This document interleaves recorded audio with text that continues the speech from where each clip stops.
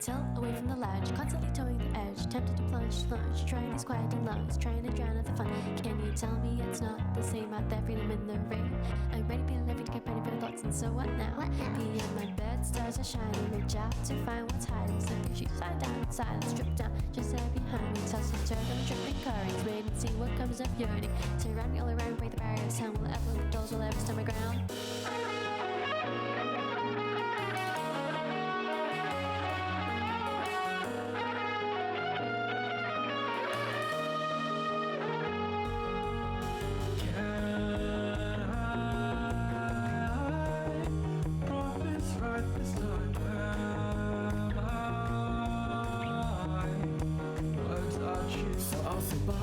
When I don't wanna leave, it is fine, cause darling, I've seen these things don't change and you're the same, and this will never be. I'm tired of chasing you and your idea of me. It's not the words you say or the dreams you live, no stress around that, oh, you're so full of shit. All smiles and smoke the lies and hope, cause I can finally see how good you live our lives. This go down carefree. Opaque and seamless peace, nowhere to go has never been my greatest feat. A trail of memory to bend, to break, too late. I find somehow I'm missing the place I used to hate, and now I'm getting cold feet. I'm feeling my way to the ground. Will it be found, bound and crowned? Will it be ready to pound, sealed and drown? Guess you'll find out, but would you even know how? Visions intersect all my doubt. Two straight images, walking, scaling, telling to know so slowly figure it out.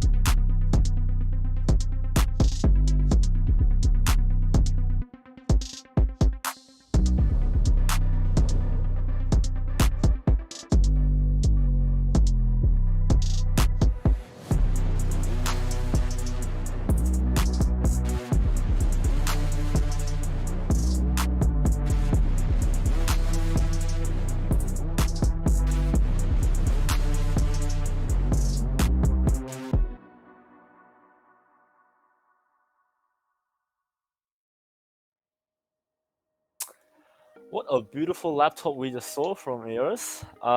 Good morning, everyone. It's 2 p.m. Actually, it's good afternoon.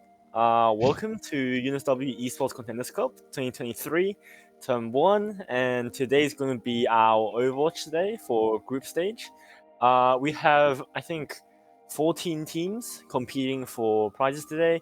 And we are here to stream for you and hopefully see some good gameplay. I'll be your streamer for today. My name's Sam, and my co-caster is also Sam. Hello, everybody. I'll be your co-caster today for Overwatch, and hopefully we see some good games. Hopefully we see some competitive games. I want some tight games.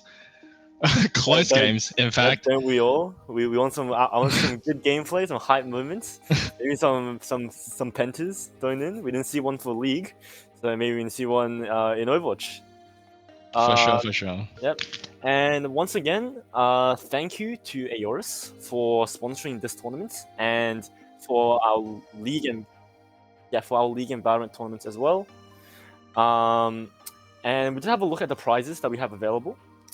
For today's tournament, we have 5 Aorus H1 headsets for the full team.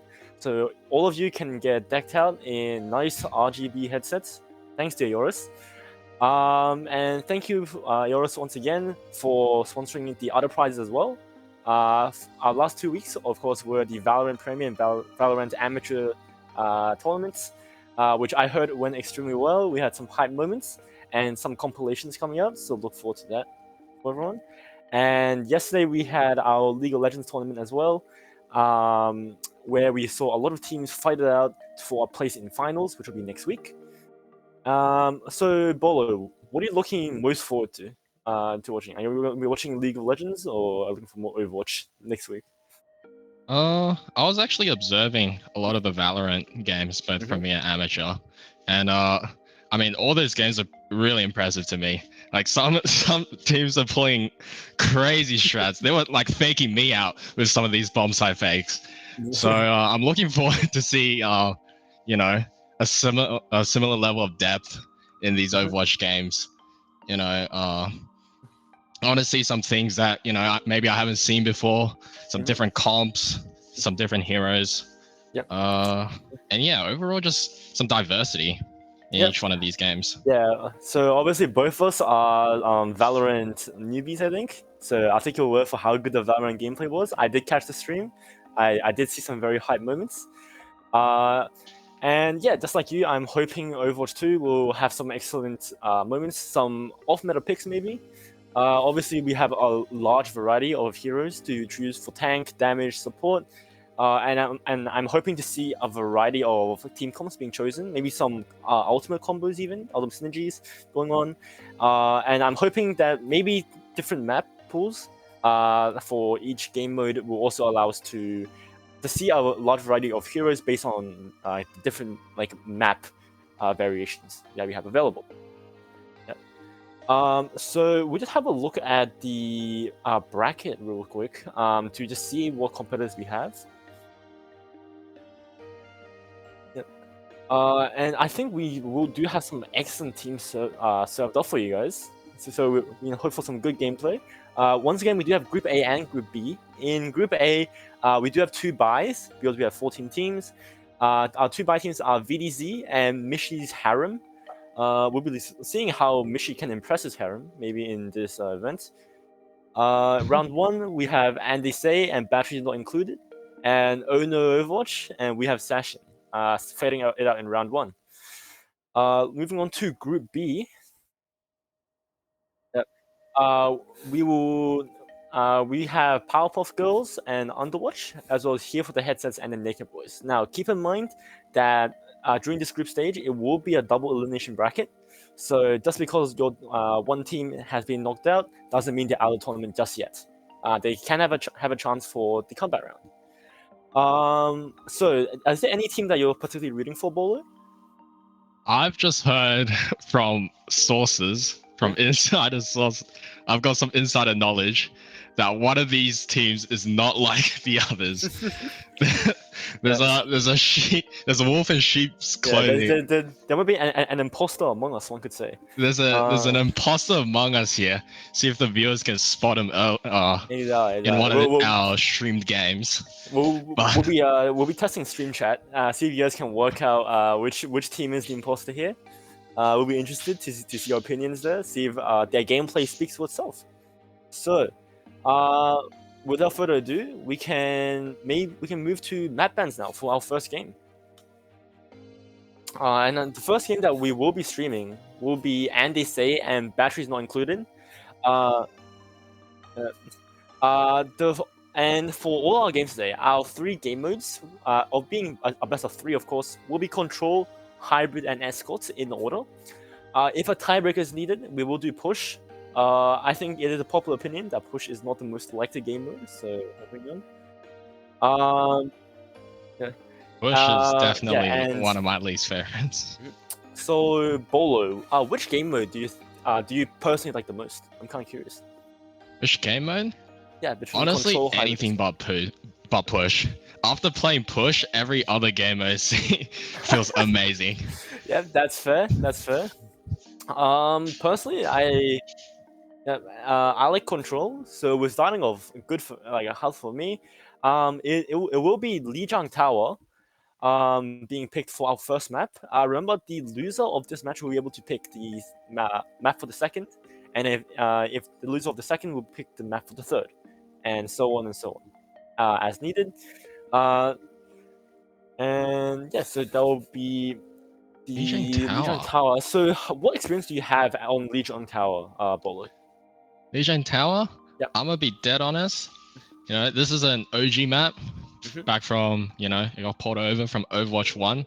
So I have played it. I have played on it. I'm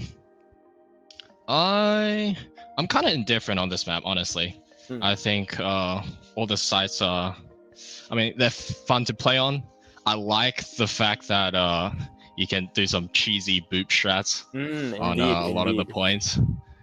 Excellent call. Excellent call on that. Obviously, as someone who has played Overwatch, I think you might have the PTSD of getting booped off the map by a Lucio boop or hooked off the map by a Roadhog. That's definitely something to look out for. Environmentals in this map are very significant. Obviously, there are 3 maps. There's there's the night market, there's the garden, and then there's the inside building. The inside building, obviously, much more enclosed, better for brawlers. For the garden, we'll be looking, and the night market will be looking for a lot more boops and also a lot more verticality, I think. Especially because of the open area on that map, we might be able to see some pharmacy, something like that. Do you remember what that is, Bowler? Can't say I do, Sam. Yeah, Cannot say I do. Don't worry, Sam. But the pharmacy strategy is obviously Pharah and Mercy. It used to be very common in Overwatch, and it's still common nowadays. And it'll be very interesting to see. Obviously, that's a very meta comp, so it'll be interesting to see if that is useful in Lijiang Tower, especially with all the boops available from Pharah. Yeah. And we'll actually be looking into the players that we have for this specific game first. Yeah. So Oh, at the wow. moment as you can see, and they say actually has a sub for flex whenever he's needed. And we have Leaf Batteries not versus included. Muffin tank. Our DPS matchup, it looks like Ixodal and Cogs for batteries not included against Min and maybe Deadset or Gab. And our support line would be for batteries not included would be Hurashi and Aurora versus Jeloshi and Tintin. Sam, do you have any thoughts about these players at the moment? A lot of UNSW Esports execs in this game. We've got Exodor, who obviously produced the Valo from early on this trimester. We got Min on the other team. We got Cogs along with Hururashi on batteries not included. I mean, for those uninformed, this is a very interesting matchup of players. Indeed, I totally agree with you. And also, for a little sneak peek, for those of you who might not have noticed in esports talk, these teams have been practicing a bit. I have seen them in the Overwatch 2 lobbies, grinding it out a little. So we might be able to look for some excellent gameplay, High some quality coordinated gameplay strats that they come up with. Yep. Yep. So actually, I'm kind of curious here. Bolo, what do you think is going to be the most instrumental role here between tanks, DPS, and kind of that? I mean, playing the Overwatch 2 beta, for sure the tank role has become quite a pivotal role. I find in the team, being the only tank, the only person that can really make space for the rest of the team. I think this matchup between Leaf and Muffin could very well decide the game. I agree. All right, and we'll be getting into our game now. Watch for their It weaknesses. is starting off and hot. strike. We're going to be able to see the team comps that are ready very soon. And looking at this, The best laid from our plans have picks, backup do plans. you have any thoughts so far, Sam? Greetings. Ooh, I love the Mercy Sojourn pick on the end, they say, along with the new tank Ramatra versus a very mobile this way, and a very mobile opposing team. Yep, indeed. I think it's also interesting that our tank matchup is Ramatra versus Uber, which is in a very even matchup, and then we have two McCree players. As you said before, Sojourn and Mercy are very strong pocket duo combos. Pick. Muffin already getting a pick onto the McCree though. That's a lot of DPS gone for red team already. And blue team just gonna look to capitalize. Ramatra's gonna try and make space and get some picks, but the McCree is already respawning. If they didn't capitalize off this, they're gonna lose the advantage. Red team is already on the point though. Trace is doing so much damage.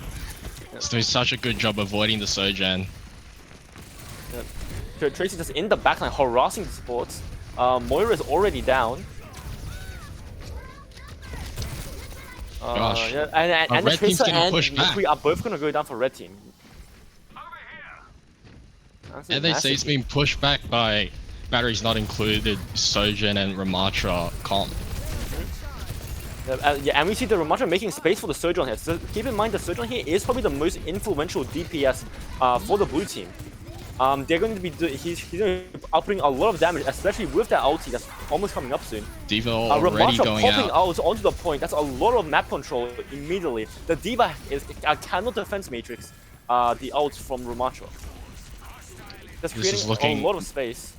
Sojourn will be coming back nearly with ulti. McCree also has a zoning ulti if possible. The Diva mech does go down, meaning there is no defense matrix if McCree does pop that ultimate. This is looking really McCree good. does get picked though. What a tracer Huge bomb! pulse bomb from red team. Huge pulse bomb from red team does pick both the Ana Completely and the shifting McCree. the fight. That was a game. That was a match fight winning pulse bomb right there from Annalius. Massive play. Blue team leaving. Blue team waiting just to gather up for the next team fight. Yeah, but McCree blue team, blue Ixie team they popping do sleep the McCree Diva, ult. but someone wakes up the Diva, which means she can get out of the defense matrix and block all the bullets from McCree's Deadeye. Sojourn is coming in here with ult, but is not gonna get much out of it. Diva is out of mech, but red McCree with a zoning ulti here. Blue team's Ana does go down with nano boost, unfortunately, which is a huge ultimate to lose in this fight at the moment. Red team's being pushed back. But blue team's Mercy gets picked off. Annalius goes down. Muffin but Ramatra ult. however, remember, Ramatra's ultimate does give him lifesteal. It might be the sustain that he needs. Especially with Diva out of mech and anti. He does get the point back, but red team is moving back in. McCree on the left, Diva on the right. Blue team is going to be really careful how they play this. They don't want their Ramatra to be pinched off and killed. Ramatra's just getting poked from every single direction. Indeed. And we need to look at the Tracer here. She has Pulse Bomb again. Might be looking for a pick onto the supports. And we need to be very careful if you are blue team to peel for the supports. If the supports go down, you are going to be doomed. Diva Bomb goes in, gets the Nobody's supports, looking at the Sojourn. gets the Ana again. McCree already went down. There's much less DPS on the blue team now. The tank is going to go down as well. And I don't think blue team's going to want to take this fight. I think they're going to back out and regroup and try and to not get staggered here. Oh, and they do get staggered. The Sojourn gets picked by red team pushing aggressively. This game is so close at the moment. This map is already so close. They're both trading ultimates. Both teams have McCree out, but Sojourn out is almost up for blue team. If Sojourn gets the ult here, doesn't get picked, and the Diva's out of mech, it could spell doom for red team. However, Moira does have Coalescence available. Red team's so far ahead. McCree Deadeye creates some space. Red team is falling back, and blue team trying to capitalize in the space available. trying to move in. Tracer is behind though. Oh, Tracer gets one tapped by the McCree. Oh. Absolutely massive here, and it's a C9. They don't get on the point. What a disaster! Blue team took too long. What a Blue disaster! team took too long.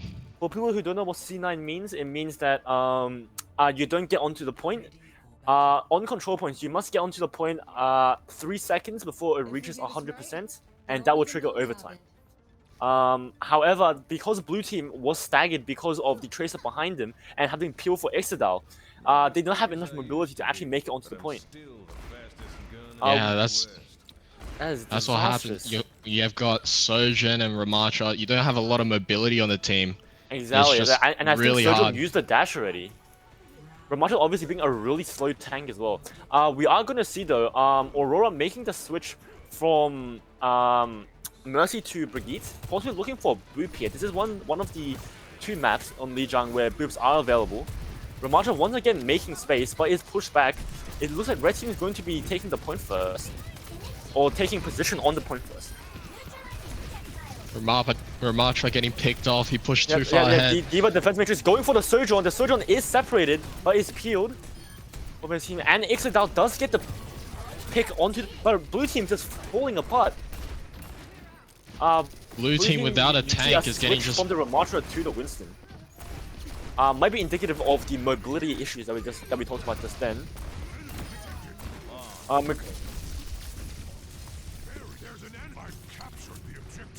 Monkey's So just on Winston back. point. Remember, Winston is a very mobile character, so she immediately gets back onto the point, and they will be zoning around the point, hoping to get this this capture. But it's just Winston. But it's Winston 1 DPS and Anna on the point, so they're gonna be need to be very careful how they play this, especially with Brigitte that's staggered and still dead. And they say it's all around the point. The D.Va's doing so much damage to the backline before they can even make it to the Winston. Winston finally coming back to save his team. Oh, the Tracer's looking behind to get onto the point. The red team D.Va is extremely aggressive, pushing into the spawn. But blue team is just too separated. Yeah, and the Tracer so Pulsum split. does get the Winston here. Oh my.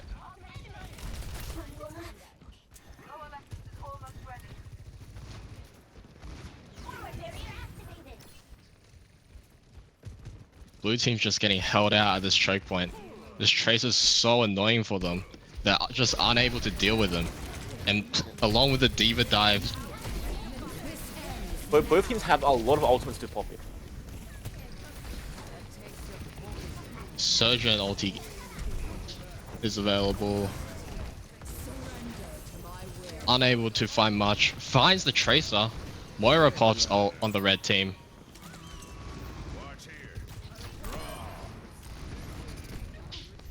Or McCree does finish off the Sojourn as well with the Deadeye.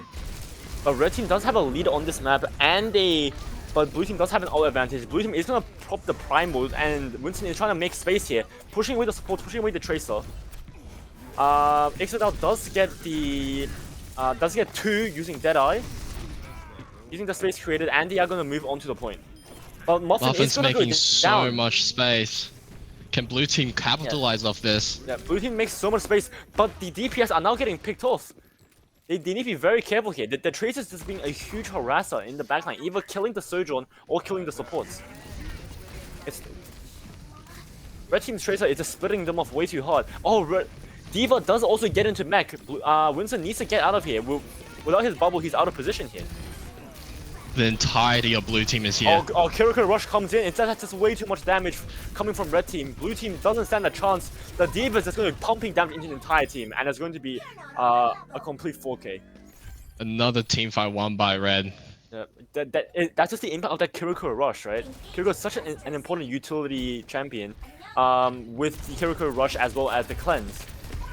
Just lets the team do so much damage. The Wrecking Ball coming in here, maybe a desperation pick, and immediately going down here. You see blue team have... D.Va also gets 2, stomps Lucio as well, and that's just gonna be the map. That's just the map. That is unfortunate. Sam, do you catch that? By the end, blue team just completely switched their comp. And no, they Ramon- switched their comp, trying to get into like a rush comp to get back to the point faster. I'm guessing that's why we are gonna see a the play of the game. But yeah, Who do you think will get the and play? that was of course a huge play by the red team Tracer, who was able to get 2 crucial picks on the support, and that's what won the early fight. And I think that was a crucial point at which they swung the early momentum in their favor. For sure.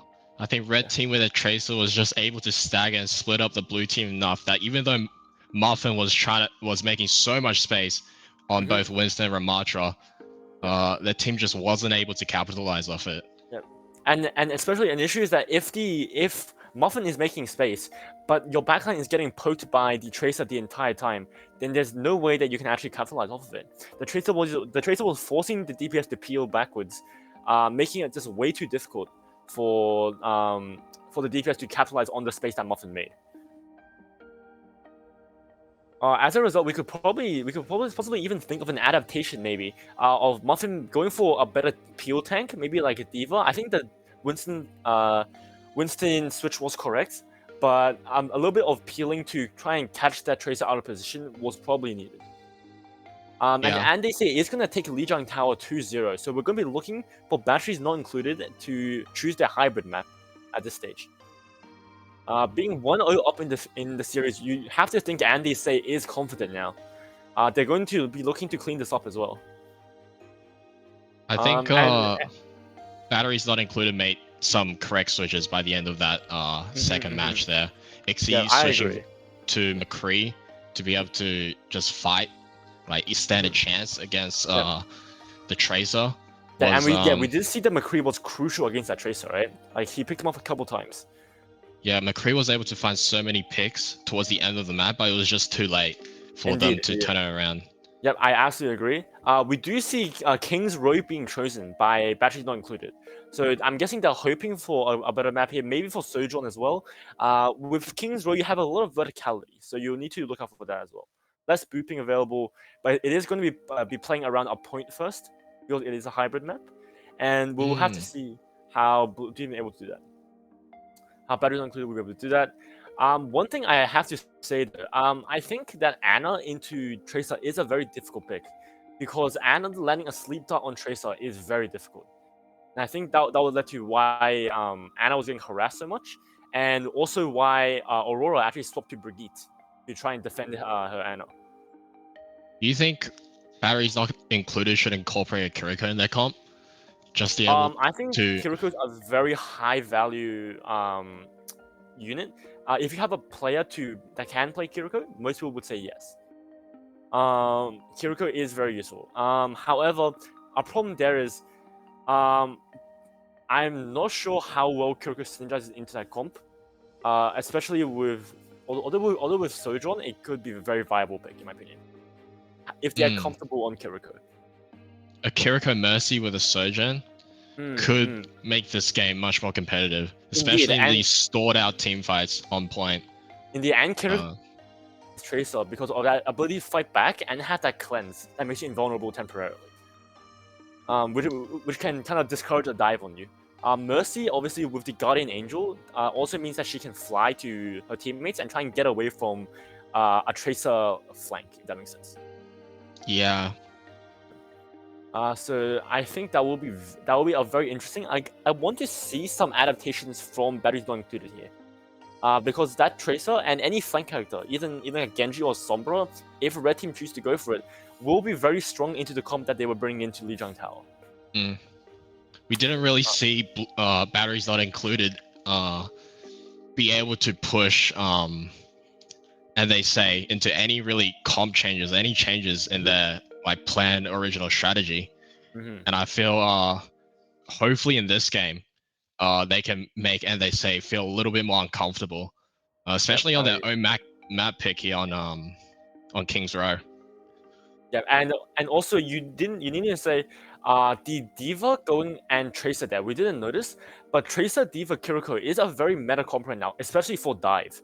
I think that playing a more counter dive comp for batteries not included, if they expect a similar comp from red team, will be critical here.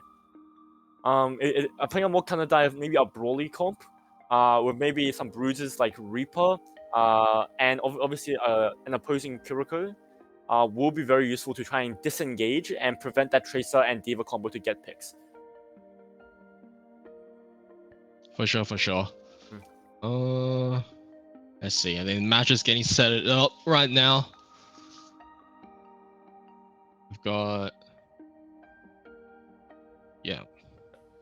Do we know who's on the attackers or defending side? First? I don't think we know yet, and I think we're going to be looking. Yeah. Yeah, and so red team will be attacking first, meaning that batteries not included will be going on defense, and I think they're going to be hoping for a first point hold here. They really need this first point hold to try and swing this game back, this match momentum back in their favor here.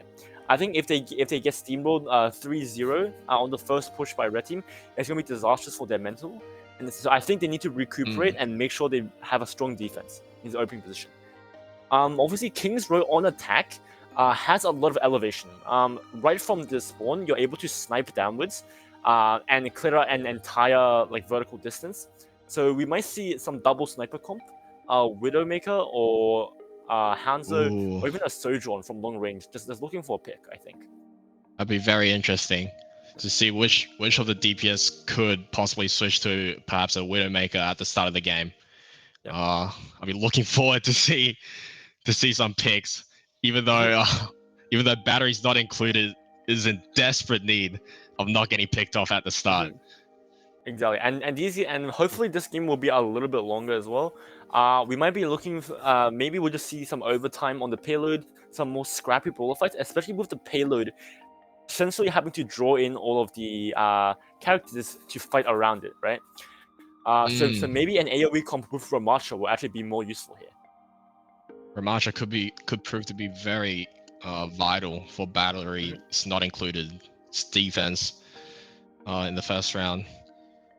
Do you think batteries not included's initial comp would fare better on this map compared to before?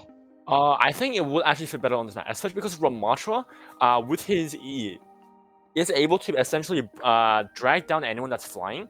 So any Pharahs, any Widowmakers, any Hanzos could be CC'd using that ability, and that could allow for a pick. And that also works very well with the high elevation nature of King's Row. Yeah, nature of King's Row, basically. We will be heading into the game now, into King's Row, and we'll be kind of looking as to what characters will be picked here soon. Is game live? I think game's live. Interesting. Yep, and the game will be live here. We do see some initial picks. Red team appears to be using basically the exact same team comp. They're saying screw verticality. We're just gonna go for full damage. Tracer, Kiriko, Diva dive once again, and just hoping that works. Blue team looks like they're going to be using the exact same team as well. Maybe a very practiced team. Except Huru is now on Zenyatta, whereas Aurora is on Ana. The main issue here, though, is both supports on blue team are very susceptible to getting dived unless they can kill the Tracer. So if the Tracer makes space and then the Diva and Kiriko capitalize, the blue team support backline may be in a huge, may have a huge issue here. And we are going to get into this match now. Ramacha finding his initial damage. I really don't know about this change from Mercy to Zen for batteries not included. I think more damage is the answer. I think it makes their dive weakness even worse. Maybe they saw the Diva was an issue and they're trying to land a Discord on her. But I am worried about blue team here. And they say with their mobility, they're just surrounding blue team here on King's Row. All over the high ground. Is already caught out of position. The Tracer's already behind him. And blue team is already pushed up the point. Red team is just moving perfectly around. And as you see here, getting on this Zenyatta. It's going to be really difficult to fight this now. Tracer does have no recall, so if he gets picked here... Oh, Angie gets knocked out by Muffin. That could be it. Aurora trying to keep their Sojourn alive. Most of their damage Ramatra is completely cut off from the team on the point. Oh, And this is disastrous for over. blue team once again. Just completely separated by the flanking of the opposing Tracer, and there's nothing they can do about this. Yeah, the lack of mobility, they're just getting picked off by NDSave's dive comp. There's The lack no of way for mobility, them. and I think the lack of coordination in falling back as well. The Ramatra I've seen going in on his own several times to try and contest the point, but his supports are just completely cut off from him. Yeah. It's Oh it's my so god! hard. And we do see the Ramatra peeling for the support here. So maybe a playstyle adaptation to try and stop that Tracer from getting as much free space as she wants. Batteries not included, just holding this corner choke point. Possibly a more favorable fight for batteries not included. Indeed. Oh no, D.Va does drop the bomb here. Finds nothing. Oh, and Finds Muffin. Ramatra makes the mistake of walking into the D.Va, recalling a mech. Finds Remember, Muffin. one That's thing it. about that D.Va Kiriko combo is that if Kiriko cleanses the D.Va, you can't do anything to stop the ultimate. Additionally, we see blue team getting once again destroyed here. They are going to be looking for some adaptation, maybe Orisa to stop the effectiveness of this dive. But red team is just steamrolling onto this first checkpoint. And they say putting up a masterclass of this comp Indeed. against Red team looks like batteries they're not going to have included. around 4 or 5 minutes to push in this last point.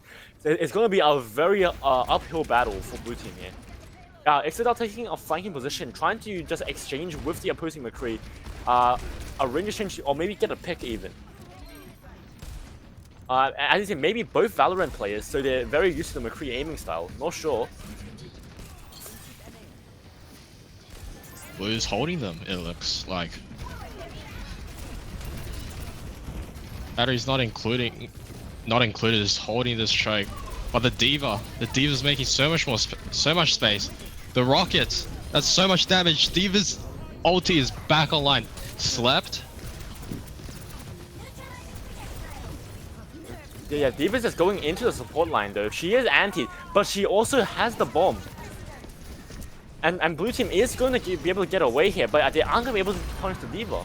They're just not coordinated enough to deal with this. Exodal does get the echo in map here. We see the Tracer swap But it's the too echo late. Here. It's just way too late. The Diva's Tracer swap already the echo wiped here, out. maybe in response to the Orisa swap as well. Oh, but the red McCree also gets a double Deadeye.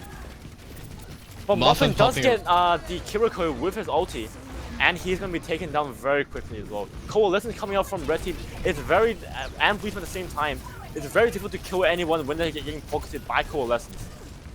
But this may just be a stall strategy, but red team just... Red team is finding more kills. A similar coordinate, but remember, blue team respawn is somewhat faster here. And they're especially with going into Wrecking Ball here, they're trying to just stall the point as quickly as possible. And Sojourn will be coming out with the ulti, but remember, D.Va is still in her mech and has defense matrix. He can shut down the entire ulti. Liz is finding so much impact on D.Va here on this Oh, last but Boris point. does get a pick onto Moira here, trying to go for that backline. Oh, but the D.Va bomb is gonna... He's gonna zone everyone off. The Wrecking Ball is back to create space. D.Va is slept. Oh, D.Va is slept, but they're not going to be able to capitalize on it. And in response, Anna actually goes down. This Diva is still alive. Muffin can't stall on the point anymore. They can't stall. Sojourn cannot stall. This is here, it. And this is disastrous. As we saw there, D.Va had a 25-player kill streak, meaning that blue team just had no answers for her. Reds, and they say with a convincing attack in round 1. Leaf able to find so much impact on the D.Va, staying alive for so long at the last point, finding so many kills just on his own in space. Yeah, and we see red team with a very quick finish here, 3 minutes and 1 second as well, and that's all 3 points already. Blue team are going to have to try to match that, but now it's going to be interesting because blue team is attacking while red team mainly running a dive comp is built for offense. So I wonder if we're going to see a different comp from red team this time. The Mercy pick coming back for batteries not included. Mercy Moira. Blue team does have an Ixodal, Is now maybe looking for a very early pick here on the Widowmaker. And we see Soldier on Boris actually opting out of the Surge on pick this time. A different see comp Muffin from going- and they say. We also see, actually, Boris will be going on the Reaper here. Maybe going for a more brawler comp with this Moira and Orisa here as well. Orisa obviously very strong in team fights, able to do a lot of CC, create a lot of space. Red team though, they do have the Ramatra now. It's a bit of an inverse. Red team going for Ramatra, the same supports. Kiriko just way too effective here with that Kiriko rush and a cleanse. They are going for a Torbjorn and McCree range setup though. Obviously, Torbjorn very strong on defense, able to drop that turret and make it very difficult for the offensive team to come in. This is a great Ramatra pick for and they say. Like you said, Ramatra is so good in these close Ramatra quarters. just holding that choke point. But keep in mind, Exodal is going on the Symmetra here. They may be looking for a backline TP to try and get behind them. And both teams are going to have a Ramatra off now. Blue team gets a very early pick onto the Torbjorn. The Ramatra armor mode here, but the Ramatra is getting pocketed by the Mercy as well, and it's in armor mode. He's going to be taking no damage while Mercy gets the res and somehow gets out unpunished. How did Leaf get the res off? I don't understand how Leaf got rid of it. It was just the Ramatra being so coordinated, making so much space. And even as he was falling behind, he tried to drop a shield for Leaf as well. It is amazing that he got that off. But you see Aurora already getting ulti. That may be due to the Red Mercy going for the res here, whereas Aurora was pocketing. That means she does have the Archangel ultimate activated. She's going to be upping a lot of healing. But Red Team already has the Annihilation from Ramatra. She's going to be zoning everyone off. And it's just not enough healing. Blue team is going to waste their support ultimate and their Sim barrier. But Red Team did have to use 3 ultimates in response. So Blue Team will have advantage in the next fight. And we do have a tactical pause here. Very interesting. Do we know why? Reason for the pause? We're gonna try and find out why this is happening. I've heard it may be something to do with kill cams. It appears that in the rulebook, it has been specified that no one can use kill cams. And it appears, and also someone is lagging right now. So they are going to wait to see if the ping settles for this person. And we'll be waiting until then. So what do you think of that round so far, actually, Sam? I think, and they say, pretty much built the comp that I wanted to see from batteries not included in the first round. Building upon the Mercy, like a Sojourn core with Kiriko for extra additional damage output, and remaining keeping a McCree just to deal with, and they say it's Tracer, would have been much more, I think, powerful against, and they say it's dive comp. Yep. I definitely agree with you. I think that first round on defense, going for that Zenyatta Ana combo was definitely a mistake. They lost that first point way too quickly, in my opinion. Zenyatta Ana was just so easy to just flank and dive onto. I also feel like when they were when in their position being set up, I think knowing that a Tracer is most likely coming into you with that dive comp, you maybe even want to opt for a high ground position instead of just holding that choke. Obviously, because that Tracer going to high ground is a little bit more difficult compared to just sneaking around on the low ground here. We will be going back in now, and I am curious to see how this will turn out. Hiroshi is back though, and unfortunately her ultimate is actually going to be reset because of that lag, which is a big problem for Blue Team now. But they don't even have the ult advantage. They were up 3-2 before because of Hiroshi reconnecting. It is a bit of a problem. Muffin is going to have the Annihilation here. He's going to have to look to create a lot of space here. Maybe get the pick. A huge ultimate here. Looking for that Mercy, but he does just get picked. He overextended. He overextended way too hard there. Doesn't realize that the Torbjorn has Molten Core, and also they do have the Mercy ulti. Mercy is going to get the res as well. And Blue Team just going to get nothing out of this push. Oh my god, Mercy res has been so useful. Exactly, the Red Team Mercy res have been insane, whereas Blue Team Mercy has unfortunately just been picked or has been overextended badly. I think Muffin here needs to play a little bit more safe and have better ultimates on in terms of how to engage. I think going in with this team, which doesn't even have a Lucio, and is therefore very low mobility, it basically means that he's going to be separated from his team and cut off very, very quickly. Now, usually the Torbjorn has the Molten Core here, so he will be looking to zone and possibly cut off the team once again. We see Red Team is excellent at cutting people off and allowing them to get very easy picks on maybe half the team. However, Torbjorn does go down, but does actually go down here. He wasted his Molten Core, which is actually massive for Blue Team as they're going in here. They do also have the Bob, but Red Team is popping the Kitsune Hush. They're trying to salvage it. Yeah, even though Exodal does not get the pick there, Muffin just creates so much space along with the damage boost from Aurora. Actually massive and going to get a position on the point. They need to be careful here to not allow this Torbjorn to pick any of them. And it looks like they are gonna get this point here. A little bit Batteries slower not than Red Team, included, but finally get getting the point off a lot of crucial mistakes made by and they say the overextension from a huge mistake by Analeus to actually get picked early there. And we do see as soon as the point is taken, Torbjorn's usage and usefulness drops off, so immediately gonna swap to the Tracer here. I think this Tracer pick and we see Muffin looking to create space again, but he needs to make sure his team doesn't get picked. His team behind him is getting shredded, and the Mercy does go down through the Annihilation. But luckily, the Ash Bob does actually end up taking down the Ramattra.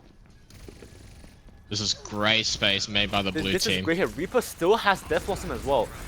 If they can get the Defense Matrix or the Diva out of mech and the Cleanse off, a huge Defense Matrix here could spell the win for team fight, depending on how blue and red team position with each other. It looks like Diva is going to play on the high ground. Oh, but a huge pick by blue team. Very strange Death Blossom though. I'm not sure where he went for that with a Diva in his face. But blue team These does team get a pick fights there, are but the so Tracer scattered. The Tracer is immediately res as well. What a disaster for blue team here.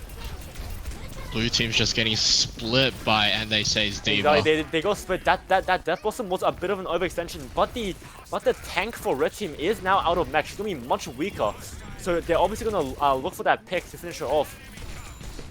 This Tracer finding so much impact with the pulse bomb. Playing so well. We may be seeing a bit of a Tracer Savant from Analius here. He's just playing so well, making so much space with this Diva. It's gonna be so difficult to win this fight. Along the Kitsune rush from red team, I think blue team, even with Annihilation and Mercy popping out, it's gonna be very difficult. I'm actually surprised that Mercy hasn't popped out. You really need to keep your Ramattra alive here. Also, she's coming back from spawn. The fight is still very even. Mercy needs to make sure she gets a good position so that she can get an excellent Mercy ulti here. Blue team does have ult advantage except for this McCree. If the McCree gets a huge Deadeye, it could spell problems. See Mercy popping Guardian Angel. Annihilus once again with a massive double. A blue team responds. Boris does get the Death Blossom, however.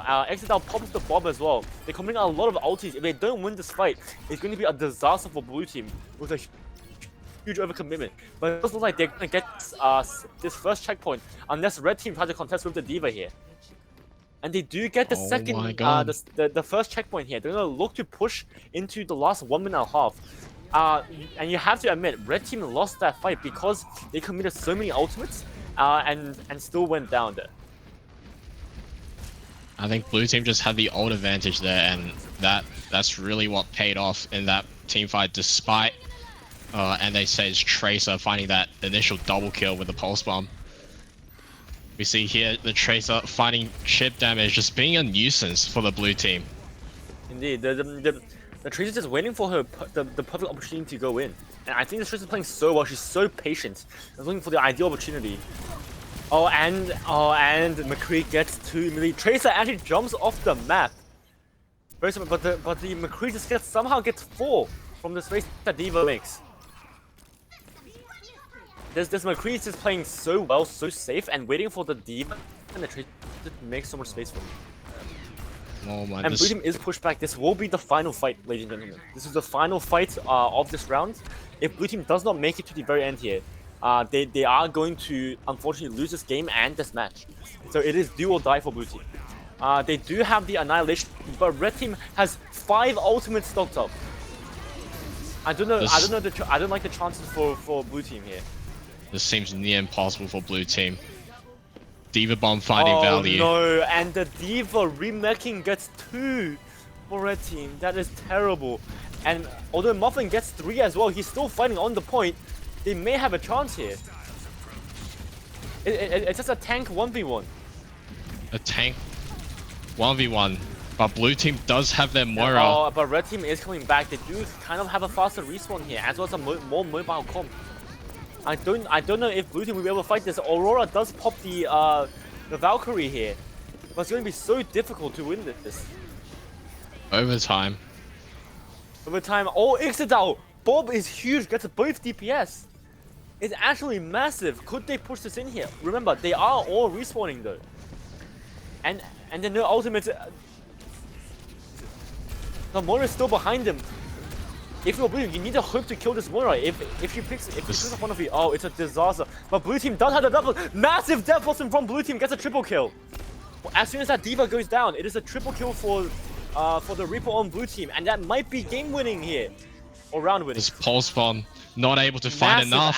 That's it. Absolutely game saving play from blue team. Boros Battery's somehow not found included. up a full death blossom there. Battery's not included. Make it. Ties it up. Yes, that was against all odds. Blue team, Muffin getting a triple kill, along with Aurora popping that Archangels to barely keep her team alive. And then Boros somehow able to farm up an entire death blossom in that fight. And then just popping it and getting a triple kill at the end, as soon as Diva was out of mech, was massive. Absolutely round-saving play for them. What do you think the odds are for batteries not included to pull this The back? odds, it still does not look good for blue team. But I think get that Reaper pick, along with Ixodal on Ashe, I feel like they found their footing a little bit better. But I do feel that if red team just stocks up their ultimates, makes a dry push and tries to bait out ultimates from blue team, eventually it's gonna be in red team's favor, unless they fumble their ultimates really badly. And we do say Analysis is going to go for the Widow here, getting pocketed damage boost by the Mercy. Might be looking for a very early pick, and then switching straight back to Tracer. I love this comp from batteries not included. This was honestly a much better response. This is exactly what we were looking for. Brilliant adaptation from them. But you see, red team has the Sigma now instead of the Ramatra. Might be an interesting pick here. Yeah, and we do see that Analysis is looking for the pick. He's now going to jump back down and swap it immediately.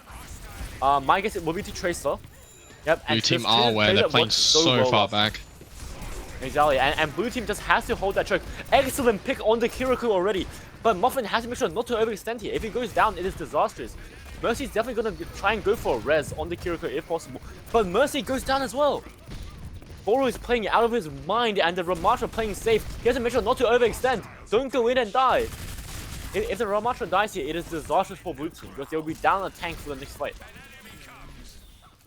Muffin playing brilliantly, getting 2 early picks along with Boros there. And we see how this Ramatra Reaper Bruiser combo is just working so well.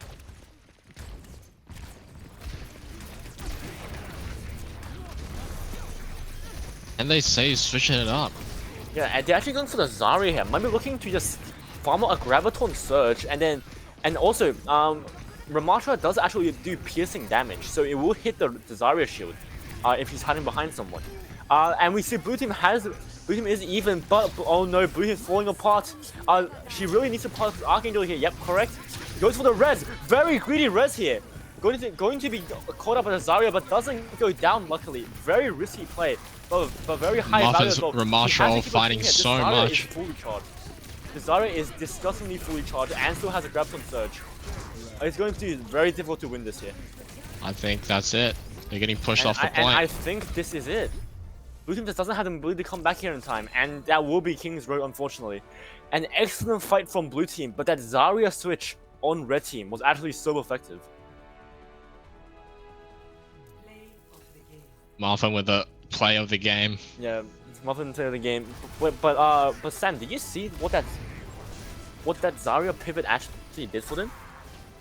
I think he that's basically allowed him to basically plow through all the shields of Ramasha and as well as tank all of his attack.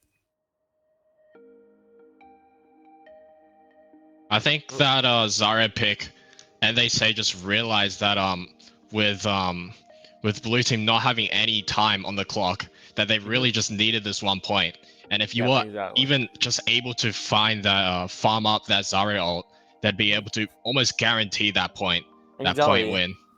And I think the way that Red Team who found that Zarya out, the launch, I think played really well that game. I think either Analysis or the launch were players of the game there. Analysis on that Tracer, just exerting so much pressure on the backline, and the launch with the perfect timing on the Diva dives. And on that Zarya, as you say, he farmed that ult up so quickly. Because Ramasha's punch is piercing, means that the Zarya shield gets charged.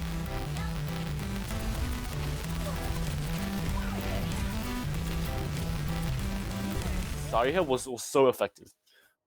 Getting that graviton surge so quickly, basically, he looks a bit like season 2 Sinatra out there. Just getting that graviton surge in record time, basically meaning that he could get that game-winning ultimate there, and I think that did actually save the match for them. If that Zarya went down, I think that would have been much worse of a fight for. I think that Yes. second match between Andes and Barry's Not Included was like really what we were looking for there compared to the first game. I think the first round, the first game, Batteries Not Included was just unable to adapt to the dive strategy that Andes were running with Diva and Tracer. And I Steph, also think their compo is a little bit worse. Like, obviously the Annas and Yada there, and also they made an adaptation to actually go for Reaper instead of Sojourn. I think was a big difference. and even on defense on King's Row, that Zen and Anna pick were just it wasn't the answer against the dive comp. And I think we finally saw like the correct adaptation picking up two more mobile support heroes. Yeah, To I was thinking it might have been the issue of they might have not practiced against a dive comp, and especially a very coordinated type dive comp at that, because of just how effective Red Team were. They didn't allow Blue Team to have any time to adapt until that very end in that second round. They realized that the Reaper and the Ashe swap, Ashe obviously with the coach gun for the disengage as well as Bob, and Reaper just being able to lifesteal and stay alive against those dives was so significant. yeah, and with that, I think that was really well played with both teams. I think we're going into a 5-minute break, I believe. Yeah, we will be seeing you guys in 5 minutes for our next match. So, yep, see you guys then.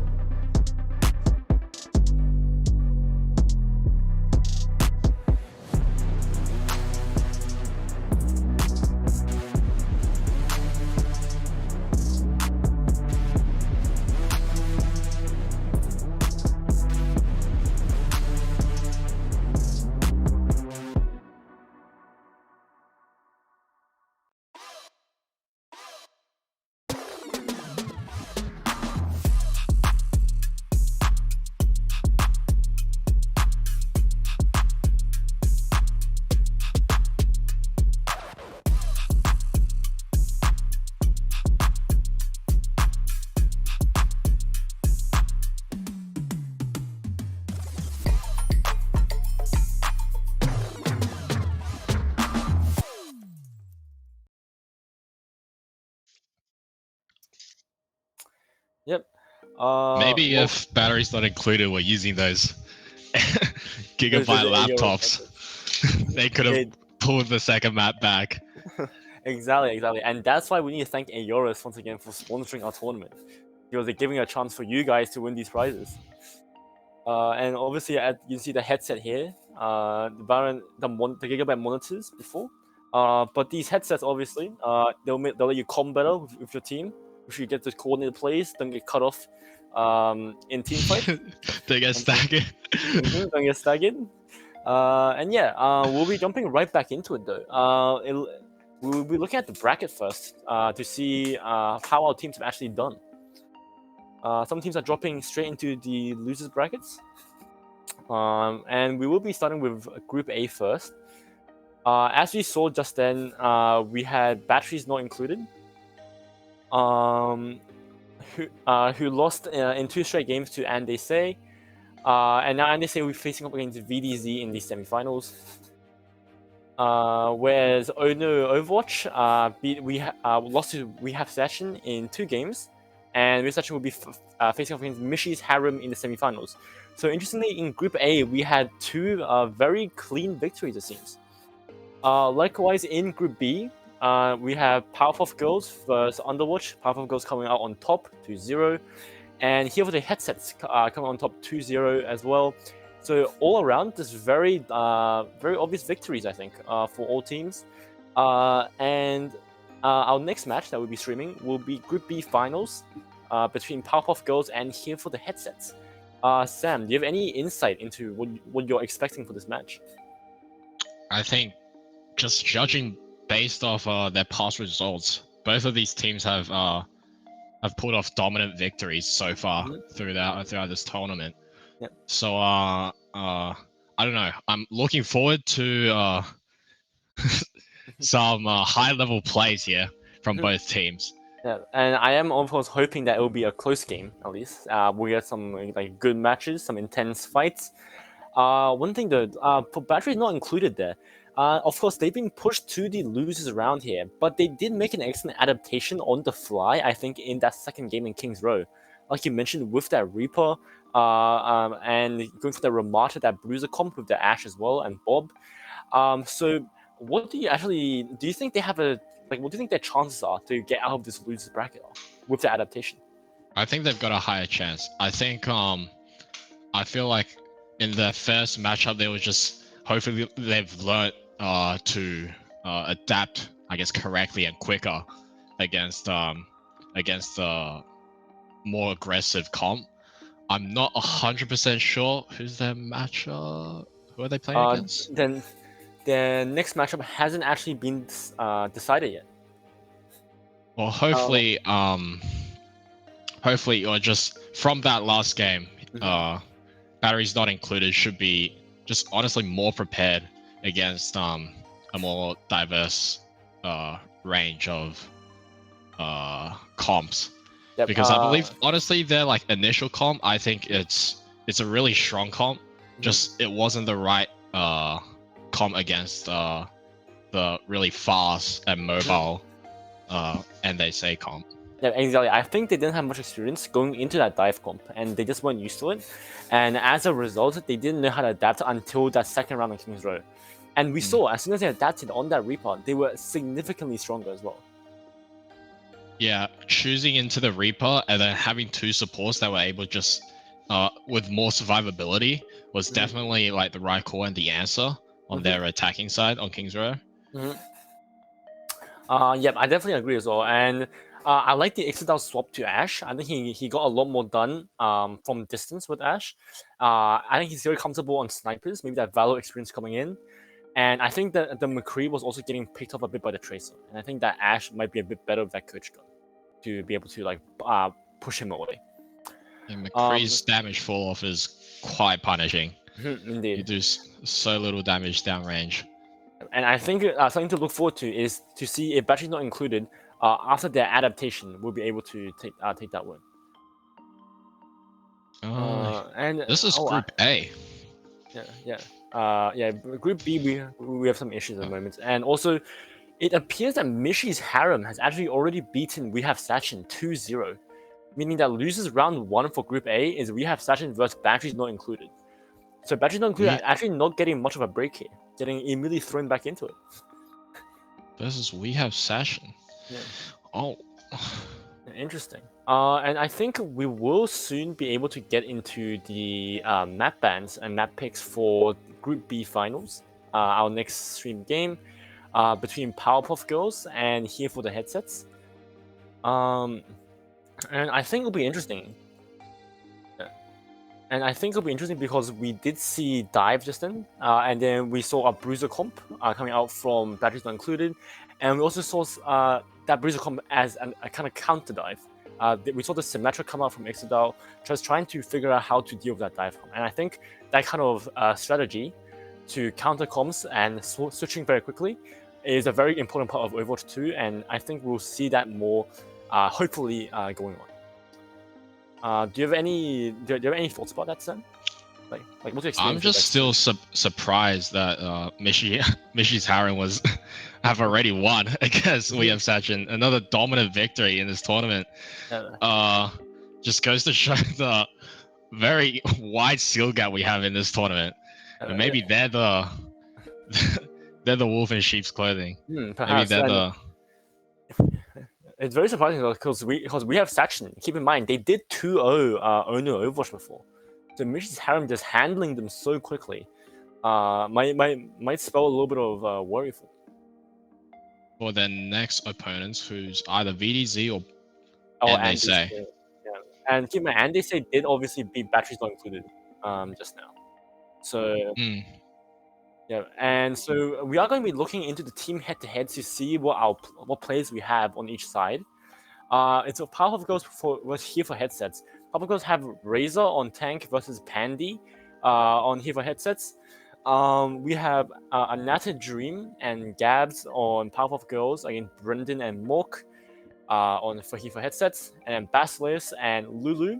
Might be a league reference there, who knows? Versus here for headsets, Fish Soup and Well 1880. And we have Mizuki able to sub one as well. So it'll be interesting to see if Mizuki's gonna sub one for anyone, and if we're gonna be able to see a wider range of characters in this tournament as a result. And with that, we can kind of go into the map bans now. So. And it looks like that the first map, Nepal. Choice will be Nepal indeed. So we saw Legion Tower last time. Now we're going to Nepal. Nepal has maybe 2 maps that are good for grouping. Especially the Sanctum one is good for grouping, whereas the other 2 maps tend to revolve around just playing around the point more. Especially. Actually, we might see some Ramatra as well, I think. Do you think we'll see some Ramatra for its control denial? I think Ramatra is going to be just as impactful on Nepal as we saw on the previous 2 maps. Just glancing over the teams, I did see a Pandy in there, so I know which team I'm rooting for. For no particular reason. Yep. But in this Nepal game, I'm looking forward to see maybe more environmental kills. Hopefully we can observe and catch some of those kills. That'll be fun to watch. And maybe I don't know how I feel about watching two Ramatra comps going up against each other. I think one team having Ramatra is fine. But 2's too much. And we are going in now. Fun fact, Ramatra used to actually have a comp where his ulti would not run out if it was damaging anyone. Meaning his ulti could actually last forever if you were fighting on the point, which made him way too dominant on the point because he got lifesteal from the ultimate as well. As a result, he got nerfed to a max of 15 seconds. Now, we do see double Doomfist though. Doomfist is on the rise, I think. And we see the Kiriko for Hero headsets, Mork Tracer, and they're already moving out so quickly. Headsets are so quick with this sim teleport. Yeah, the Doomfist making space already, pushing up. And we see that blue team is just pushing red team back. They can't even come out of this choke point. They're gonna have to go through another direction. They're going through main side. Red team is Both flanking teams around- running very similar comps. Blue, Very fast and mobile comps. blue team is stuck. Red team immediately takes on the Doomfist. Blue team trades the Doomfist for the McCree, however, but the tank of Doomfist is just so much more significant here, especially with Basileus managing to get off the res here.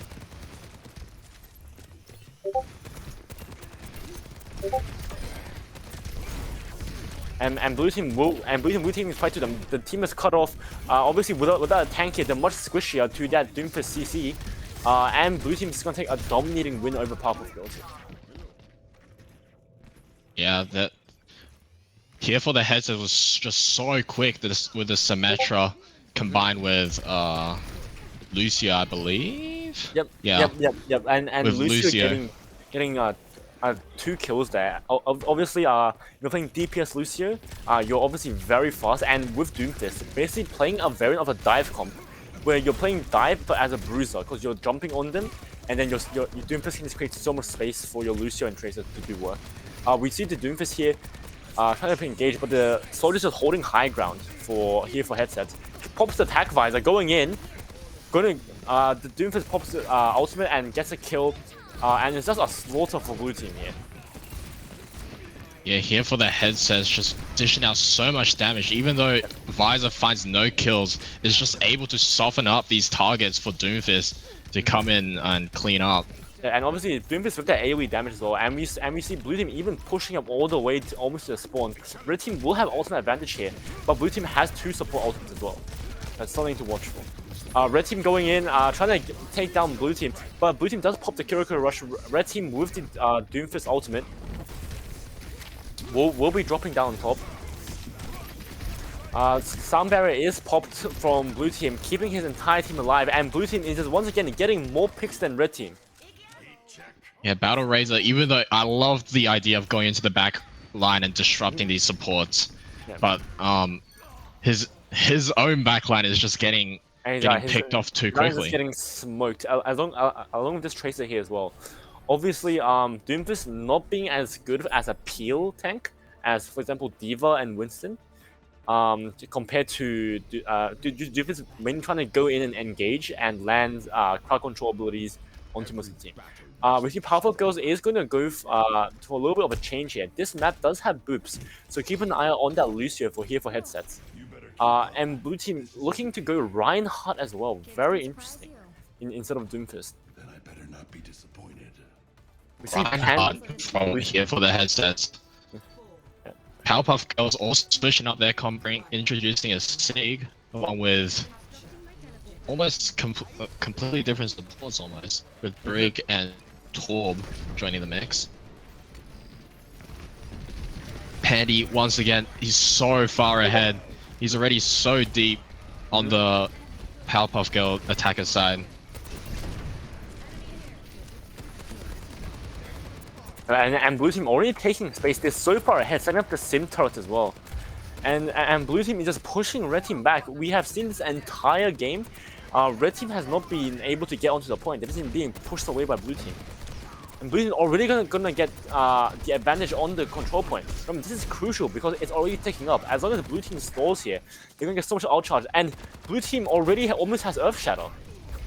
Pandy already has it and can pop it at any second. Remember, as soon as Sigma shield goes down and Brigitte shield goes down, they have no shielding for red team. Powerpuff Girls still trying to shatter, massive shatter, and it's a 5k. Oh my god. There is nothing red team can do. Pandy just farmed up that the outcharge so quickly, getting an Earth Shatter in record time. We see Battle Razor going back to the Comfort Doomfist. Perhaps the solution against the Reinhardt pick with slightly less mobility. So we see here for the headsets are just doing such a good job stalling them out here. And while his Reinhardt's position is so good. He's gonna go in with the charge already. Maybe looking for another Earth Shatter and the Kiriko ult. Remember, Kiriko does speed up the Reinhardt swings, meaning he does so much more damage. But blue team is actually gonna take a lot of damage here. Stera gets picked off. Sim trying to do what he Oh, but the what she tag can visor does come out, and there's just nothing Red Team can do against this. with the Sim War. Oh my god. The Sumo as well, exactly. And the Doofus is still here, but Yo Mama 6489 is just kiting him out so well again with Steric as well.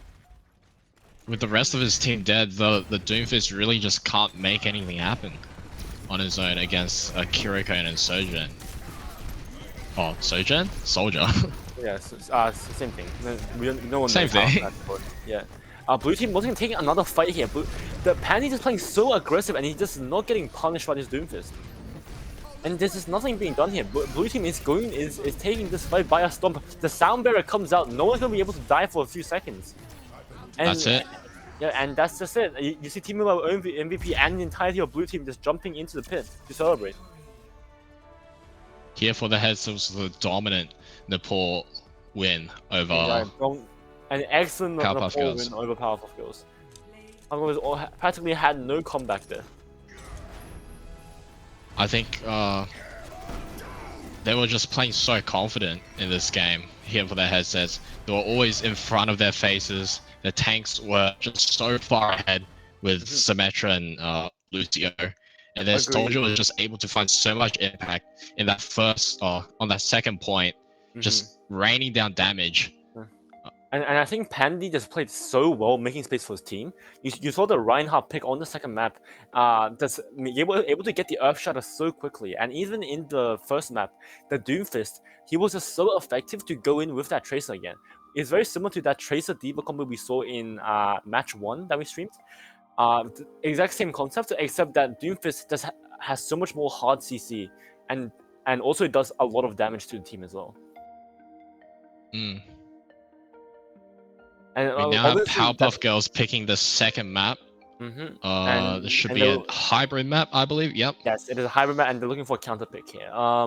Obviously, Doomfist kind of loses out on the defense matrix, but compared to Diva. But I think for the purposes of what Hero Head was going for, just run into them and hit them. It worked out, and as we see here, Pandy with just a massive Earth Shadow. He got that 90% outcharged in around 3 swings. Yeah, I was on it. I was so worried. The longer the Powerpuff Girls stayed at this one choke point with the Soldier doing damage, the Ryan finding impact, just being a massive ball of ult charge for here for headsets. Yeah, and remember, the Reinhardt hammer can hit multiple enemies, and that's why every swing let him almost like 10 to 20% charge.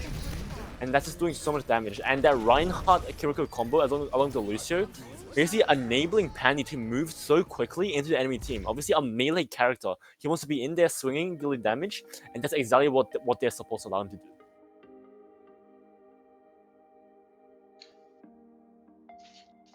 I think we're slowly getting the second match set up here. And it will be Paraiso that has been chosen. Paraiso, obviously one of the new maps in Overwatch 2. It's a lot less verticality based, but there's a lot of options to move around the choke. There's obviously the bridge choke. There's 2 bridge chokes actually, the front and the back. Depending which one you want to hold, which one you want to save for. Most teams choose for the back choke, but that does open up the chance for a flank on the side. Especially if Red Team is attacking here once again with that Doomfist Tracer flank. The Tracer can go behind and hopefully get a pick on the supports. What heroes do you think we should be looking out for on this map? On this new map? I think looking on this map, once again, it's going to be a lot of flankers. I think Sojourn is actually quite strong in this map. Ashe as well. But a lot of long angles. And I think, I think double snipers is not bad as well, because they can stay behind on the point and just try and look for a pick as they walk through the choke. But I think Red Team doesn't even have to change anything here. I think their combo with Doomfist Tracer Dive will work really well into this offensive. Yeah, Red Team certainly here for the headsets have a recipe for success here with Doomfist along with just the Sim and Lucio speed catching off Powerpuff Girls so far. Exactly. I think Lucio obviously much stronger at high elos as well, because it requires a lot of coordination on your team to know when to speed boost. Sound barrier, speed boost, heal pulse, all of those abilities require your team to be coordinated and move together as a pack. But we do see that the Lucio Reinhardt combo is very, very common at high elo because of that reason. It allows your Reinhardt to go in, get huge out charge, as you saw with Pandy there, and then get out very quickly. So we may be seeing something very similar there. I think we're heading into our next game. And we're heading in. That was the Reinhardt Lucio strategy was a very popular strategy in Overwatch 1, especially Season 2, Season 3 of Overwatch League. We'll be heading into the game now, looking at the gorgeous sights of Palacio here. Gosh, it's so big. Yeah, and it is of course a huge map to look at here. And we will, and obviously taking a huge pan view of what we're seeing. And yeah, this is a very colorful map, and because of all the buildings, it does offer a lot of verticality as well. So it will be very interesting to see how this goes. Oh, we do see from Red Team the Genji coming out. Genji Reinhardt with the actually no, it's going to be a full dive team. Almost with the looks like with the Genji Wrecking Ball and the Kiriko as well. And Lucio, meaning everyone can just speed in, and the Soldier with so much mobility with the sprints will also be able to go in very hard. Whereas Blue Team here opting for the Torbjorn McCree setup, as well as some less mobile carries, with the Ana in the backline holding this angle. That's very common over the bridges, as I mentioned, and McCree here as well. Who are you looking out for here, Sam? I'm honestly Penny's picking every single tank that that he can pick, but now I'm just curious to see what he can pull off in Winston, because so far Doomfist and Ryan have been really impressive. I'm actually very interested in the Mork Genji here. Genjis are less popular pick nowadays, and especially without an Ana for Nanoblade. He's very, very uncommon here. So I'm kind of wondering what he's gonna be able to do. I hope I see some good Genji blades going into. Battle Razor almost dying there. He overextended looking for an angle. I don't think he expected the Genji to dive with him so hard, but that's what you go up against. You have going up against a Winston and a Genji here, right? Red Team already getting a pick onto the Ana. Winston's gonna jump in, create space on the point, and Genji's going in free reign. There's nothing they can do against him. Except for the sticky grenade from McCree trying to take him down. Winston is looking for the mercy here off the point. Does get it. Looking like a very even fight right now, but the turret is still up for Torbjorn. So it's gonna be difficult here to fight. As we know, the Powerpuff Girl respawn is just further away. Yeah, so much further away. Yeah, much further away. And Blue Team, Battle Razor actually goes off the map. A disastrous SD. Oh, that's it. No. That's it. Without Battle Razor there, they just don't have the tank to protect that Torbjorn turret and the Torbjorn damage. And that's just it. The point is gone. And we're going to see here the switch from the Winston. Oh, and Winston here diving in, trying to get an early pick here. The Primal Rage, absolutely no respect for Powerpuff Girls here. Going for the McCree as well. And it looks like Genji is very close to his Dragon Blade off that, just pushing up so far. Penny is so deep in the Powerpuff Girls spawn. So much space here. But I don't know if Powerpuff Girls is going to be able to take him out here, especially with the Kiriko here as well. I mean, Kiriko is so mobile with that TP as well. Look at the ult economy. Yeah. Look at the ult economy as well, though. Like he has it with 3, where Powerpuff Girls has 4. They are going to get out advantage, but Powerpuff Girls is going to need to get excellent ults here, or else Hero Heads will just hit them with the Dragon Blade. And Battle Razor here getting a huge immediate pick onto the Soldier. And that's 1 ult down, getting the Lucio as well. That's a 2nd ult down. And Battle Razor fighting lots of success here. Yeah, Battle Razor with an excellent ult onto the payload, and he's fighting hard. Trying to keep his team in this match. Winston pushing the 2 DPS off the high ground there. I think the longer this fight stalls out, it's and here comes the Dragon Blade. The Dragon Blade Tag Visor combo, as we saw, nothing can stand against that. Melts through the Powerpuff Girls. And Red Team is just gonna clean up here. We might even see the Winston push up again, try and get an early pick or stagger.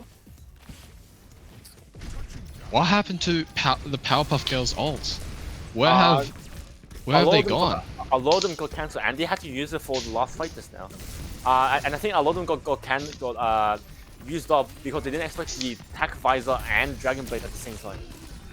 I think Just melt through the Powerpuff Girls ult economy. And I think for Powerpuff Girls, you need to land better anti as well. Like, if you land a good anti while Hero doesn't have cleanse, then at least that's something you can collapse on. But Red Team is gonna dive in now, and they're just gonna claim everyone.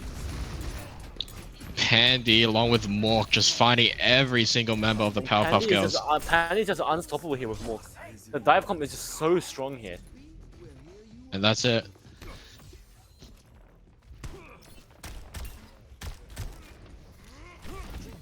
Battle Razor looking to regroup with the rest of his team. They've got Dragon along with Doom ult to work with. Yep. The Dragon here usually a zoning tool. You're not gonna get as many picks with it, but the Doom ult here can allow a chance for your team to go in as well. If you plant right in the middle of them, you can create enough space for your team to go in and get something. But the Winston here already on the Hanzo. He's trying to harass the backline, prevent them from getting a good position. Doomfist does commit the ultimate here, and that combos with the ultimate from there. But the Genji Dragon Blade gonna come in here, just walling off the entire Deadeye from Yoshi. And the Dragon Blade's doing like this, claims so many victims. Oh no, Basilius going for a res. Very greedy, but he does get it. What a greedy res. Very greedy res. But Basilius does know that he needs Yoshi's damage here, and there's just not enough healing. As soon as Misty La goes down, there's no AoE healing for Blue Team anymore, and this is gonna get picked off with the dive comp slamming into them. This is the definition of an unstoppable force that's plowing through Blue Team here. Blue Team need to become an immovable object or something, or they're not gonna be able to stop the attack.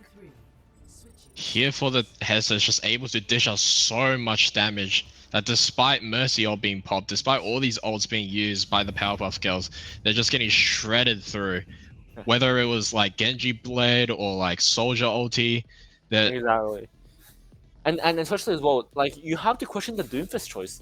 The Doomfist basically means that they literally have zero like shielding against that attack visor, right? So if he attack visors into the backline, there's nothing you can really do. Powerpuff Girls bargaining in the chat. bargaining with the Widow pick here. Interesting strategy against here for headsets. Oh, but we do see Mork also going for the Widow. It looks like Mork and Yoshi are going for a Widow off. Going to be very interesting. And as we mentioned, Powerpuff Girls opting for the double sniper strategy here with Anata Dream and Yoshi. And yeah, I think Battle Razor on Doomfist, he's making space. But how useful is that space when you're going into a sniper comp? Or when you're playing a sniper comp? I think even in that last round, we saw that like Battle Razor's space being pretty much nullified by the sheer damage output from here for the headsets. Yeah, like if your backline, if your DPS and support are just dying, like that space ultimately means nothing. Exactly. I think it'll be very difficult because Battle Razor, like going in the backline, basically it's really so hard for the snipers to get a free angle here.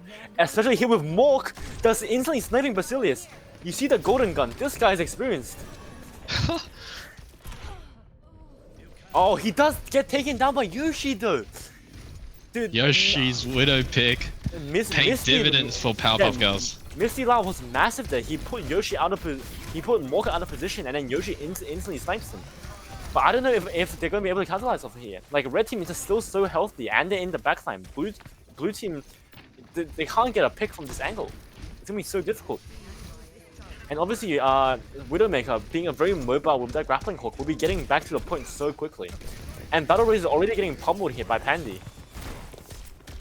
Here for the Hess is just doing such a good job of letting this Widow. Just punched into the enemy team. Like, it's punched into the waiting arms of all the enemy team's DPS. And there's nothing he can do there. Oh, and Mork instantly gets another dream. Mork right back at Yoshi. Let's see if Yoshi can find another pick onto Mork here.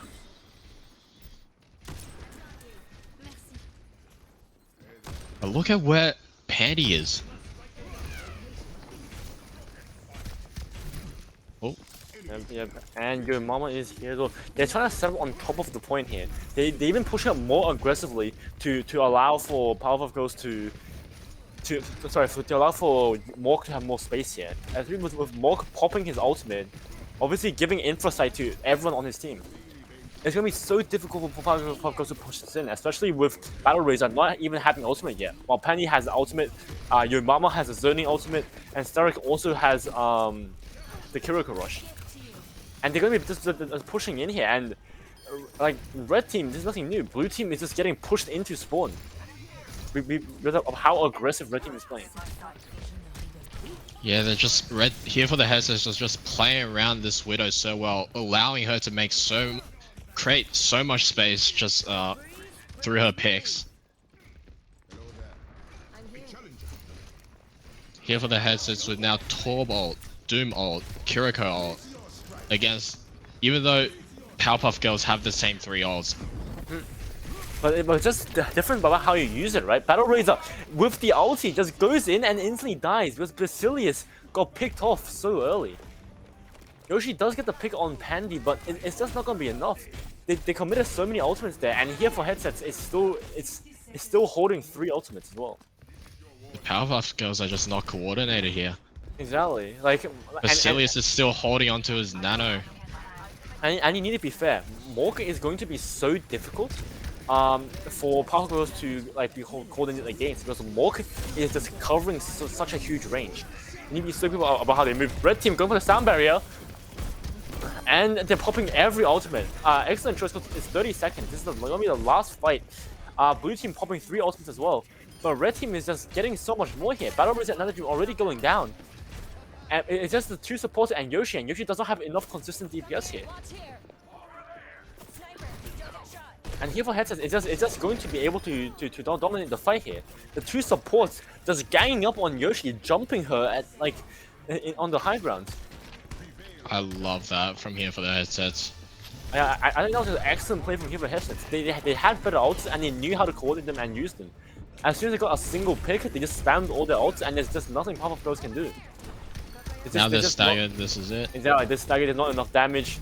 Red team is just not dying here. Starrick and Teamable MVP doing such a good job of playing around these aggressive tanks on Pandy here.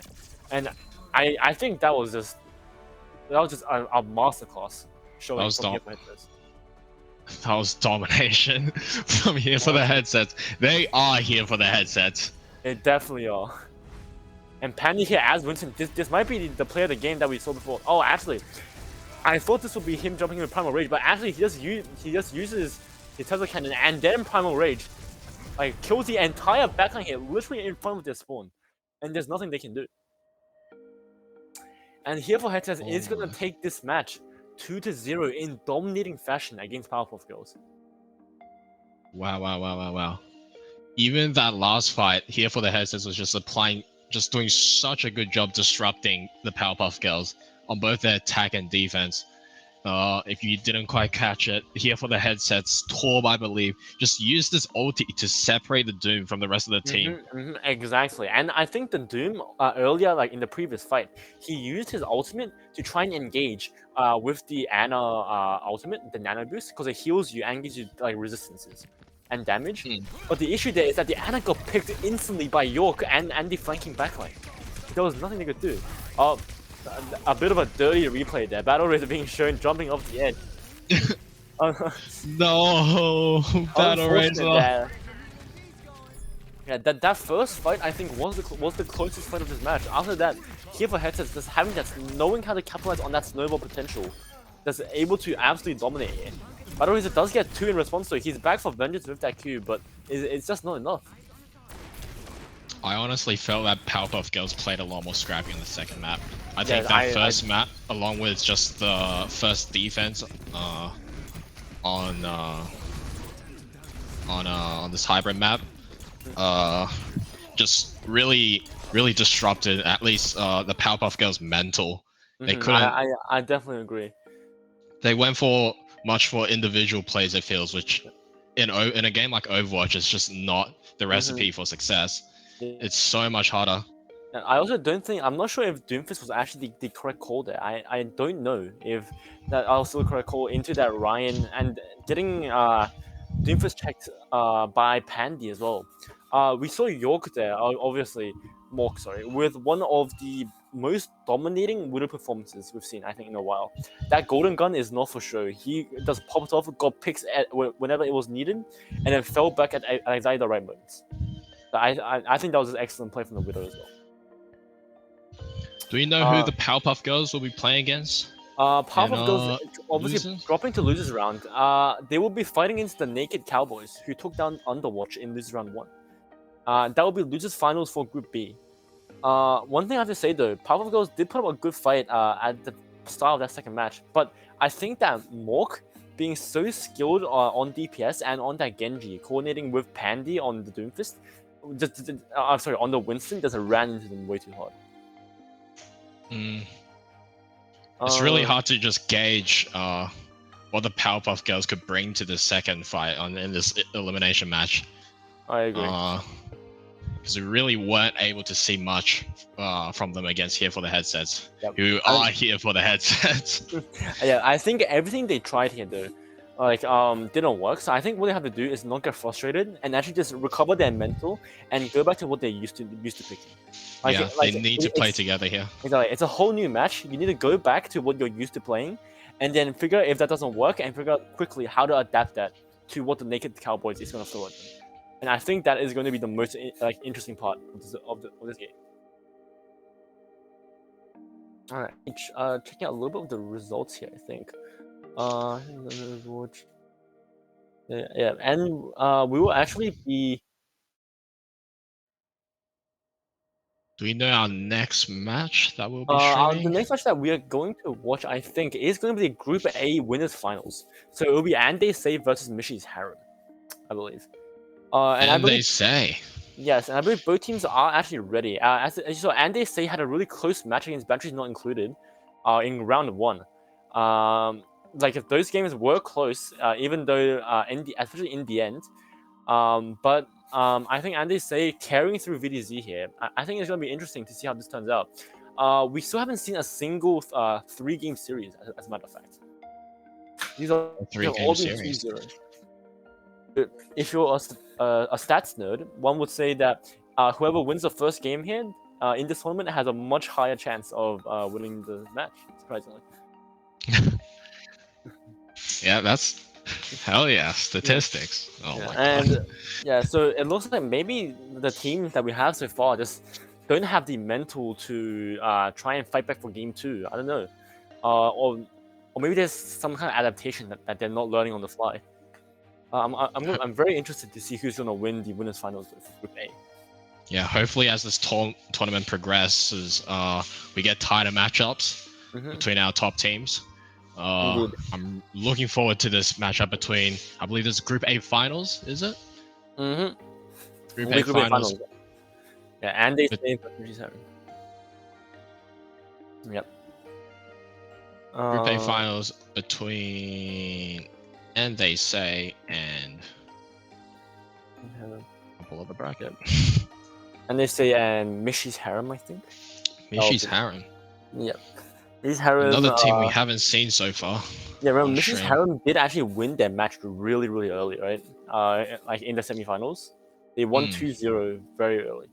And you can see here the bracket being shown. Batteries Not Included haven't finished their match with We Have Sachin yet, so losers round 2 is gonna be interesting. But the winners side semifinals have been plowed through already by Mishy's Harem and Ande Say, and the finals is set. 2nd seed versus 4th seed is going to be interesting to see if Ande Say can if either team actually can continue their dominance. Both teams have not dropped a single map here. 4-0. So it's going to be quite a showing. I wonder if it's going to be an even matchup then. Well, watching that last game between Here for the Headsets and Powerpuff Girls, we know that there's still a chance, a more than likely chance for a sweep for either team. Indeed. There definitely is something there. Yeah, and we saw some great gameplay there. I think Here has displayed a true display of skill and a masterpiece of execution. But before we get into the finals, we're gonna keep you in anticipation for a little bit longer, and so we're gonna go into the break for a little bit. We'll see you guys in a moment. For the Group A finals. Bye bye.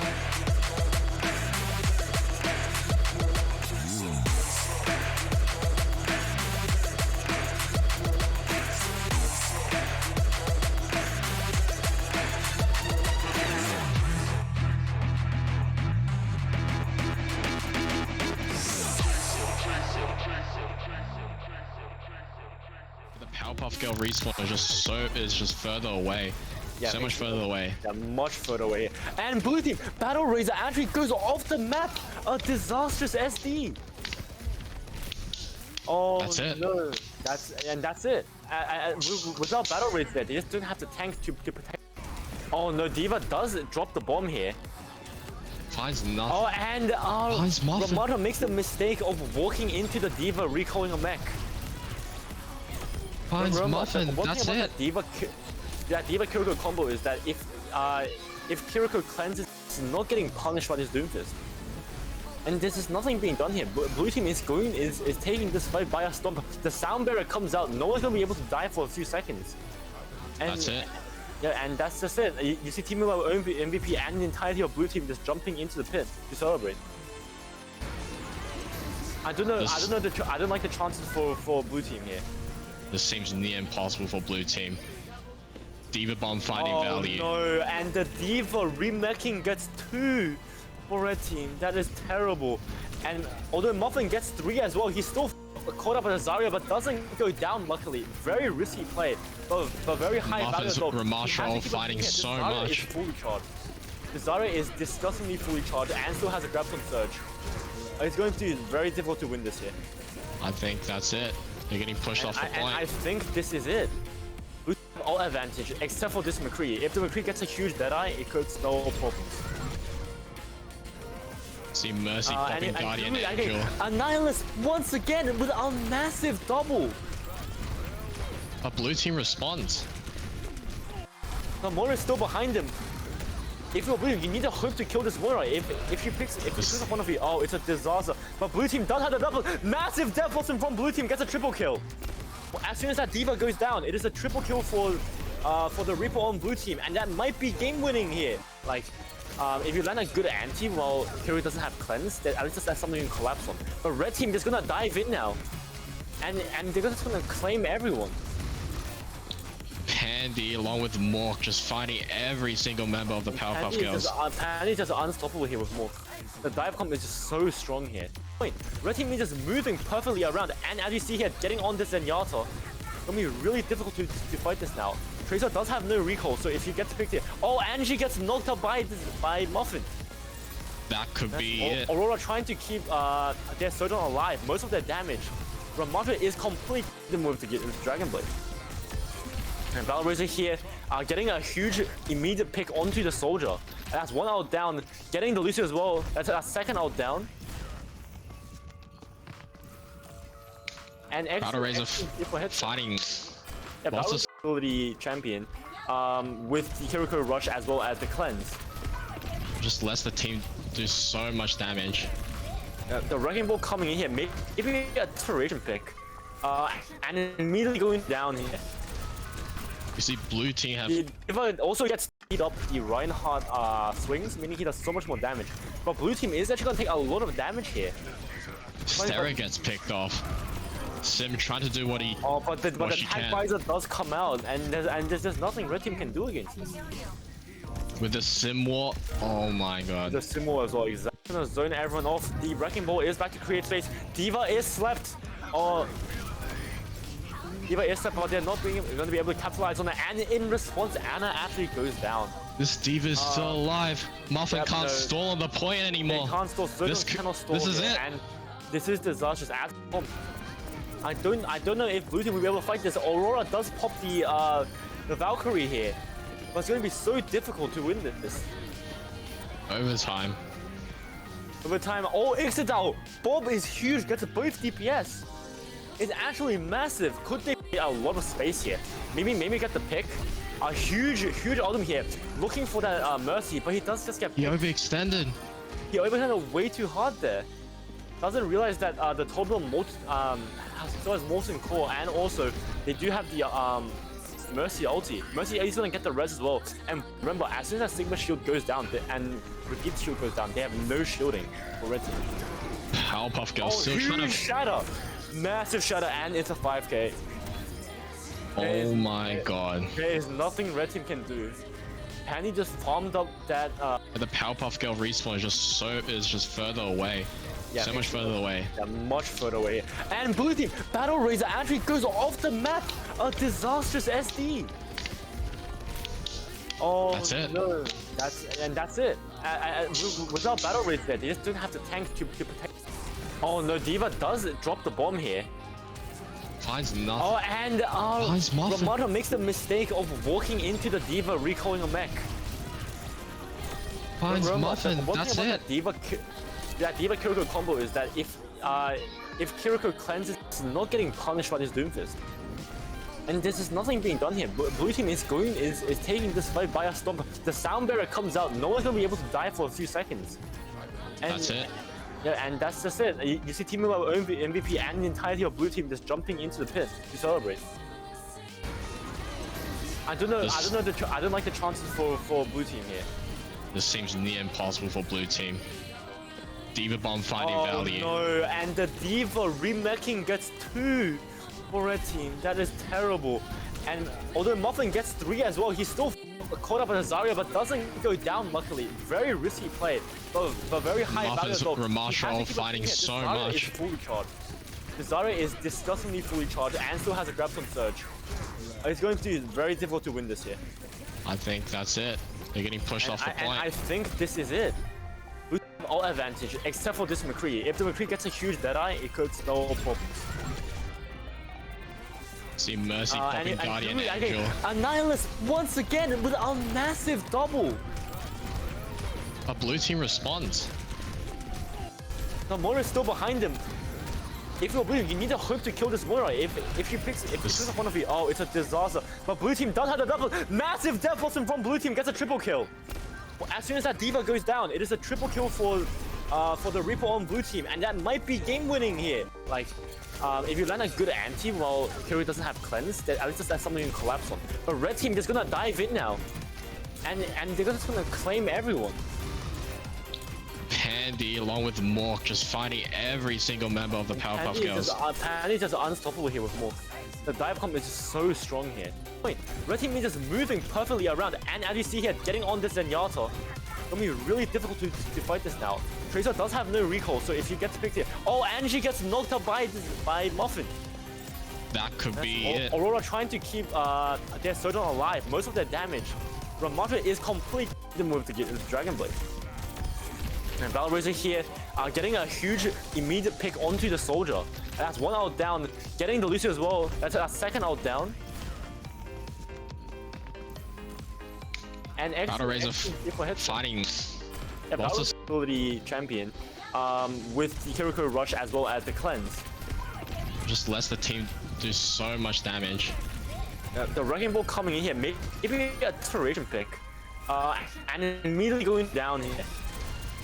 You see Blue Team have... If it also gets speed up the Reinhardt swings, meaning he does so much more damage. But Blue Team is actually going to take a lot of damage here. Stera gets picked off. Sim trying to do what he but the Tag Visor does come out, and there's just nothing Red Team can do against this. With the Sim War, oh my god. The Sim War as well, exactly. Gonna zone everyone off. The Wrecking Ball is back to create space. D.Va is slept. D.Va is slept, but they're not going to be able to capitalize on it. And in response, Anna actually goes down. This D.Va is still alive. Muffin can't stall on the point anymore. They can't stall. Sojourn cannot stall. This is it. And this is disastrous. I don't know if Blue Team will be able to fight this. Aurora does pop the Valkyrie here, but it's going to be so difficult to win this. Overtime. Oh, Ixodal! Bob is huge. Gets both DPS. It's actually massive. Could they get a lot of space here? Maybe get the pick. A huge ultimate here, looking for that Mercy, but he does just get He overextended. He overextended way too hard there. Doesn't realize that the Toblerone has Molten Core, and also they do have the Mercy ulti. Mercy is gonna get the res as well. And remember, as soon as Sigma shield goes down and Brigitte shield goes down, they have no shielding for red team. Powerpuff Girl still huge trying to. shatter, massive shatter, and it's a 5k. Oh my god. There is nothing red team can do. Panny just farmed up that. The Powerpuff Girl respawn is just further away. Yeah, so much further away. Yeah, much further away. And blue team battle race.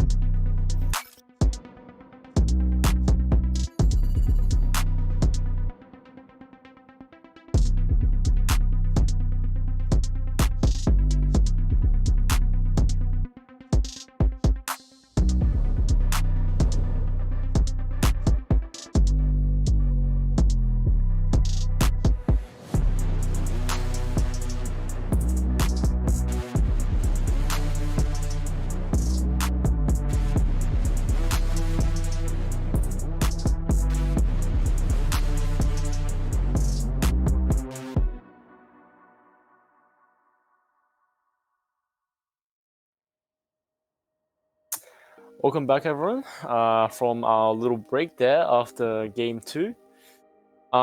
We are going to be soon getting into the Group A winners finals, so we're going to be looking for a very balanced game here. As you can see on our bracket, Mishy's Harem did, as we mentioned before, beat We Have Sachin very early, even before our game 2 even started, actually. But and they say also have defeated VDZ in a 2-0. So far, still absolutely zero actual contested series. They've all been 2-0 sweeps, very surprisingly. Group B that we just streamed here for the headsets beat Powerpuff Girls 2-0. And now Powerpuff Girls, sent plummeting into the losers bracket, will have to face off against the Naked Cowboys to earn their spot in the finals next week. One thing though that I've heard over the grapevine is that Mishy's Harem did win last year's Overwatch tournament. So turns out they have a lot of experience in this tournament setting, and especially performing under pressure in this clutch situation in the Group A winners finals. So and they say here, coming in here as a little bit of an underdog, they've also played 2 games already, whereas Mishy's Harem have only played 1 due to getting a bye. So Sam, what do you think here in terms of who are you rooting for? The underdog or the I'm rooting for the underdogs for sure here. Underdog? And they say I really like the style that they play. The Diva, Tracer, Dive Comp is always super interesting. It could always, like, the pulse one can just almost instantly turn a fight around. Yep. With the click of a button, and you can build that ult so quickly if you're not if the opposing team don't deal with you quickly. And we saw that in Andy first match, right? Yeah, that first match we saw a masterclass pretty much of that comp.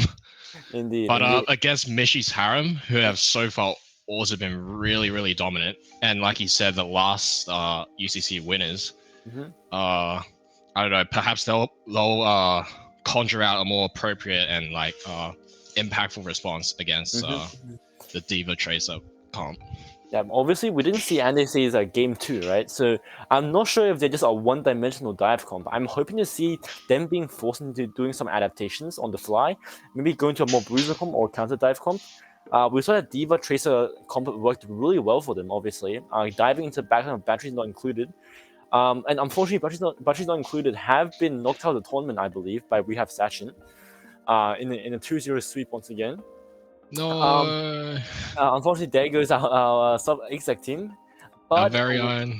Exactly. But one thing I have to say, here for the headsets, and they say seem to have really similar strategies. Both have been running dive and high-speed comps that involve just crashing into the enemy as an unstoppable battering ram, and just trying to separate them and allowing them to get picks much more easily.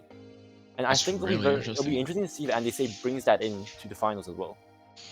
I think we didn't really get to see that in the matches we've seen. The only time we've seen it is something close to that is in our last match between Here for the Headsets and Powerpuff Girls. But Here for the Headsets was just so dominant with their ability to dish out damage and find picks Exactly. that Exactly. I don't think we were able to really see the potential of this matchup between two very fast comps.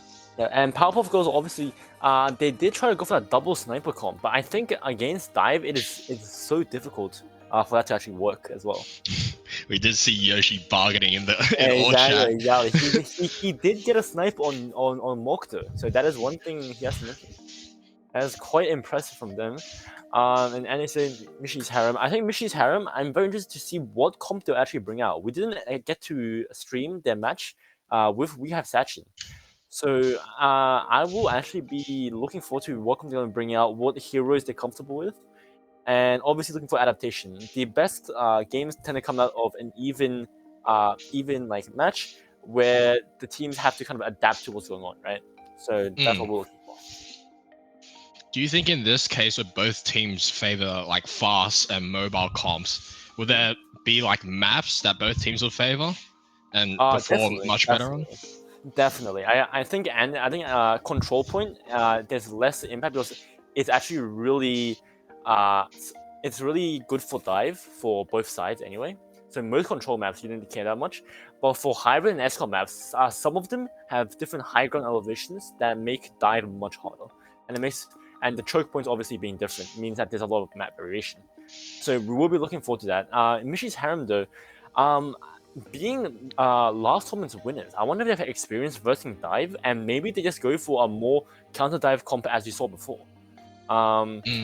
As we saw how kind of Batteries Not Included went into that bruiser comp with Ramatra. Ramatra obviously being really good at stopping a dive because of his piercing damage and also his ultimate, right?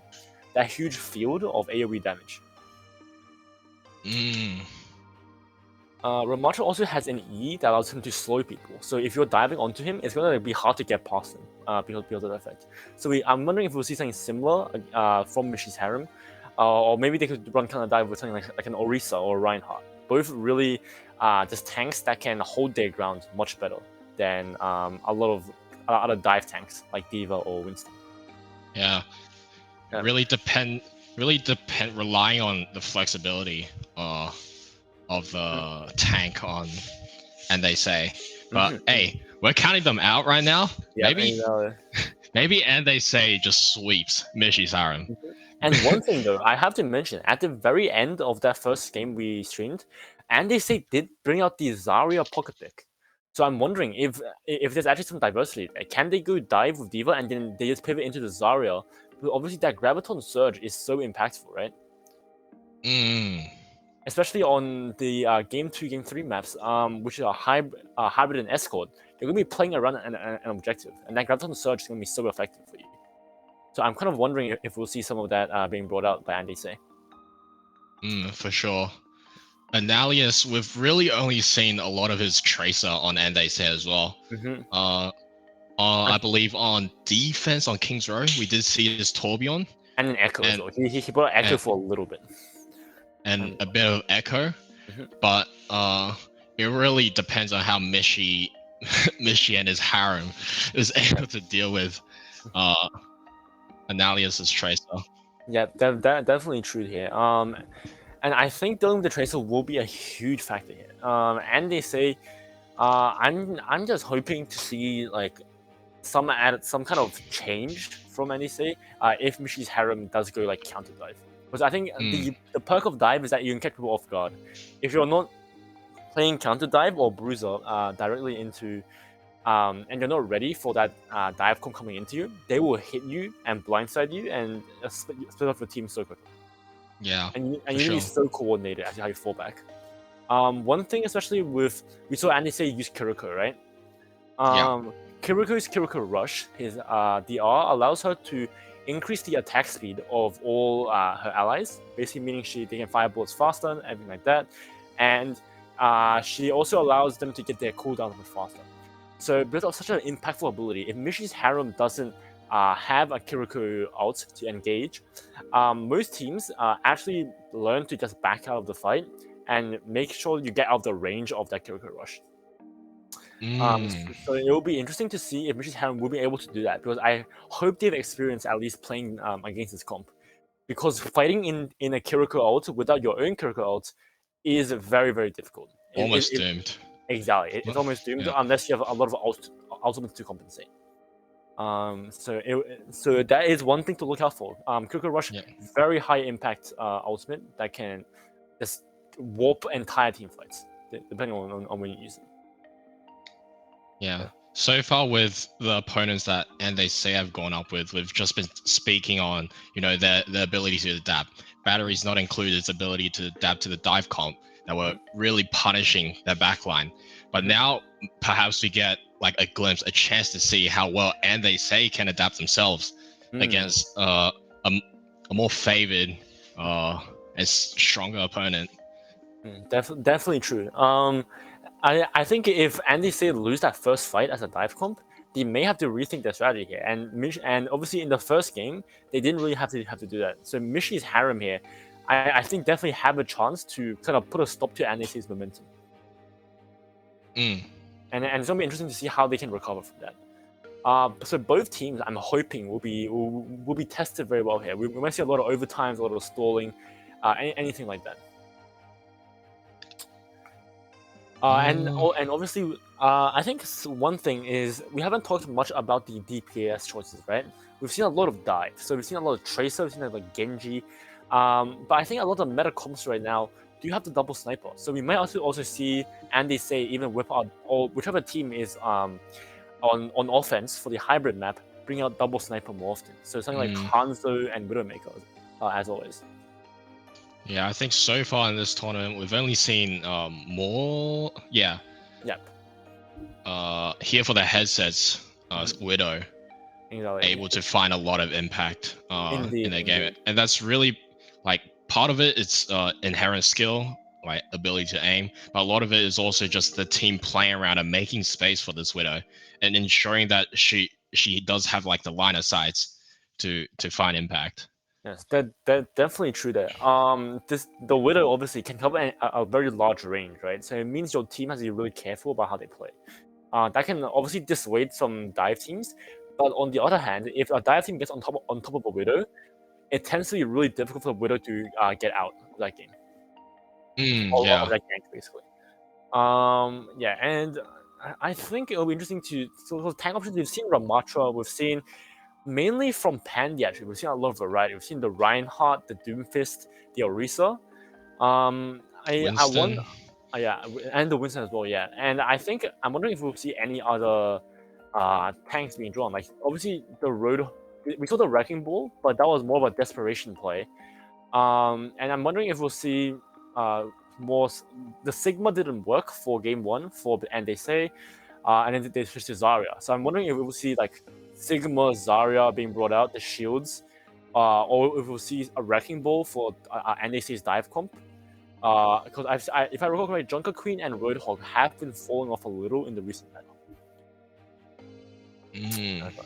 But Junker Queen, obviously a new hero, right? She's very melee based, even more than Roadhog. She has such a low range that Roadhog at least has a hook to cover distance. Junker Queen just gives a speed buff.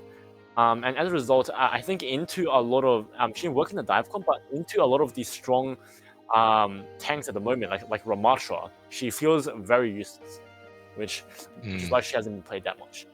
Looking at the list of heroes, I feel it's really surprising that we haven't seen a lot of them. Like say Pharah, we haven't seen any Maze, perhaps even Junkrats in some of these games. Junkrats is interesting because Junkrats are very strong like for lower and mid healers, but I feel like at high healers, Junkrats you have to be very experienced and know what angles to use. That's why Junkrat tends to be less used, especially if you're coordinated.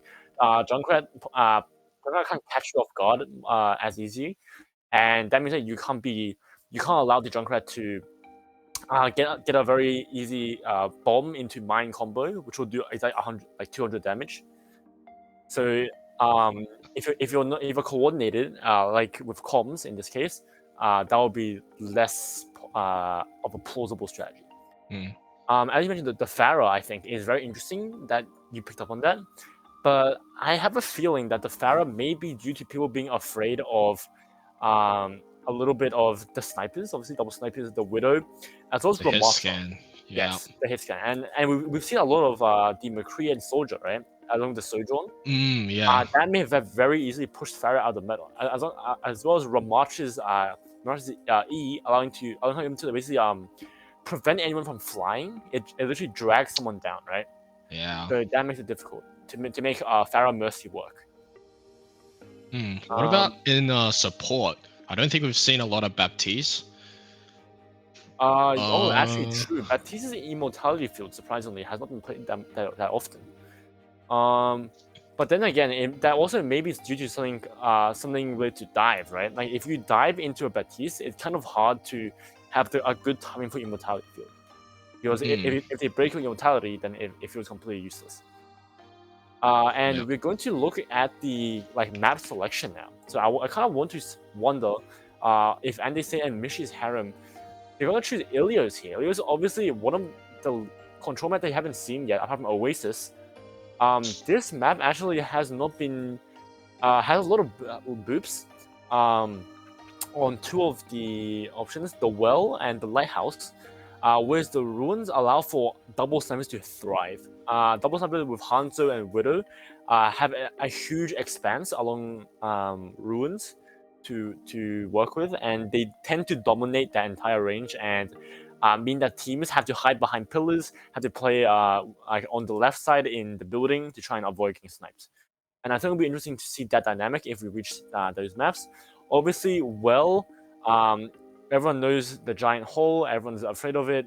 Don't get Lucio booped or Orisa speared. That's the kind of thing that we'll be looking out for. Those early picks can obviously swing a fight as well. So I think we're in. And we are going to be going into the game now. It doesn't look like we're starting live. at Lighthouse. Lighthouse obviously allows for a little bit of booping, but everyone's also indoors. So this means that a lot of AoE abilities are actually very effective. Mishy's Harem named appropriately with the player names. All Mishies, truly. Who is even the real Mishi? It looks like they're playing even Among Us. What's going on? Yeah, and we do see here, actually, on the side of Andesay, surprisingly, we actually are not seeing much of a dive from. We see Analyus and Dead Set both going long-ranged kind of DPS with a Mercy and Moira here. Moira very mobile, but the launch going Diva here with this kind of DPS line is very interesting. Whereas the red team, they seem to be going a mix of dive and not dive. You see the Genji, Zarya, and the Ana combo there. That allows you to get Nanoblade or even Nanoblade into Graviton Surge, which would be very significant. Oh my god, Mishy gets deleted by now. Mishy's Genji gets deleted. Yeah, absolutely. Again, the red team Genji gets absolutely deleted from the game. That Helix Rocket, a direct hit, very ambitious dash there without deflect. Leaf here. But Jaloshi actually goes down, and the launch is also out of mech. McCree somehow got a massive flank onto blue team. And somehow, how does this happen? Even with that pick, it seems blue team must have pushed up a little bit because they got that pick on that Genji, and we're feeling very confident. But the entirety of red team just cut them off and took them out one by one. We're just caught out by the Zarya. And now this I think is a much better switch. The launch going to Reinhardt, Fists come a lot better, especially into this Zarya. Obviously, this Zarya hitting the shield doesn't give her any charge or anything, and it also means that you can slow her. Oh no! What a tragedy! Blue team Reinhardt tried to go for a boop there by ending the charge right before the end. But he messed it up, and therefore Zarya actually did not get sent off the edge. And now they're way too low on the point.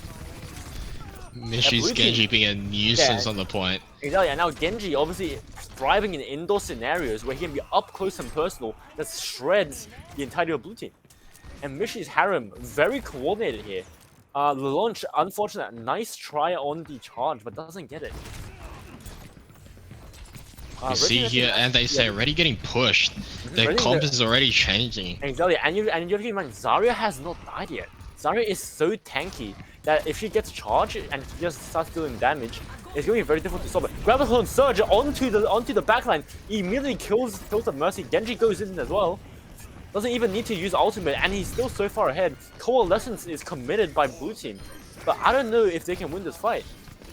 It's too late. And the anti, Half the team is dead. No, the anti is disastrous for blue team. The anti basically means that you cannot be healed by your team, meaning that Reinhardt, even though he had a Moira pocketing him, was basically dead meat as soon as he got hit by that. That was so good from Mishi's Harem. Exactly. Look at And their Mishi's ult Harem- economy. Look, That was their off the ultimate back is of one so- Zarya ult. Exactly.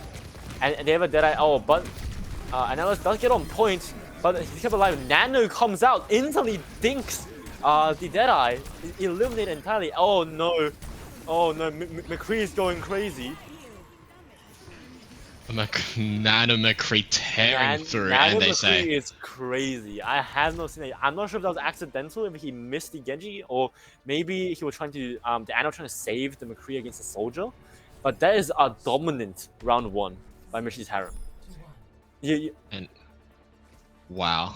And they Yeah. say being pushed to their limits here on round number 1. And Now and, round number 2. Opting for Ramatra. And actually, it's very interesting here that I talked about the Zarya on Mishi's Harem side, but it actually turns out sorry, on Andy C's side, but actually Mishi's Harem brought it out, and like Graviton Surge getting so much value. Obviously, a God. very strong ultimate, right? Do we see the comps?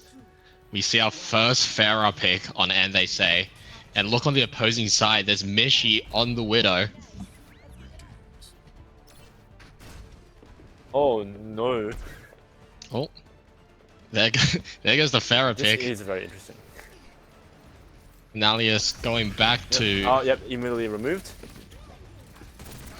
Yeah, obviously, as you said, the sniper, right? You have Ana and you have Widow. It's gonna be so hard for that guy to get anything done. Oh, but he rolls in Mishi. He creates space, but Deathster actually gets 2 while the Wrecking Ball is rolling. But everyone is so low on the red team. Blue team, if they push into this,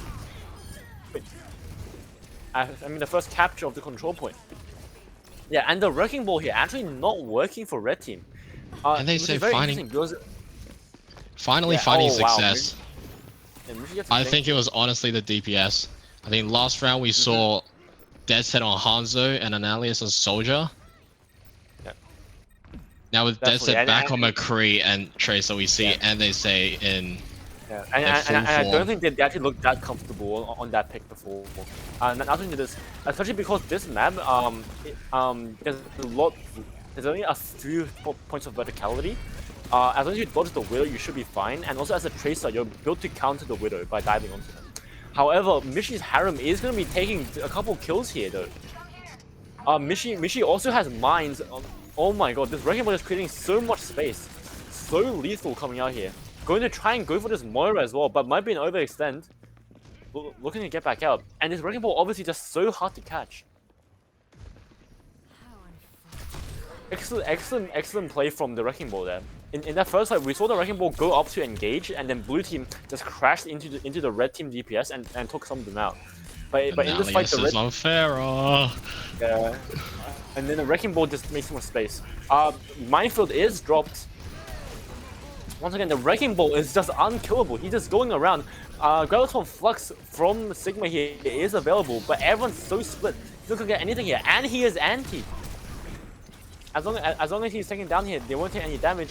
That said, does get one Mishi, and both DPS get so much value from Mishi's Harem side though.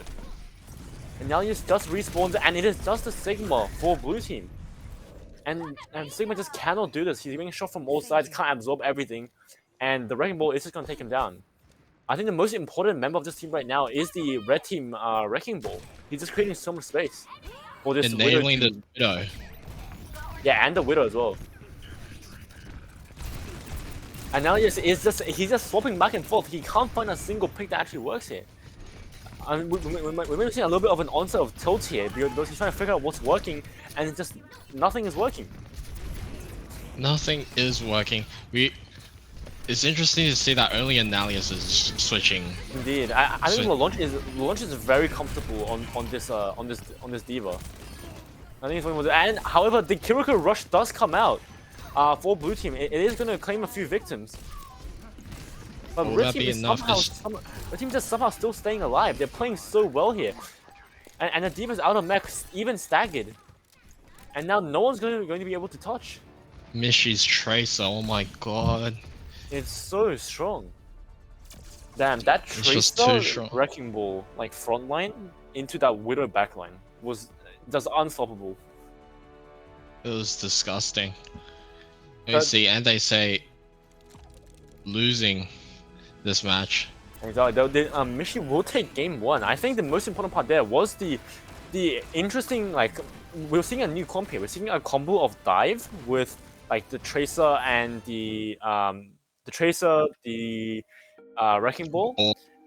Yeah, and then comboing that with the backline of Anna and Widow. And I think that's particularly good on Ilios Ruins because of how much range that the snipers have, being a very vertical map.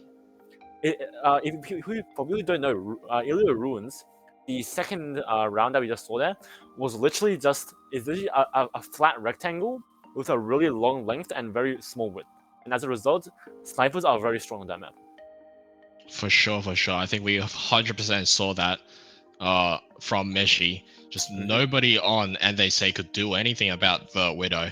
You're just left uncontested doing damage. And even though that and they say popped, say Kiriko all on point, there was just the Tracer combined with the Widow and the Boar just destroying the backline before they can even make it to the Kiriko ult.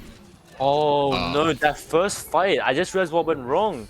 Even though they got the pick onto Mishi, the launch went in all on his own, and got put completely out of position as a result. And then red team just ran into them and killed the rest of blue team. Wow. Very interesting here. Yeah, and we see the anti here, huge play. Just one Graviton Surge did this much did so much damage for Mishi's Harrow. What do you think and they say can do on this second map to bring it back against this column? At the moment, Mishi's Harem's composition is just much better, and they say they seem to be playing very scattered. I don't know. In that second Ilios map, obviously they were very pushed up because the red team was so coordinated that they could do that with the range of double snipers, right? I think for NDC to have a chance there, they basically had to go double snipers as well and just try and get some of that range back, and try and contest that. Otherwise, it's gonna be so difficult making that upwards climb. Which hybrid map are we expecting here? Coming from, I believe, and they say. It looks like they're going for Iconwild. Okay. Yeah, and then there's appears to have chosen Iconwild here. Iconwild being obviously a German map, we might see some Reinhardt here on his home turf. Who knows? But the first map here, obviously, for Iconwild, is actually a really strong choke. There's actually only really two good approach options. Except for maybe some bugs that like to go over the top of the roof of some of the buildings. Apart from that, there's only two real options: the left or under the bridge. And hopefully, we can maybe see the defensive team play around this choke and just figure out what the best strategy is. Which might mean that shield tanks are more useful as well, because shield tanks holding chokes is exactly what they're built for.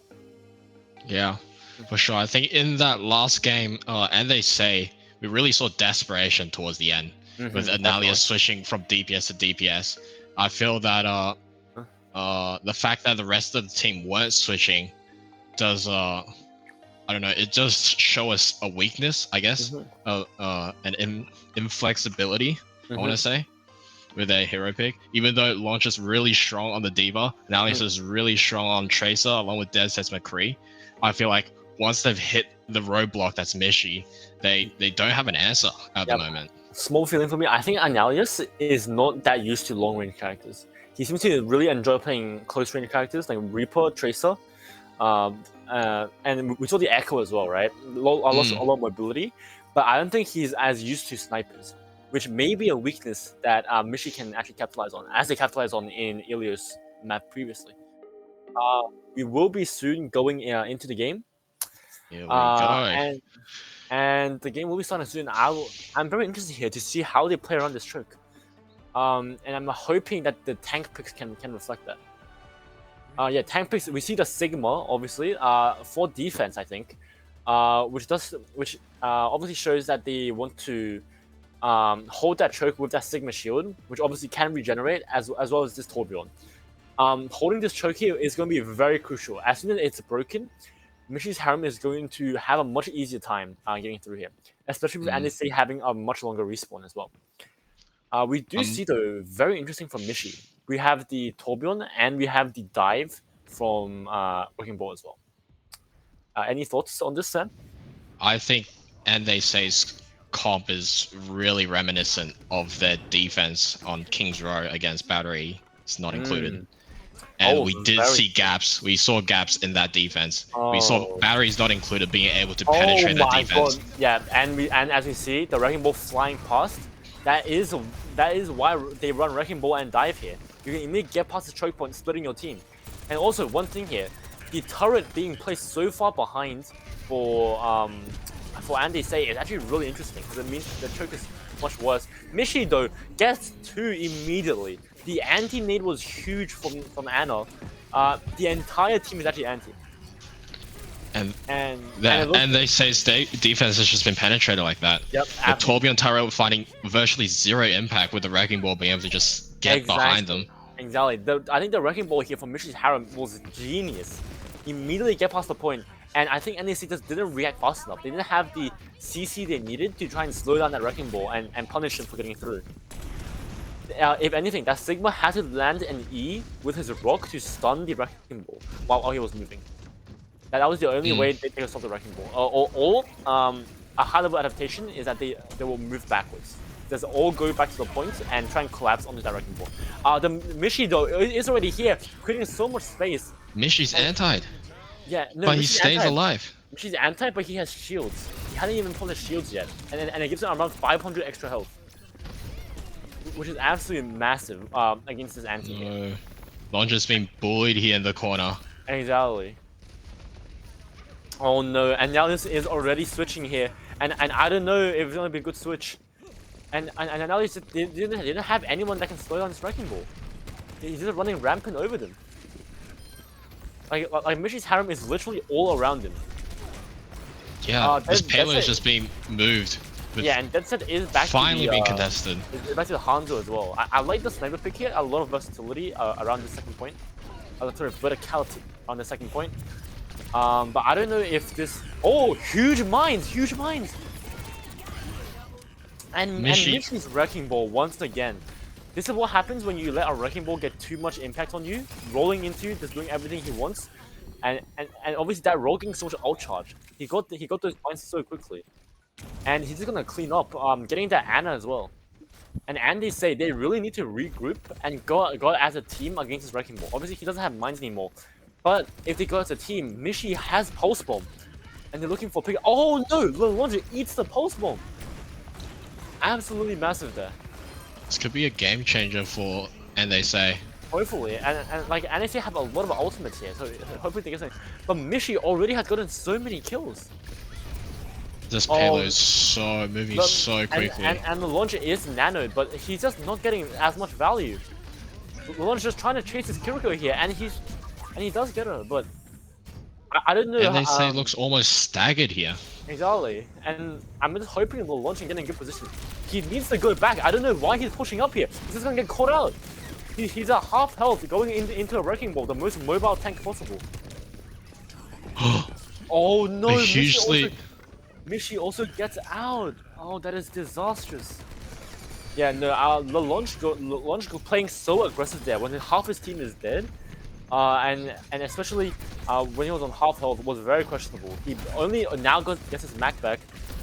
Defense matrixing to save the soldier. Very crucial play. The mines have been dropped, but the soldier is safe. And the soldier is getting targeted though. The launcher gets the Kiriko. Launcher actually playing very well right now. But oh no, soldier's on the high ground, and the launcher's not gonna be able to get back into his mech. That's first checkpoint. And this gonna be a first checkpoint easy. And yeah, it's very bad there that NSA also use so many ultimates. You see Annihilus now making the switch to Bastion. On Bastion. Now, Bastion has been reworked from Overwatch 1. He now has a 7x grenade and he can move in his turret form, but it does do less damage. So it's going to be very interesting here. I think Overwatch 1 Bastion will actually have been better here. I'm not sure how I feel about this matchup. Oh no, the Bastion is antied, and that's the signal. Red team is trying to go push in here, get the Bastion, and the Bastion goes down. Mercy's looking for a res. Mishy's also switched to the Zarya. Yeah, oh no, Mishy is high charge and is nanoed. It's going to be very difficult to keep his team alive. The supports are down. Zarya just runs in, almost has Graviton Surge as well. And Mishy's visor tears through, and they say. Exactly. The laser just tears through them, and I do not like the chances here for, and they say. They don't really have many ultimates, and Elias has once again swapped. He's just non-stop swapping. I think his mental has not recovered from last game, and Mishy just here in the high ground harassing people, and has a Graviton Surge coming up. Oh no, Jaloshi pops the Valkyrie, goes for a res and instantly gets picked as well. That is a disaster. Will launch the Reinhardt pick. Once again, I think much stronger. The Zarya into D.Va matchup is very positive for the Zarya. The Ryan out of position, he's just dead. It's just too little too late. The Sombra here instantly antied, has no translocator, it's just too little too late. This is desperation. Yeah, Mishy's having with an excellent offense there. I think we need to give the MVP to that tank. I think Mishy's Harem's tank played perfectly. The Wrecking Ball to get them onto the points, getting that first point captured so quickly, and then creating so much space for his team. He dropped 3 sets of mines between the point 1 and point 2, and meaning he was doing so much damage. Do you think Analia switched to Bastion to counter the Wrecking Ball, expecting a Wrecking Ball? I think it is possible, but also Bastion is not that bad into Zarya as well, specifically because of Zarya's ability to kind of tank with her shield. If Bastion shreds through it, then it's fine. The problem was that the Reinhardt switch, I think, from the launch was way too late, and Annihilus just wasn't synchronized with him. Bastion is obviously best when he's behind shields, but Bastion there was almost on his own, which I think was a disastrous play. You can say hi yourself.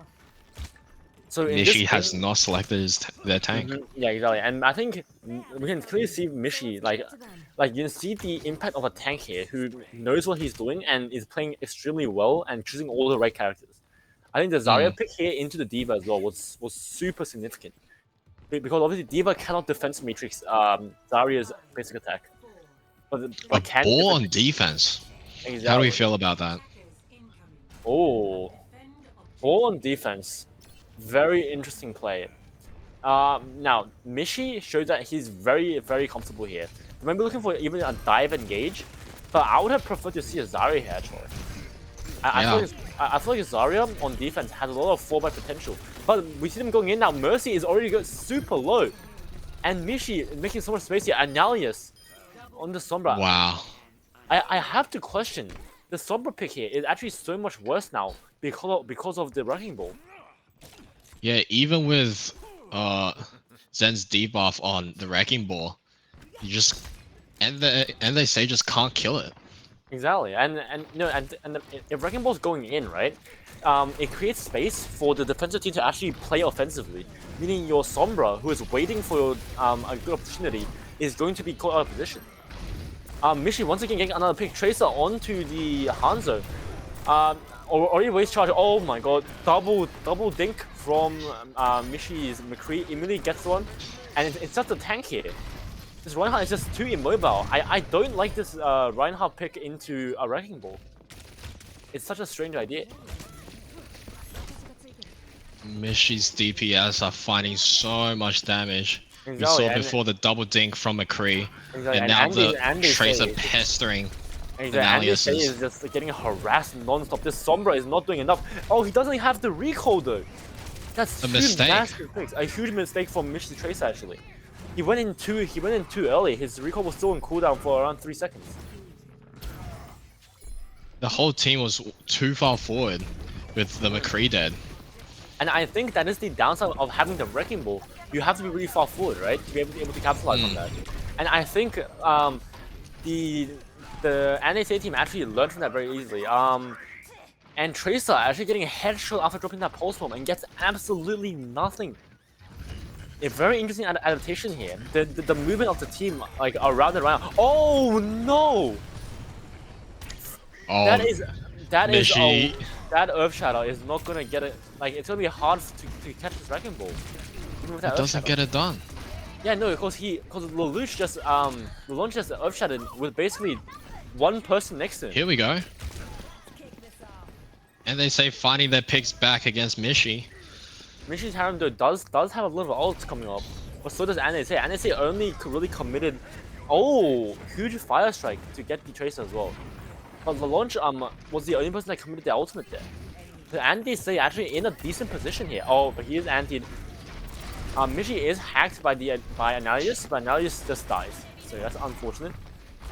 Remember, Sombra ultimate hacks everyone and makes everyone deal more damage to hacked enemies, meaning that it is actually an extremely powerful engage ultimate. Mishi drops the bombs, and the rest of the defense does clean up here. Like with the Sombra pick, it was just offensive for Mishi. I think we saw a glimpse of an answer there against Mishi's comp. Just being able to nullify the spore, being able to quickly dive onto the rest of the team with your entire team, getting those crucial picks, shuts down. Sombra has been popped. But now it instantly goes down. No one else is popping their ultimates. The Kiriko rush, astoundingly, was not popped after the Sombra ult. It's very interesting. You would think that usually you would pop both those ults at the same time, so your team has more movement speed to run into the hacked enemies and chase them down. But Jaloshi actually holding it is a really strange choice to me. Perhaps he was out of position though. We don't have a specific. Mishi, gets the pick on Dead Set. He was trying to climb away, but this made a misinput. This McCree finding so much impact. And yeah, and that range there, right? Yeah. For that Wrecking Ball. Oh my god, Mishi flanks behind. It's disgusting. It's a wrap. Triple kill for Mishi. And they say running into a bit of a wall here, I think. Oh my god, and the Hanzo's caught out once again. Now keep in mind, NSA have 3 ultimates, but they haven't had a good chance to use them. They've been constantly stagnated or put out of position. Yeah, with less than 2 minutes on the clock here, these 3 ults need to go huge. Exactly, and they need to be synchronized. Oh, and the main thing is, you see how many picks they are getting? Like, the Wrecking Ball and the Tracer being all around them, meaning that blue team can never have a comfortable position. Oh, big shadow. Oh, but the cleanse. It's wasted. It's completely wasted. It means it's too little too late. And I think that's frustration from the launch showing, because his team is just getting picked one by one, and he had the Earth Shadow, but he didn't have a good chance to use it. And that's also because Mishi's Harem is on the high ground, right? You can't Earth Shadow. Oh my god, a person What on the a high shot ground. from Desert. Desert with a huge shot there. That might be the pick they needed. Oh, but The mines. Yep, that's how instantly goes down. Yeah, the mines obviously are a huge deterrent, and it means that the dive squad here from Red Team can just go in and get the picks they need. Baptiste on the end, they say. Baptiste, as you said, Baptiste hadn't come out yet, but I think Leaf swapping there was because they were just getting picked, and Leaf was trying to use his immortality to save his team from the dive. But it just isn't enough. Let's say it goes These for staggered pushes. Very strange ultimate here. From that's obviously gonna get nothing. There's at most a zoning ult, but I don't know what anything can do here. Yeah, these staggered pushes are getting so nowhere. They're just feeding into Mishi. Exactly, there's such good momentum, but because of how many different choke points the second point has, it means that the flanking strategy for Mishi's Harem is just so much more effective. Yeah, at least you had Tracer immediately there. Wrecking Ball's on the other side. The Reinhardt already Launch goes down. Launch had to touch, so he had to go in aggressively, and that means he dies. And now he does get the Kiriko, however. Tracer also goes down. The ball. Oh no! But once again, the Wrecking Ball just having the most impact on the team in the whole match. It was just this Wrecking Ball. It was just the tank creating so much space. And that will be Mishi's Harem actually taking Icon Ward in deciding fashion, stopping all the momentum from and they say in point 2 and claiming that point after a dominant offensive round. Yeah, and they say we're really pushed to their limits here against Mishi. You know, I feel yeah. like they found momentum on that first point there on the second map, but they were never able to recreate that. They were constantly getting picked. Once Mishi made that crucial mistake of pushing too far forward without their McCree, they never made that mistake again, and they were just Exactly. constantly finding picks, shutting down every opportunity. And they say could like synchronize the 3-4 ults they had just loaded and ready to go. But it is couldn't synchronize it, and also in second point, right? There are so many like services for your wrecking ball to latch onto, and it basically means that it was so difficult for the team to chase down where the wrecking ball is going, because of how much like dynamic verticality is in that second point, especially with the McCree as well. Oh, we see the real Mishi was one of the support players. One of the support players. I see. We do believe it was the Ana, I believe. He did have excellent nanos, but I have to say, Dawn versus Min, I think Dawn came out on top there. His tank play was spectacular on that Wrecking Ball, and also on that, on his early attempts on Zarya as well. Like on that final push, it was so well done. Because Dawn obviously have an excellent synergy with the rest of his team to know what to do at each point, to now know how to push in and know how to make space. And yeah, and they say got so desperate towards the ends of both the maps. Oh, we yeah. saw what three or four heroes that we pointed out before the match that haven't been played at all, picked by, and they say Baptiste, Bastion, Pharah, Yeah, all of mainly them being shut down. like Annalise and Leaf as well, right? Yeah.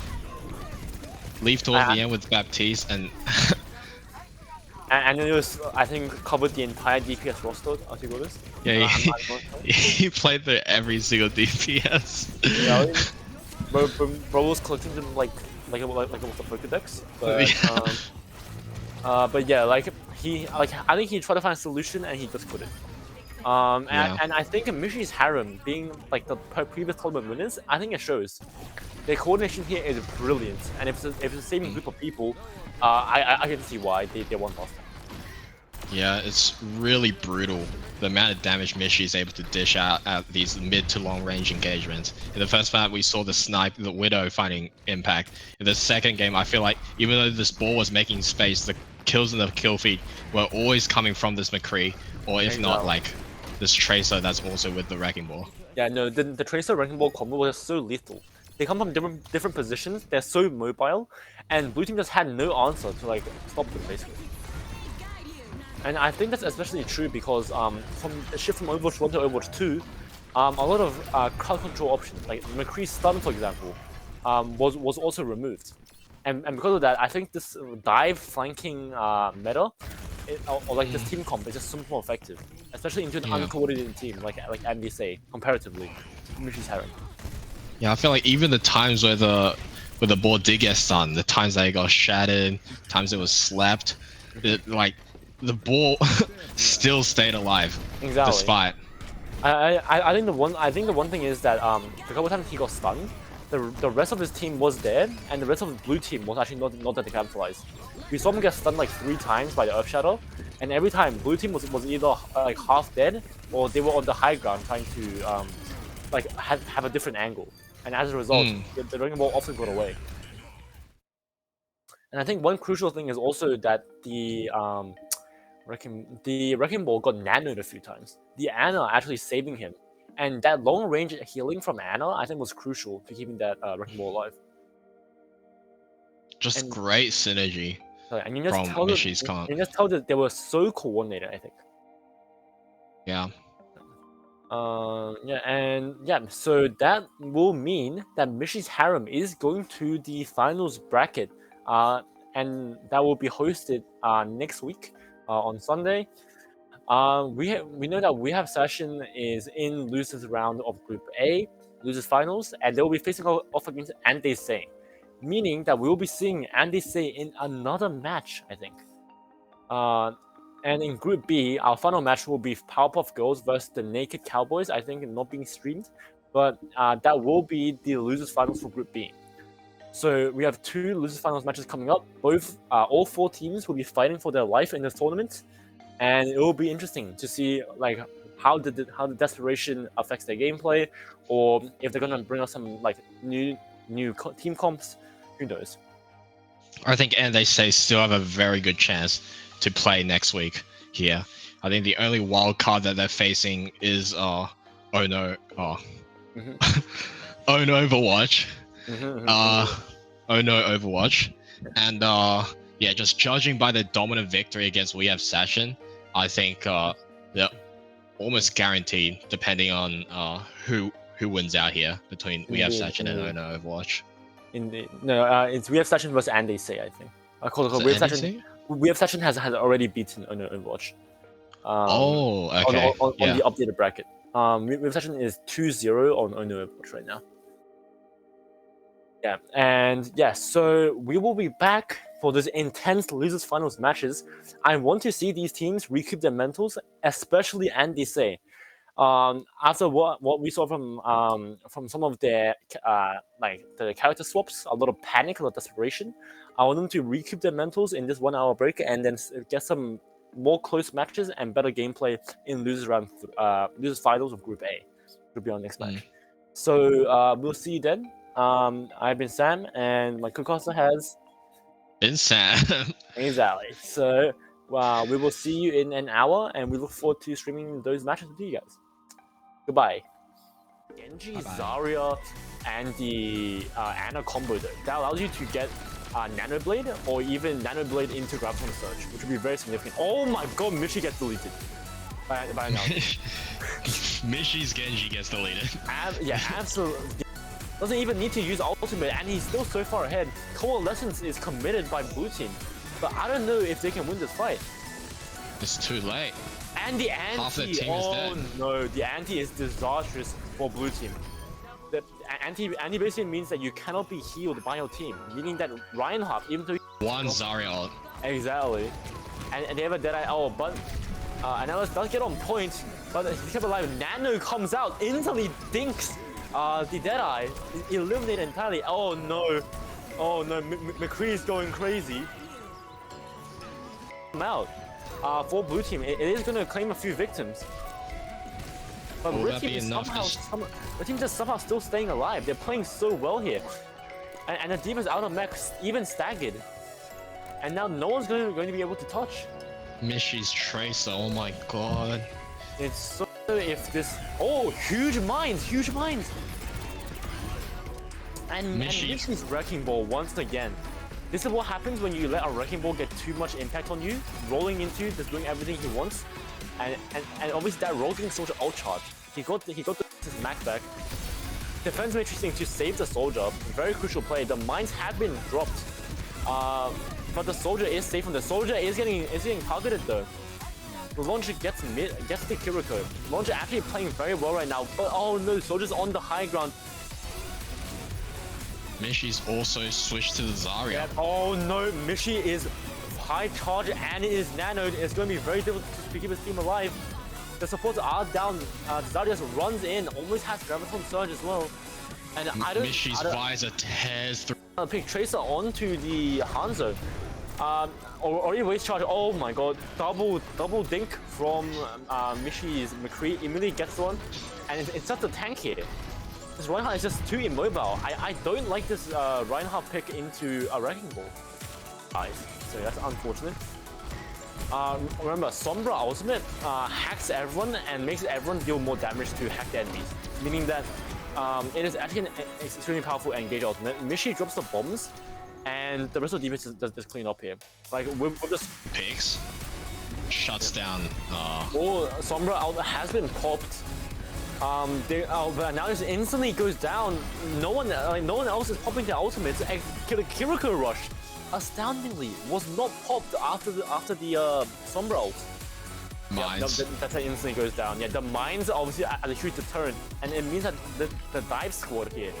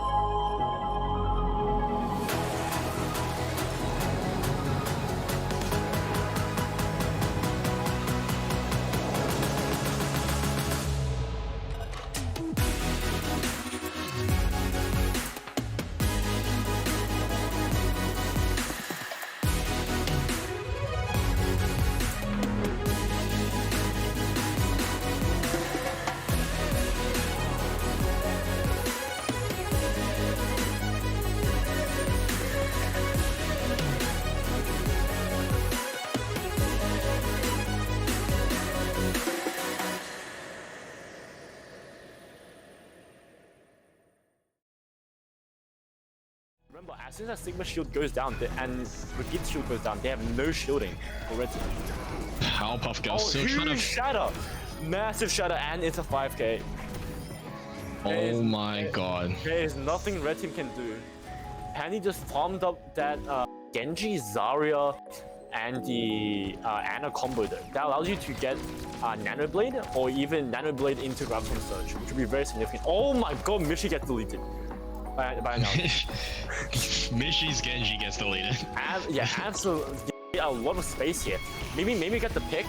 A huge item here. Looking for that Mercy, but he does just get He overextended. He overextended way too hard there. Doesn't realize that the total has molten core, and also they do have the Mercy ulti. Mercy is gonna get the res as well and dies. So that's unfortunate. Remember, Sombra ultimate hacks everyone and makes everyone deal more damage to hack the enemies. Meaning that it is actually an extremely powerful engage ultimate. Mishi drops the bombs, and the rest of the defense is cleaned up here. Like with the if this huge mines. And Mishi's Wrecking Ball once again. This is what happens when you let a Wrecking Ball get too much impact on you, rolling into you, just doing everything he wants. And obviously that roll getting so much ult charge. He got the like if you land a good anti while Kiri doesn't have cleanse, then at least that's something you can collapse on. But red team is gonna dive in now. And they're just gonna claim everyone. Pandy along with Mork just fighting every single member of the Powerpuff Girls. And he's just unstoppable here with Mork. The dive combo is just so strong here. Mishi's also switched to the Zarya. Yeah. Oh no, Mishi is high charge and it is nanoed. It's going to be very difficult to keep his team alive. The supports are down. Zarya just runs in, almost has Graviton Surge as well. And Mishi's visor tears through. This is Macback.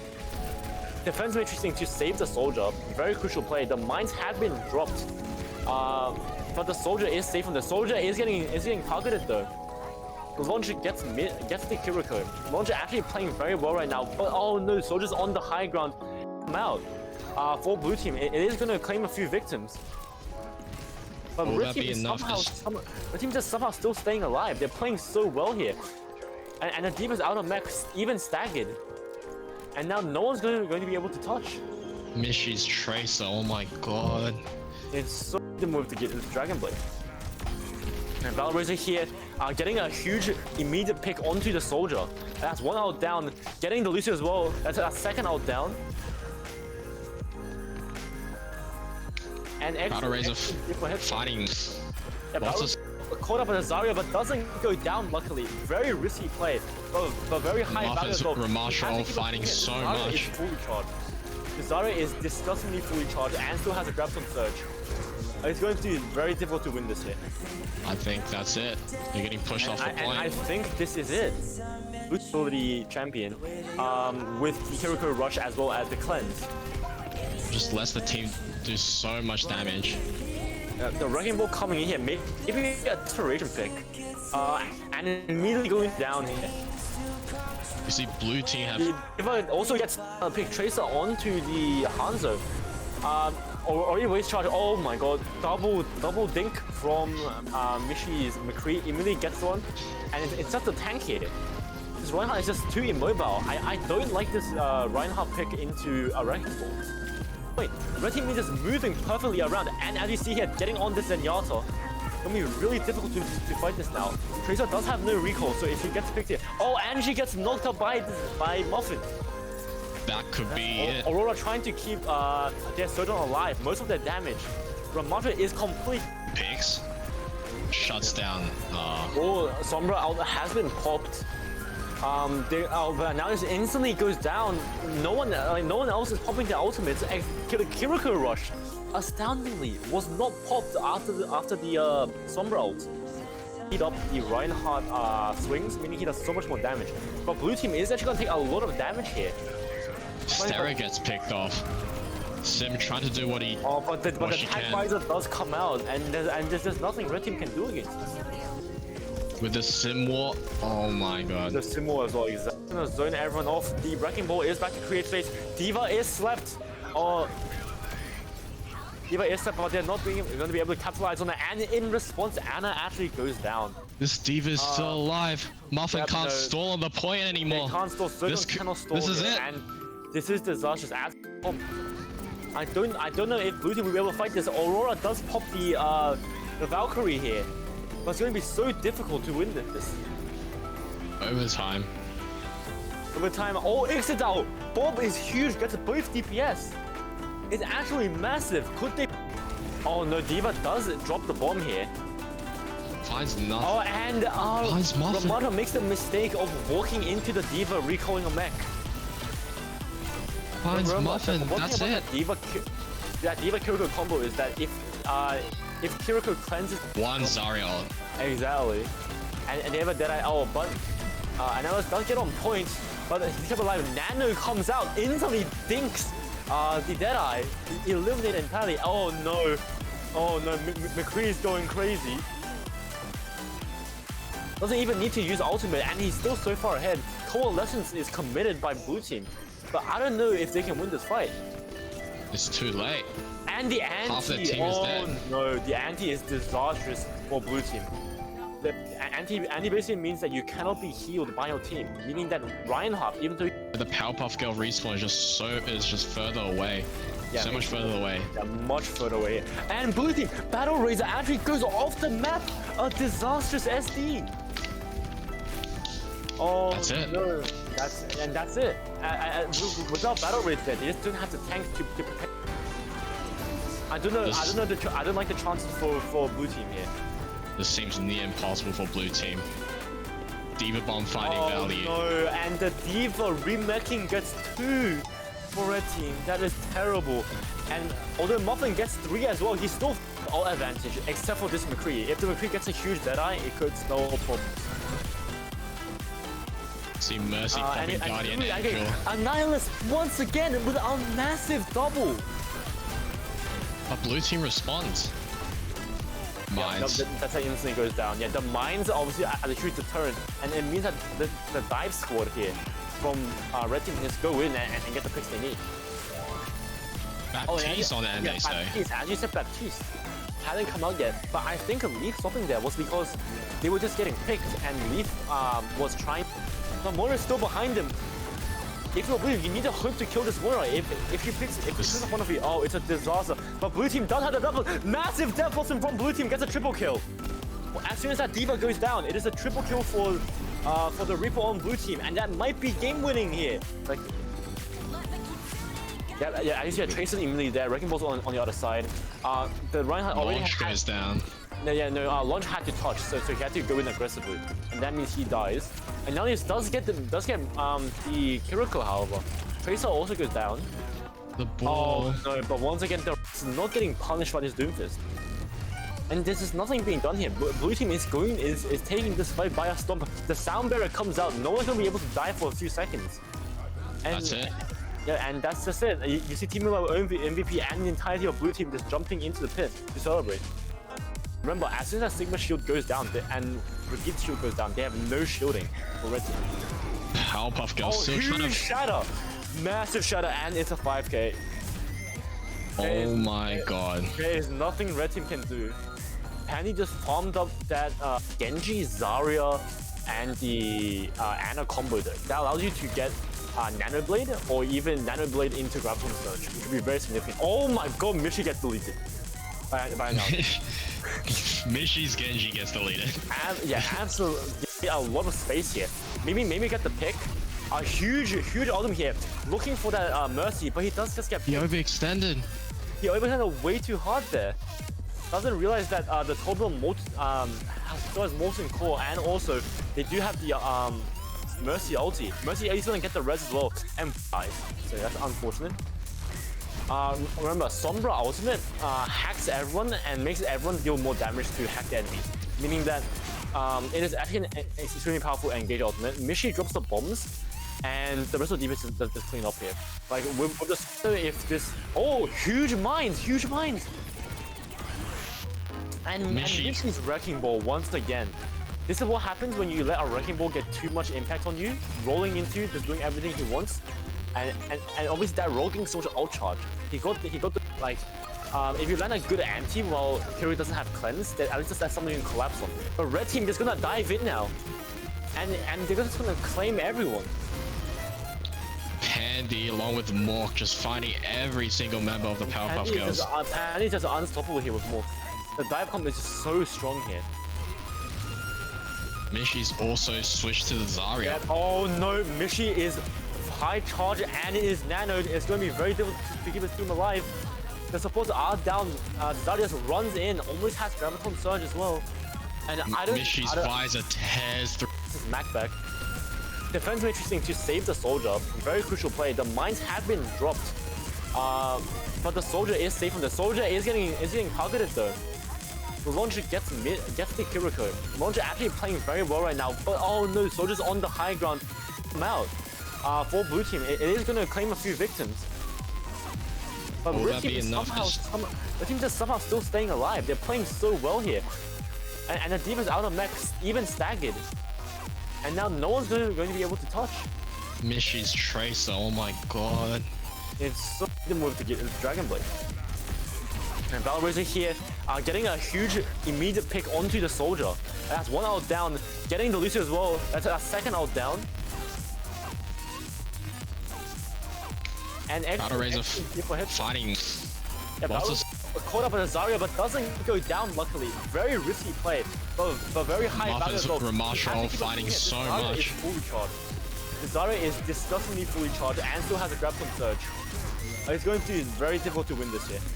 I think that's it. They're getting pushed off the point. I think this is it. Blue ability champion, with the Kiriko Rush as well as the cleanse. Just lets the team do so much damage. The Wrecking Ball coming in here, maybe a desperation pick, and immediately going down here.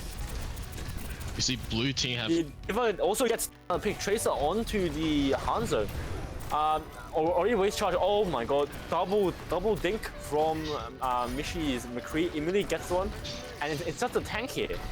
This Reinhardt is just too immobile. I don't like this Reinhardt pick into a Wrecking Ball. Red team is just moving perfectly around, and as you see here, getting on this Zenyatta, it's gonna be really difficult to fight this now. Tracer does have no recall, so if he gets picked here, oh, and she gets knocked out by Muffin. That could be it. Aurora trying to keep their Sojourn alive. Most of their damage. Ramada is complete. Picks shuts down. Oh, Sombra out has been popped. But now this instantly goes down. No one else is popping their ultimates. Kiriko Rush, astoundingly, was not popped after the Sombra ult. Heat up the Reinhardt swings, meaning he does so much more damage. But blue team is actually gonna take a lot of damage here. Stera gets picked off. Sim trying to do what he but the tag visor does come out, and there's just nothing red team can do against this.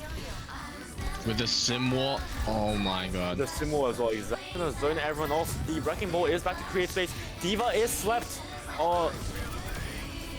D.Va is slept, but they're not going to be able to capitalize on it. And in response, Anna actually goes down. This D.Va is still alive. Muffin can't stall on the point anymore. They can't stall. Sojourn cannot stall. This is it. And this is disastrous. I don't know if blue team will be able to fight this. Aurora does pop the Valkyrie here.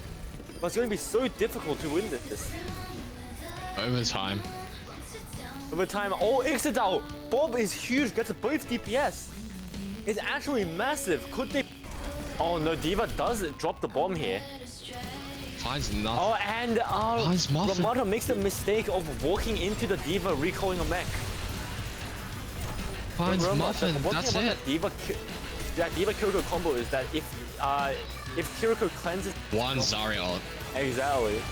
And they have a Deadeye. Oh, but Analyst does get on point, but he's kept alive. Nano comes out, instantly dinks the Deadeye, eliminated entirely. Oh no. Oh no, McCree's going crazy. Doesn't even need to use ultimate, and he's still so far ahead. Coalescence is committed by blue team, but I don't know if they can win this fight. It's too late. And the anti, half the team is dead. No, the anti is disastrous for blue team.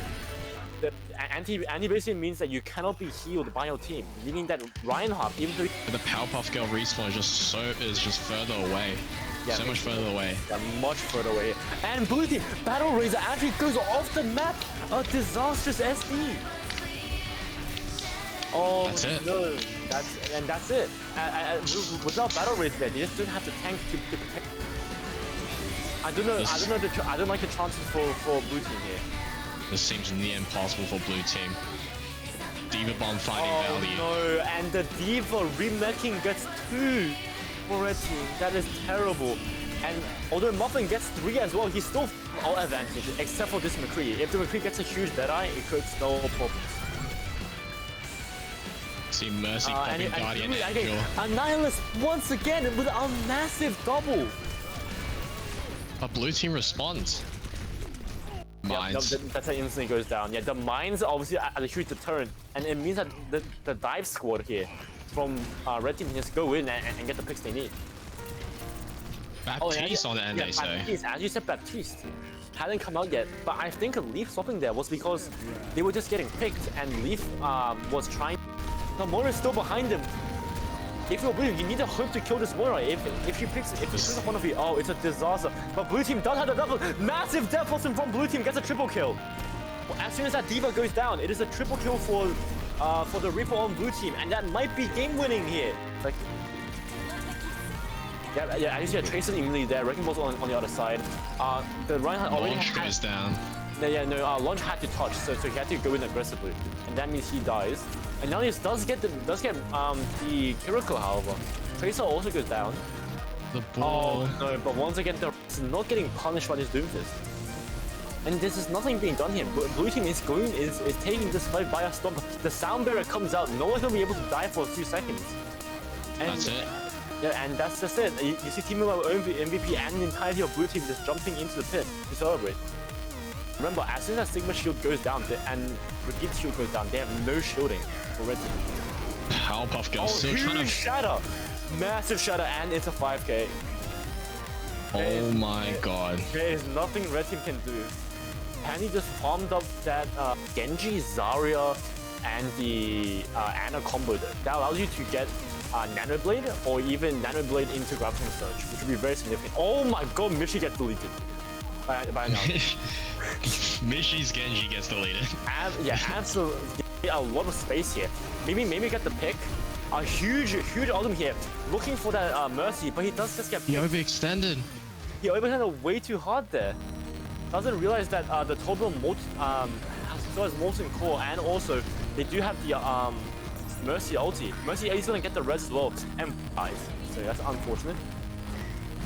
Remember, Sombra ultimate hacks everyone and makes everyone deal more damage to hack the enemies. Meaning that it is actually an extremely powerful engage ultimate. Mishi drops the bombs, and the rest of the defense is cleaned up here. Like with the if this huge mines. And Mishi's Wrecking Ball once again. This is what happens when you let a Wrecking Ball get too much impact on you, rolling into you, just doing everything he wants.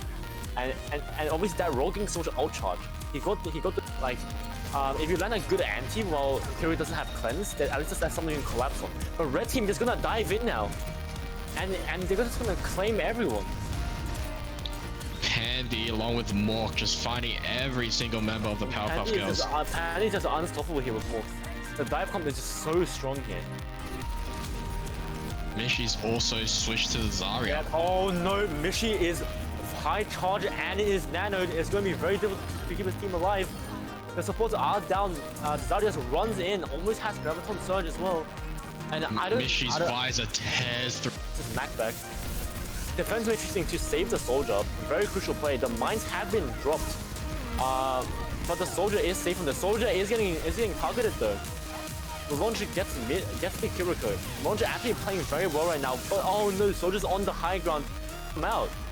For blue team, it is going to claim a few victims. But red team is somehow still staying alive. They're playing so well here. And the defense out of mech even staggered. And now no one's going to be able to touch. Mishi's Tracer, oh my god. It's so the move to get the Dragon Blade. And Battle Razor here, getting a huge immediate pick onto the soldier. That's one out down. Getting the Lucio as well. That's a second out down. And Battle Razor fighting lots of caught up with Zarya, but doesn't go down luckily. Very risky play, but very high value as well. Marshall fighting so Zarya much. is fully charged. The Zarya is disgustingly fully charged and still has a grab on surge. It's going to be very difficult to win this here. I think that's it. They're getting pushed off the And I point. think this is it. With the champion, with the Kiriko Rush as well as the cleanse. Just lets the team do so much damage. The Wrecking Ball coming in here, maybe a Desperation pick. And immediately going down here. You see blue team have Diva also gets a pick Tracer onto the Hanzo. Already waste charge. Oh my god. Double dink from Mishi's McCree. Immediately gets one. And it's just a tank here. This Reinhardt is just too immobile. I don't like this Reinhardt pick into a Wrecking Ball. Wait, Red Team is just moving perfectly around, and as you see here, getting on this Zenyatta, it's gonna be really difficult to fight this now. Tracer does have no recall, so if you get picked here, oh, and she gets knocked out by Muffin. that could be it. Aurora trying to keep their Sojourn alive, most of their damage. Ramatra is complete. Picks shuts down. Oh, Sombra out has been popped. But now this instantly goes. Like no one else is popping their ultimates. The Kiriko Rush, astoundingly, was not popped after the Sombra ult. Heat up the Reinhardt swings, meaning he does so much more damage. But blue team is actually gonna take a lot of damage here. Stera gets picked off. Sim trying to do what he but the she tag can. visor does come out, and there's nothing red team can do against this. With the Sim War, oh my god. The Simo as well, exactly. Gonna zone everyone off. The Wrecking Ball is back to create space. Diva is slept. Diva is slept, but they're not going to be able to capitalize on it. And in response, Anna actually goes down. This Diva is still alive. Muffin can't stall on the point anymore. They can't stall. Cannot stall. This is it. And this is disastrous at pump. I don't know if blue team will be able to fight this. Aurora does pop the Valkyrie here, but it's going to be so difficult to win this. Overtime. Over time, oh, Ixodal! Bob is huge, gets both DPS. It's actually massive. Could they? Oh no, Diva does drop the bomb here. Finds nothing. Oh, and Finds Muffin. Ramada makes the mistake of walking into the Diva, recalling a mech. Finds Muffin. That's it. Diva Kiriko combo is that if Kiriko cleanses One Zarya ult. exactly, and they have a Deadeye. Oh, but Analyst does get on point, but he's kept alive. Nano comes out, instantly dinks the Deadeye, eliminated entirely. Oh no, McCree is going crazy. Doesn't even need to use ultimate, and he's still so far ahead. Coalescence is committed by blue team, but I don't know if they can win this fight. It's too late. And the anti, Half the team is dead. No, the anti is disastrous for blue team. The anti basically means that you cannot be healed by your team, meaning that Reinhardt, even though The Powerpuff Girl respawn is just further away. Yeah, so much further away. they're much further away. And blue team, Battle Razor actually goes off the map. A disastrous SD. Oh, That's it. No, that's it. Without Battle Razor, they just don't have the tank to protect. I don't like the chances for blue team here. This seems near impossible for blue team. Diva Bomb finding value. Oh no, and the Diva remaking gets 2 for red team. That is terrible. And although Muffin gets 3 as well, he's still all advantage, except for this McCree. If the McCree gets a huge Deadeye, it could snowball problem. See Mercy popping Guardian Angel. Annihilus once again with a massive double. But blue team responds. Mines. Yeah, that's how it instantly goes down. Yeah, the mines obviously are a huge deterrent, and it means that the dive squad here from red team can just go in and get the picks they need. Baptiste on the end, they say. Baptiste, as you said, Baptiste hadn't come out yet, but I think Leaf swapping there was because they were just getting picked, and Leaf was trying. The Moira is still behind him. If you're blue, you need to hope to kill this Moira. If you pick one of you, oh, it's a disaster. But blue team does have the double. Massive death blossom from blue team, gets a triple kill. Well, as soon as that Diva goes down, it is a triple kill for the Reaper on blue team, and that might be game winning here. Like, yeah, I see a Tracer immediately there. Wrecking Ball's on the other side. The Reinhardt already Launch had, goes down. Launch had to touch, so he had to go in aggressively, and that means he dies. And now he does get the Kiriko, however. Tracer also goes down. The ball. Oh no, but once again, they're not getting punished by this Doomfist. And this is nothing being done here. Blue team is taking this fight by a storm. The sound barrier comes out, no one's gonna be able to die for a few seconds. And That's it. yeah, and that's just it. You see Team MVP and the entirety of Blue team just jumping into the pit to celebrate. Remember, as soon as Sigma's shield goes down and Repeat's shield goes down, they have no shielding for Red team. Powerpuff Girl still trying Huge to. shatter! Massive shatter, and it's a 5k. Oh my god. There is nothing Red team can do.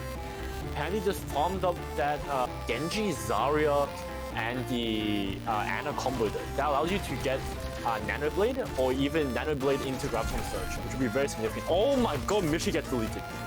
By now. Mishi's Genji gets deleted. Yeah, absolutely.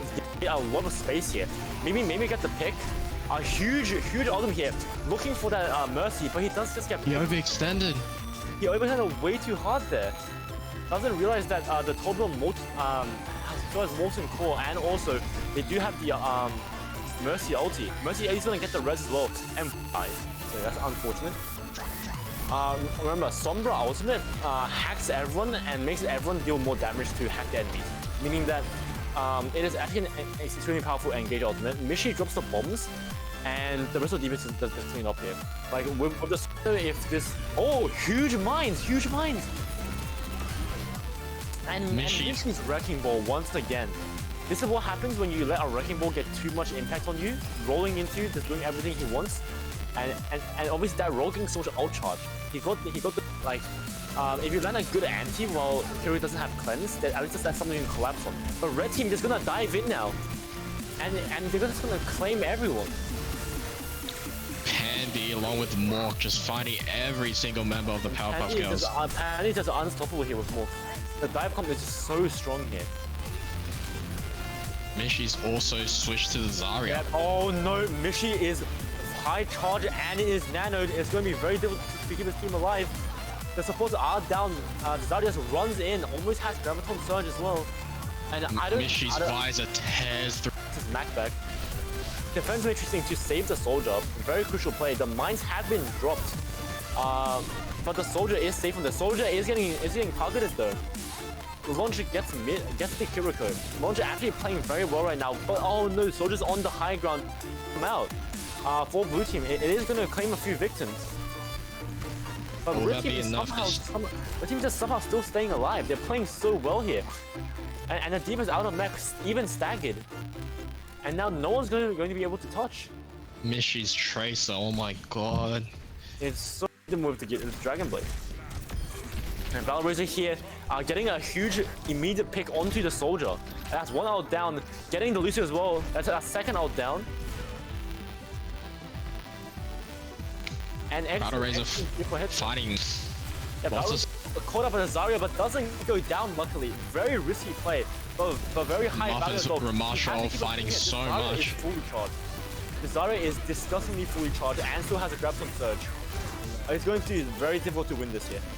I think that's it. They're getting pushed off the point. I think this is it. Blue ability champion with the Kiriko Rush as well as the cleanse.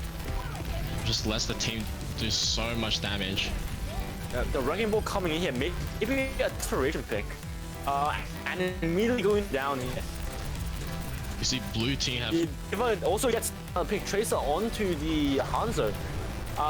Already waste charge. Oh my god, double dink from Mishi's McCree. Immediately gets one, and it's just a tank here. This Reinhardt is just too immobile. I don't like this Reinhardt pick into a Wrecking Ball. Wait, Red team is just moving perfectly around, and as you see here, getting on this Zenyatta. It's gonna be really difficult to fight this now. Tracer does have no recall, so if he gets picked here, and she gets knocked out by Muffin. That could be it. Aurora trying to keep their Sojourn alive. Most of their damage. Ramatra is complete. Pigs shuts down. Sombra out has been popped. Now this instantly goes down. No one else is popping their ultimates. Kiriko Rush, astoundingly, was not popped after the Sombra ult. speed up the Reinhardt swings, meaning he does so much more damage. But blue team is actually gonna take a lot of damage here.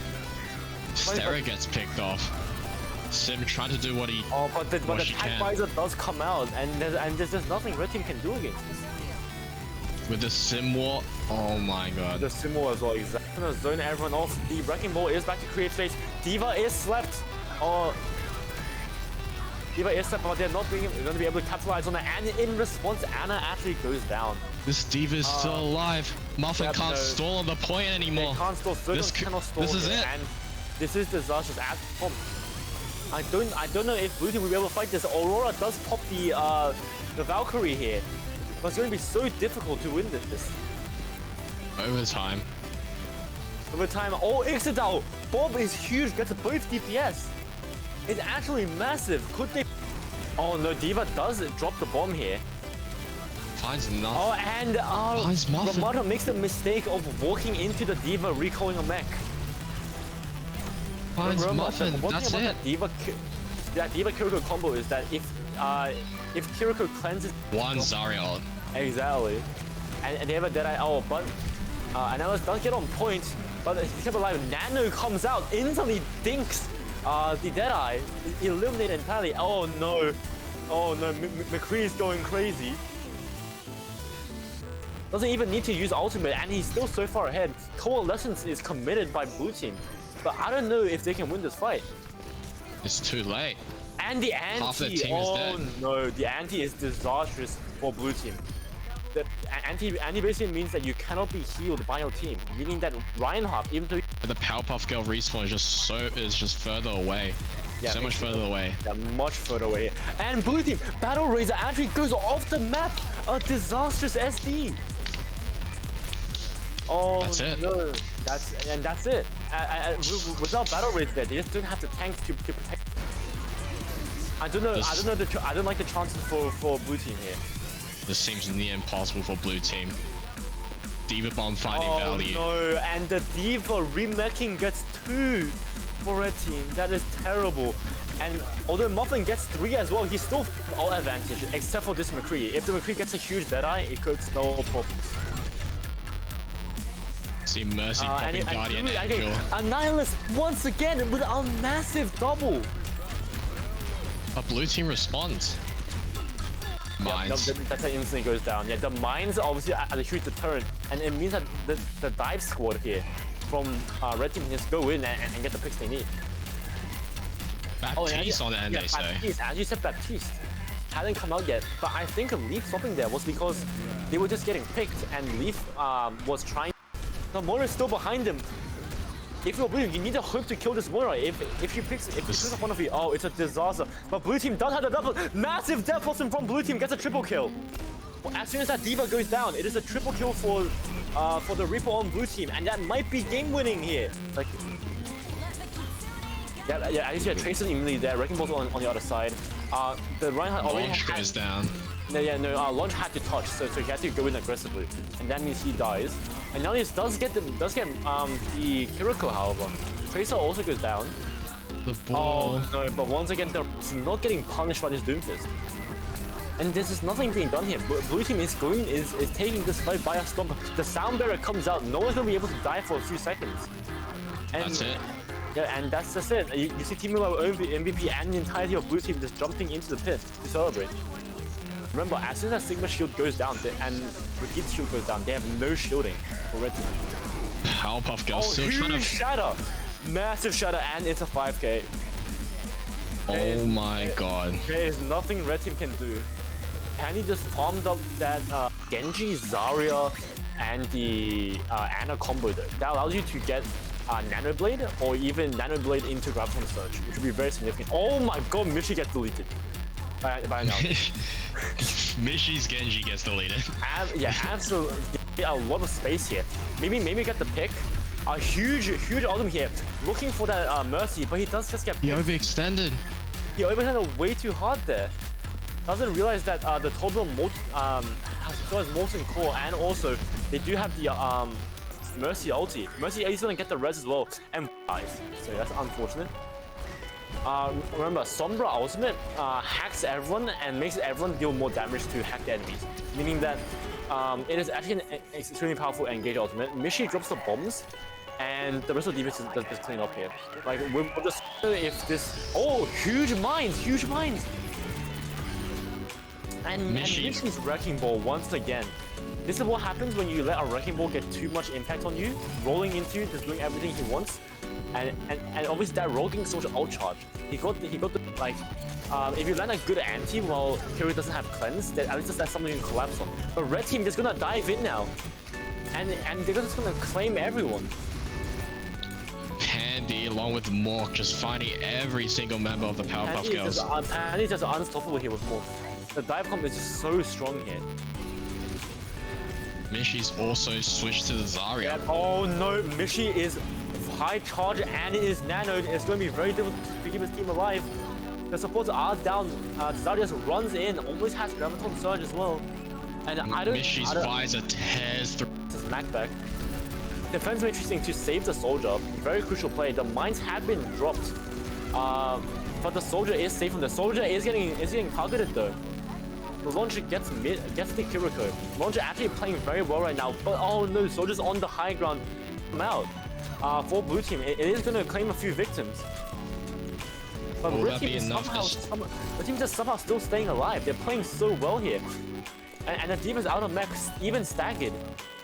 And now no one's going to be able to touch. Mishi's Tracer, oh my god. It's so the move to get into Dragon Blade. And Valoraiser here getting a huge immediate pick onto the soldier. And that's one out down. Getting the Lucio as well. That's a second out down.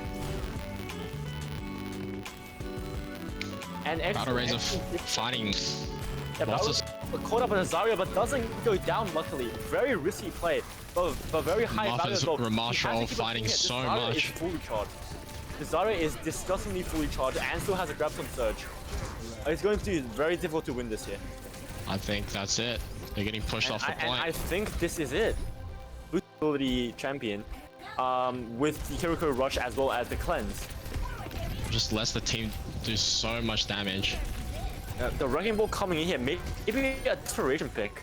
And immediately going down here. You see blue team have... If it also gets a pick Tracer onto the Hanzo. Already waste charge. Oh my god. Double dink from Mishi's McCree. Immediately gets one. And it's just a tank here. This Reinhardt is just too immobile. I don't like this Reinhardt pick into a Wrecking Ball. Wait, red team is just moving perfectly around. And as you see here, getting on this Zenyatta. It's gonna be really difficult to fight this now. Tracer does have no recall, so if he gets picked here... Oh, and she gets knocked up by Muffin. That could be it. Aurora trying to keep their Sojourn alive. Most of their damage. Ramatra is complete. Picks. Shuts down. Oh, Sombra has been popped. But now this instantly goes down. No one else is popping their ultimates. Kiriko Rush, astoundingly, was not popped after the Sombra ult. Heat up the Reinhardt swings, meaning he does so much more damage. But blue team is actually going to take a lot of damage here. Stera gets picked off. Sim trying to do what he but the attack visor does come out, and there's just nothing red team can do against this. With the Sim War, oh my god. The Sim War as well, exactly. Gonna zone everyone off. The Wrecking Ball is back to create space. D.Va is slept. D.Va is slept, but they're not going to be able to capitalize on it. And in response, Anna actually goes down. This D.Va is still alive. Muffin can't stall on the point anymore. They can't stall. Cannot stall. This is it. And this is disastrous as pop. I don't know if blue team will be able to fight this. Aurora does pop the Valkyrie here. But it's going to be so difficult to win this. Overtime. Oh, Ixodao! Bob is huge, gets both DPS. It's actually massive. Could they... Oh no, D.Va does drop the bomb here. Finds nothing. Oh, and Ramada makes the mistake of walking into the D.Va, recalling a mech. Finds Muffin, that's it. That D.Va Kiriko combo is that if Kiriko cleanses one Zarya ult. Exactly. And they have a Deadeye but Analysis does get on point, but he's kept alive. Nano comes out, instantly dinks the Deadeye, eliminated entirely. Oh no. McCree is going crazy. doesn't even need to use ultimate, and he's still so far ahead. Coalescence is committed by blue team, but I don't know if they can win this fight. It's too late. And the Half the anti, team is oh dead. no, the anti is disastrous for blue team. The anti basically means that you cannot be healed by your team, meaning that Reinhardt, even though The Powerpuff Girl respawn is just further away. Yeah, So much further away. yeah, much further away. And blue team, Battle Razor actually goes off the map. A disastrous SD. Oh That's it. no, that's it. Without Battle Razor, they just don't have the tank to protect. I don't like the chances for blue team here. This seems near impossible for blue team. Diva Bomb finding Oh value. no, and the Diva remaking gets 2 for red team. That is terrible. And although Muffin gets 3 as well, he's still all advantage, except for this McCree. If the McCree gets a huge deadeye, it could no problems. See Mercy popping Guardian Angel. Annihilus once again with a massive double. But blue team responds. Mines. That's how it instantly goes down. Yeah, the mines are obviously at a huge deterrent, and it means that the dive squad here from red team can just go in and get the picks they need. Baptiste on the end, they say. Baptiste, as you said, Baptiste hadn't come out yet, but I think Leaf swapping there was because they were just getting picked, and Leaf was trying. The Moira is still behind him. If you're blue, you need to hope to kill this Moira. If you picks up one of you, oh, it's a disaster. But blue team does have the double. Massive death blossom from blue team gets a triple kill. As soon as that Diva goes down, it is a triple kill for the Reaper on blue team, and that might be game winning here. Like, yeah, I see a Tracer immediately there. Wrecking Ball's on the other side. The Reinhardt already Launch goes down. No, Launch had to touch, so he had to go in aggressively, and that means he dies. And now he does get the Kiriko, however. Tracer also goes down. The ball. Oh no, but once again, the is not getting punished by this Doomfist. And this is nothing being done here. Blue team is taking this fight by a storm. The sound barrier comes out, no one's gonna be able to die for a few seconds. And That's it. yeah, and that's just it. You see Team MVP and the entirety of blue team just jumping into the pit to celebrate. Remember, as soon as Sigma shield goes down and Repeat shield goes down, they have no shielding for red team. Powerpuff Girl still huge trying to. shatter! Massive shatter, and it's a 5k. Oh my god. There is nothing red team can do. Penny just farmed up that Genji, Zarya, and the Ana combo there. That allows you to get Nano Blade or even Nano Blade into Graviton Surge, which would be very significant. Oh my god, Mishi gets deleted. By now. Mishi's Genji gets deleted. Yeah, absolutely. A lot of space here. Maybe get the pick. A huge ultimate here. Looking for that Mercy, but he does just get He picked. overextended. He overextended way too hard there. Doesn't realize that the Total has Molten Core, and also they do have the Mercy ulti. Mercy is gonna get the res as well, and dies. So that's unfortunate.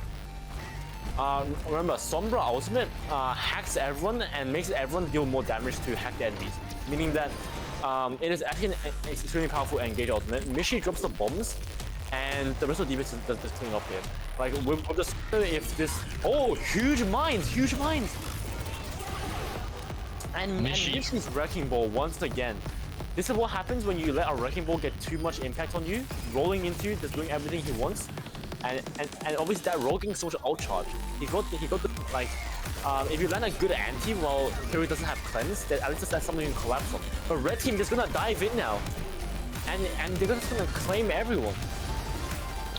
Pandy along with Mork just finding every single member of the Powerpuff Girls. Pandy's just unstoppable here with Mork. The dive comp is just so strong here. Mishi's also switched to the Zarya. Yeah, oh no, Mishi is high charge and it is nanoed. It's going to be very difficult to keep his team alive.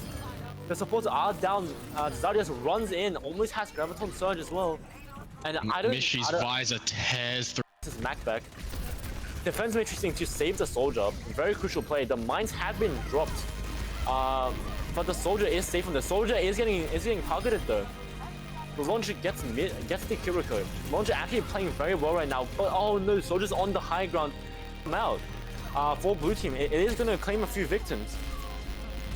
But red team is the team just somehow still staying alive. They're playing so well here.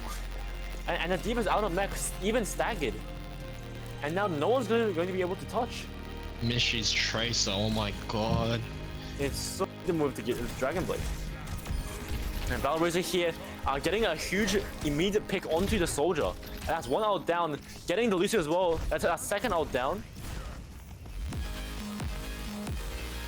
And Valoraiser fighting bosses. Caught up with Zarya, but doesn't go down luckily. Very risky play, but very high value as well. Marshall fighting so much. Is fully charged. Zarya is disgustingly fully charged and still has a grab on surge. It's going to be very difficult to win this here. I think that's it. They're getting pushed off the point. And I think this is it. Boost ability champion with the Kiriko Rush as well as the cleanse. Just lets the team do so much damage. The Wrecking Ball coming in here, maybe a desperation pick. And immediately going down here. You see blue team have... D.Va also gets a pick Tracer onto the Hanzo. Already waste charge. Oh my god. Double dink from Mishy's McCree. Immediately gets one. And it's just a tank here. This Reinhardt is just too immobile. I don't like this Reinhardt pick into a Wrecking Ball. Red team is just moving perfectly around, and as you see here, getting on this Zenyatta, it's gonna be really difficult to fight this now. Tracer does have no recall, so if he gets picked here, oh, and she gets knocked up by Muffin. That could be it. Aurora trying to keep their Sojourn alive, most of their damage. But Muffin is complete. Picks shuts down. Oh, Sombra has been popped. But now this instantly goes down. No one else is popping their ultimates. The Kiriko Rush, astoundingly, was not popped after the Sombra ult. Speed up the Reinhardt swings, meaning he does so much more damage. But blue team is actually gonna take a lot of damage here. Stera gets picked off. Sim trying to do what he but the tag visor does come out, and there's nothing red team can do against this. With the Sim War, oh my god. The Sim War as well, exactly. Gonna zone everyone off. The Wrecking Ball is back to create space. D.Va is slept. D.Va is slept, but they're not going to be able to capitalize on it. And in response, Anna actually goes down. This D.Va is still alive. Muffin can't stall on the point anymore. They can't stall. This is it. And this is disastrous. I don't know if blue team will be able to fight this. Aurora does pop the Valkyrie here. But it's going to be so difficult to win this. Overtime. Oh, Ixidao! Bomb is huge, gets both DPS. It's actually massive. Could they... Oh no, D.Va does drop the bomb here.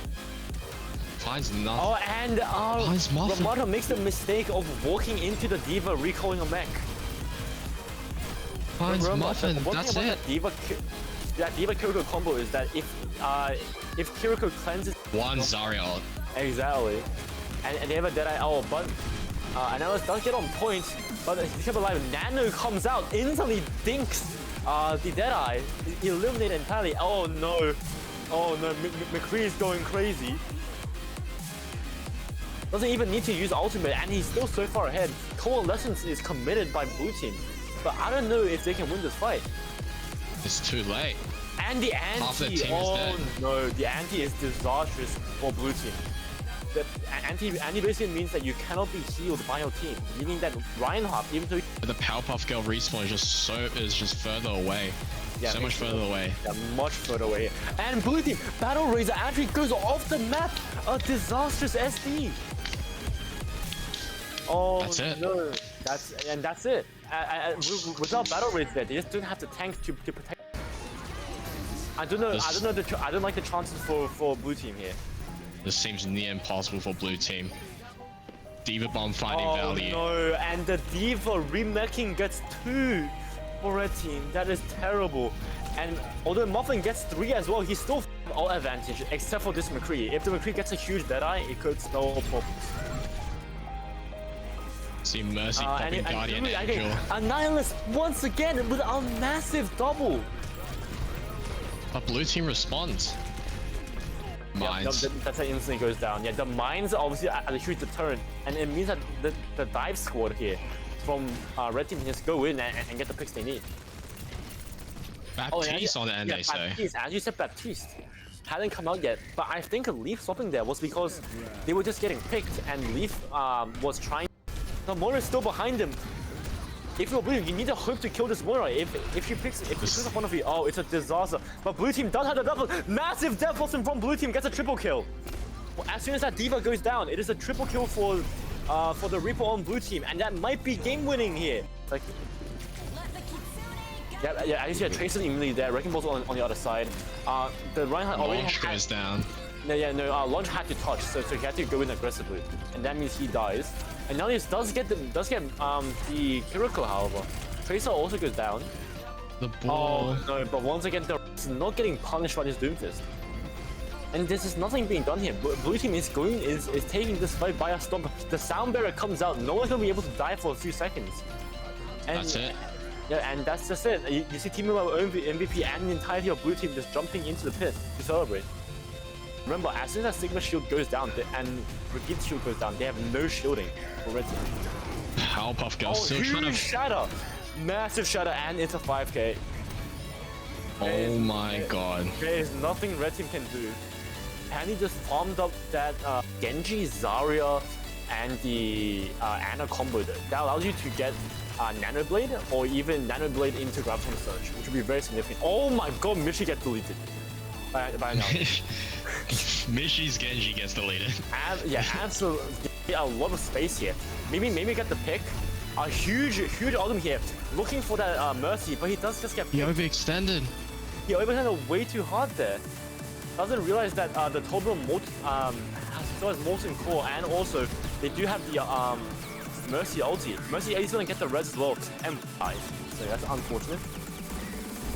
Remember, Sombra ultimate hacks everyone and makes everyone deal more damage to hacked enemies.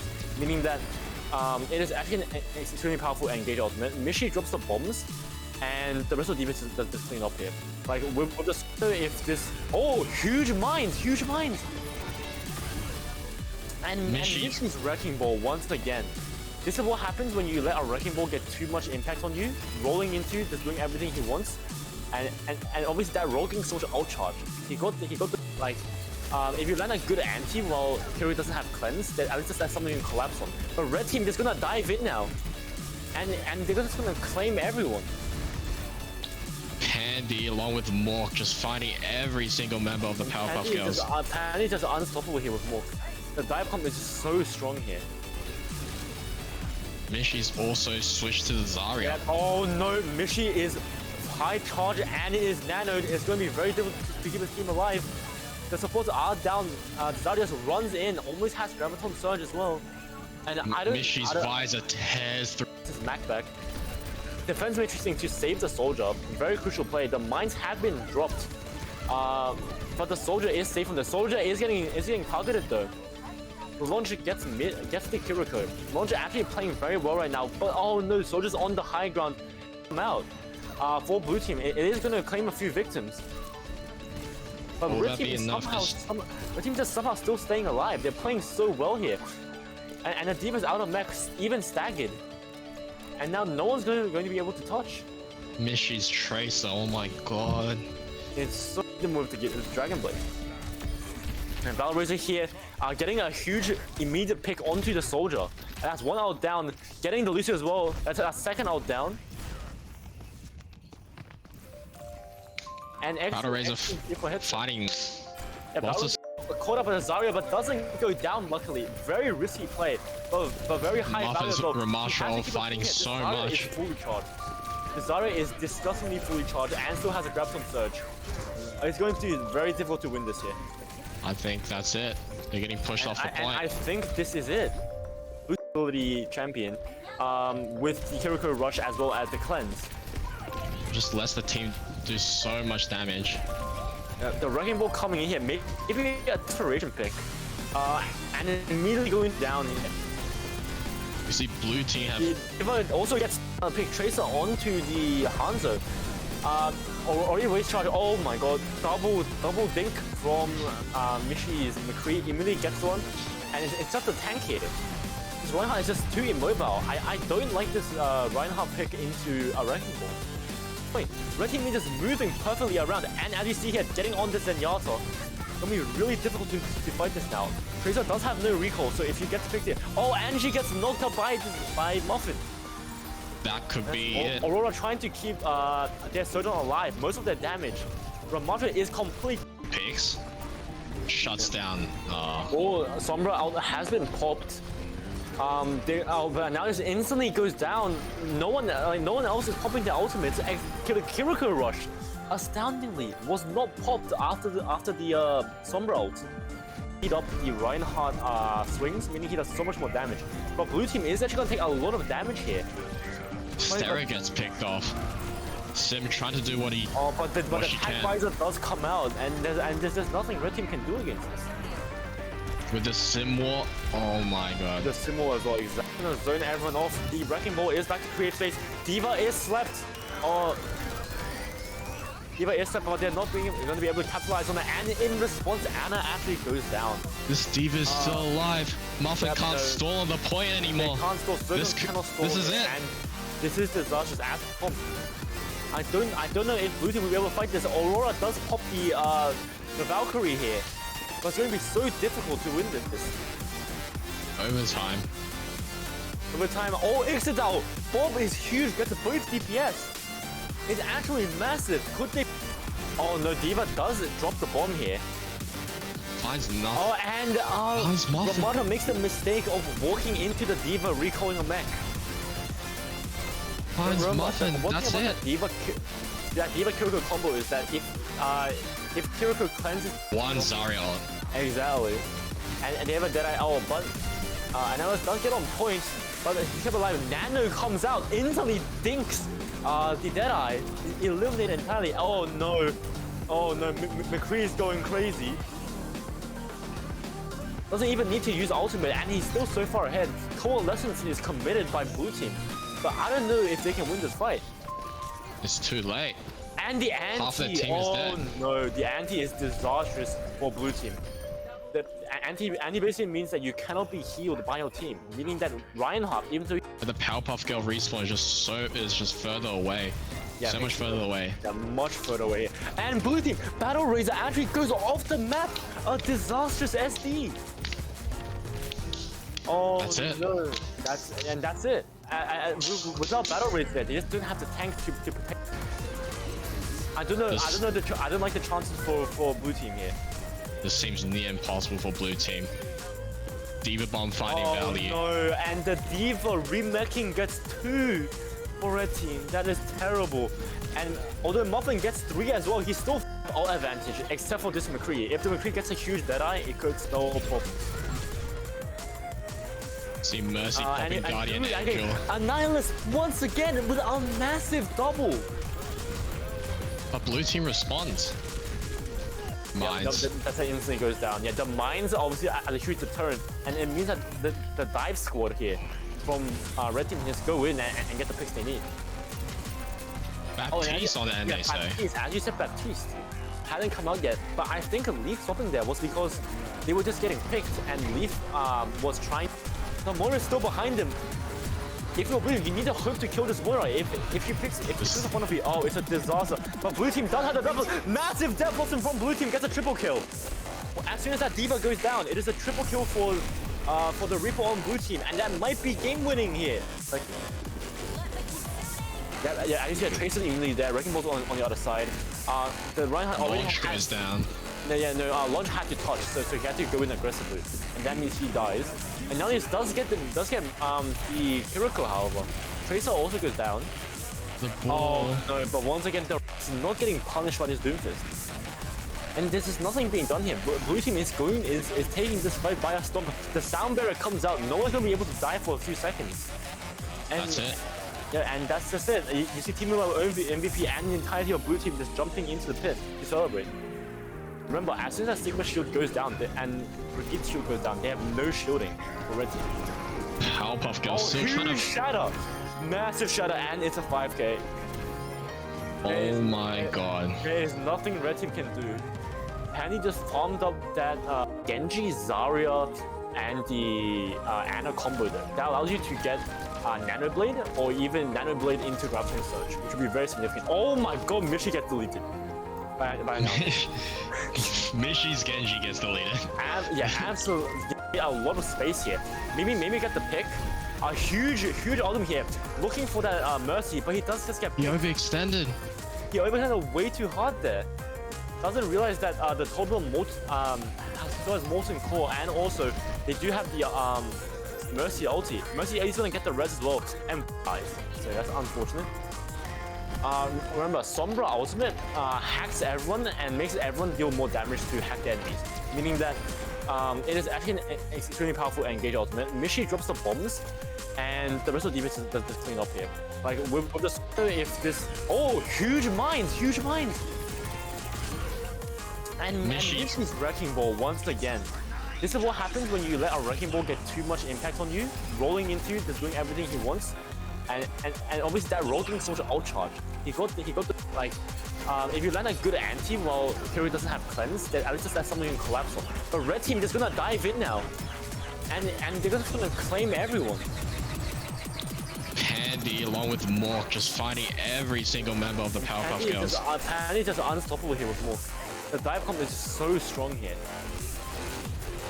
Mishi's also switched to the Zarya. Yep. Oh no, Mishi is high charge and it is nanoed. It's going to be very difficult to keep his team alive. The supports are down. Zarya just runs in, almost has Graviton Surge as well. And Mishi's visor tears through. Macback. Defense matrixing to save the soldier. Very crucial play. The mines have been dropped. But the soldier is safe from the soldier is getting targeted though. The launcher gets the Kiriko. Launcher actually playing very well right now, but oh no, soldier's on the high ground. Come out. For blue team, it is going to claim a few victims. But red team is the team just somehow still staying alive. They're playing so well here, and the defense out of mech even staggered, and now no one's going to be able to touch. Mishi's Tracer, oh my god. It's so the move to get into Dragon Blade. And Valoraiser here, getting a huge immediate pick onto the soldier. That's one out down, getting the Lucio as well. That's a second out down. And Valoraiser fighting. Caught up with a Zarya, but doesn't go down luckily. Very risky play, but very high value as well. Ramashal fighting so much. The Zarya is disgustingly fully charged and still has a Graviton Surge. It's going to be very difficult to win this here. I think that's it. They're getting pushed off the point. I think this is it. Blue will be champion with the Kiriko Rush as well as the cleanse. Just lets the team do so much damage. The wrecking ball coming in here, maybe a desperation pick, and immediately going down here. You see, blue team have. Diva also gets a pick Tracer onto the Hanzo. Already waste charge. Oh my god! Double dink from Mishi's McCree. Immediately gets one, and it's just a tank here. This Reinhardt is just too immobile. I don't like this Reinhardt pick into a wrecking ball. Wait, red team is just moving perfectly around, and as you see here, getting on this Zenyatta. It's gonna be really difficult to fight this now. Tracer does have no recall, so if he gets picked here, and she gets knocked out by Muffin. That could be it. Aurora trying to keep their Sojourn alive. Most of their damage from Muffin is complete. Picks shuts down. Sombra has been popped. But now it instantly goes down. No one else is popping their ultimates. The Kiriko Rush, astoundingly, was not popped after the Sombra ult. Heat up the Reinhardt swings, meaning he does so much more damage. But blue team is actually gonna take a lot of damage here. Stera gets picked off. Sim trying to do what he. But the attack visor does come out, and there's nothing red team can do against this. With the Sim War, oh my god. The Sim War as well, exactly. Gonna zone everyone off. The wrecking ball is back to create space. Diva is slept. Diva is slept, but they're not going to be able to capitalize on it. And in response, Anna actually goes down. This Diva is still alive. Muffin can't stall on the point anymore. They can't stall. Cannot stall. This is it. And this is disastrous. I don't know if blue team will be able to fight this. Aurora does pop the Valkyrie here. But it's going to be so difficult to win this. Overtime. Oh, Ixodal! Bob is huge, gets both DPS. It's actually massive. Could they... Oh no, Diva does drop the bomb here. Finds nothing. Oh, and Ramada makes the mistake of walking into the Diva, recalling a mech. Finds Remember, Muffin, the one that's thing about it. the Diva Kiriko combo is that if Kiriko cleanses One Zarya ult. exactly, and they have a Deadeye, but Analyst does get on point, but he kept alive. Nano comes out, instantly dinks the Deadeye, eliminated entirely. Oh no, McCree's going crazy. Doesn't even need to use ultimate, and he's still so far ahead. Coalescence is committed by blue team, but I don't know if they can win this fight. It's too late. And the anti, Half the team is dead. No, the anti is disastrous for blue team. The anti basically means that you cannot be healed by your team, meaning that Reinhardt, even though The Powerpuff Girl respawn is just further away. Yeah, So much further away. they're much further away. And blue team, Battle Razor actually goes off the map. A disastrous SD. Oh, That's it. No, that's it. Without Battle Razor, they just don't have the tank to protect. I don't like the chances for blue team here. This seems near impossible for blue team. Diva Bomb finding value. No, and the Diva remaking gets 2 for red team. That is terrible. And although Muffin gets 3 as well, he's still all advantage, except for this McCree. If the McCree gets a huge Deadeye, it could spell a problem. See Mercy popping Guardian Angel. Annihilus once again with a massive double. But blue team responds. Mines. Yeah, that's how it instantly goes down. Yeah, the mines are obviously at a huge deterrent, and it means that the dive squad here from red team can just go in and get the picks they need. Baptiste on the end, they say. Baptiste, as you said, Baptiste hadn't come out yet, but I think Leaf swapping there was because they were just getting picked, and Leaf was trying. The Moira is still behind him. If you're blue, you need to hope to kill this Moira. If she picks in front of you, oh, it's a disaster. But blue team does have the double. Massive death force from blue team, gets a triple kill. As soon as that Diva goes down, it is a triple kill for the Reaper on blue team, and that might be game winning here. Like, yeah, I see a Tracer immediately there. Wrecking Ball's on the other side. The Reinhardt already Launch goes down. Launch had to touch, so he had to go in aggressively, and that means he dies. And now he does get the Kiriko, however. Tracer also goes down. The ball. Oh no, but once again, they're not getting punished by this Doomfist. And this is nothing being done here. Blue team is taking this fight by a storm. The sound barrier comes out. No one's gonna be able to die for a few seconds. And That's it. Yeah, and that's just it. You see Team MVP and the entirety of blue team just jumping into the pit to celebrate. Remember, as soon as Sigma shield goes down and Brigitte's shield goes down, they have no shielding for red team. Powerpuff Girl still huge trying to. shatter! Massive shatter, and it's a 5k. Oh my god. There is nothing red team can do. And he just farmed up that Genji, Zarya, and the Ana combo that allows you to get Nanoblade or even Nanoblade into Graviton Surge, which would be very significant. Oh my god, Mishi gets deleted by now. Mishi's Genji gets deleted. Yeah, absolutely. A lot of space here. Maybe get the pick. A huge ultimate here. Looking for that Mercy, but he does just get He overextended. He overextended way too hard there. Doesn't realize that the Toblerone still has Molten Core, and also they do have the Mercy ulti. Mercy is gonna get the res as well, and so that's unfortunate.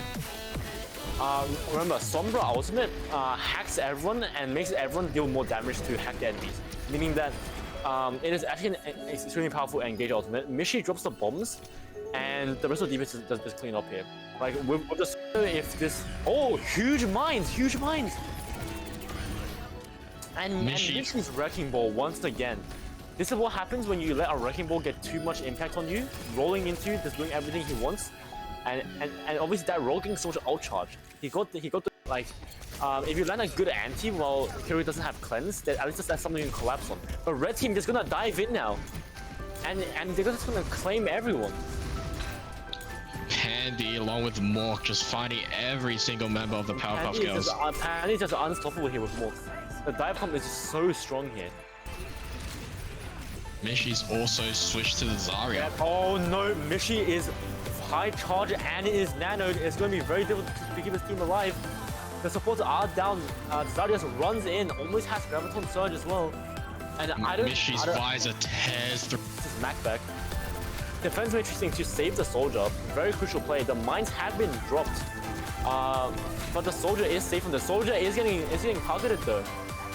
Launcher gets the Kiriko. Launcher actually playing very well right now, but oh no, soldier's on the high ground. Come out. For blue team, it is going to claim a few victims. But red team is the team just somehow still staying alive. They're playing so well here. And the defense out of mech even staggered. And now no one's going to be able to touch. Mishy's Tracer, oh my god. It's so the move to get this Dragon Blade. And Valoraiser here getting a huge immediate pick onto the soldier. That's one out down. Getting the Lucio as well. That's a second out down. And Valoraiser fighting. Yeah, caught up with Zarya, but doesn't go down luckily. Very risky play, but very high Muffin's value. Ramashal fighting so Zarya much. is fully charged. The Zarya is disgustingly fully charged and still has a grab on surge. It's going to be very difficult to win this here. I think that's it. They're getting pushed off the point. And I think this is it.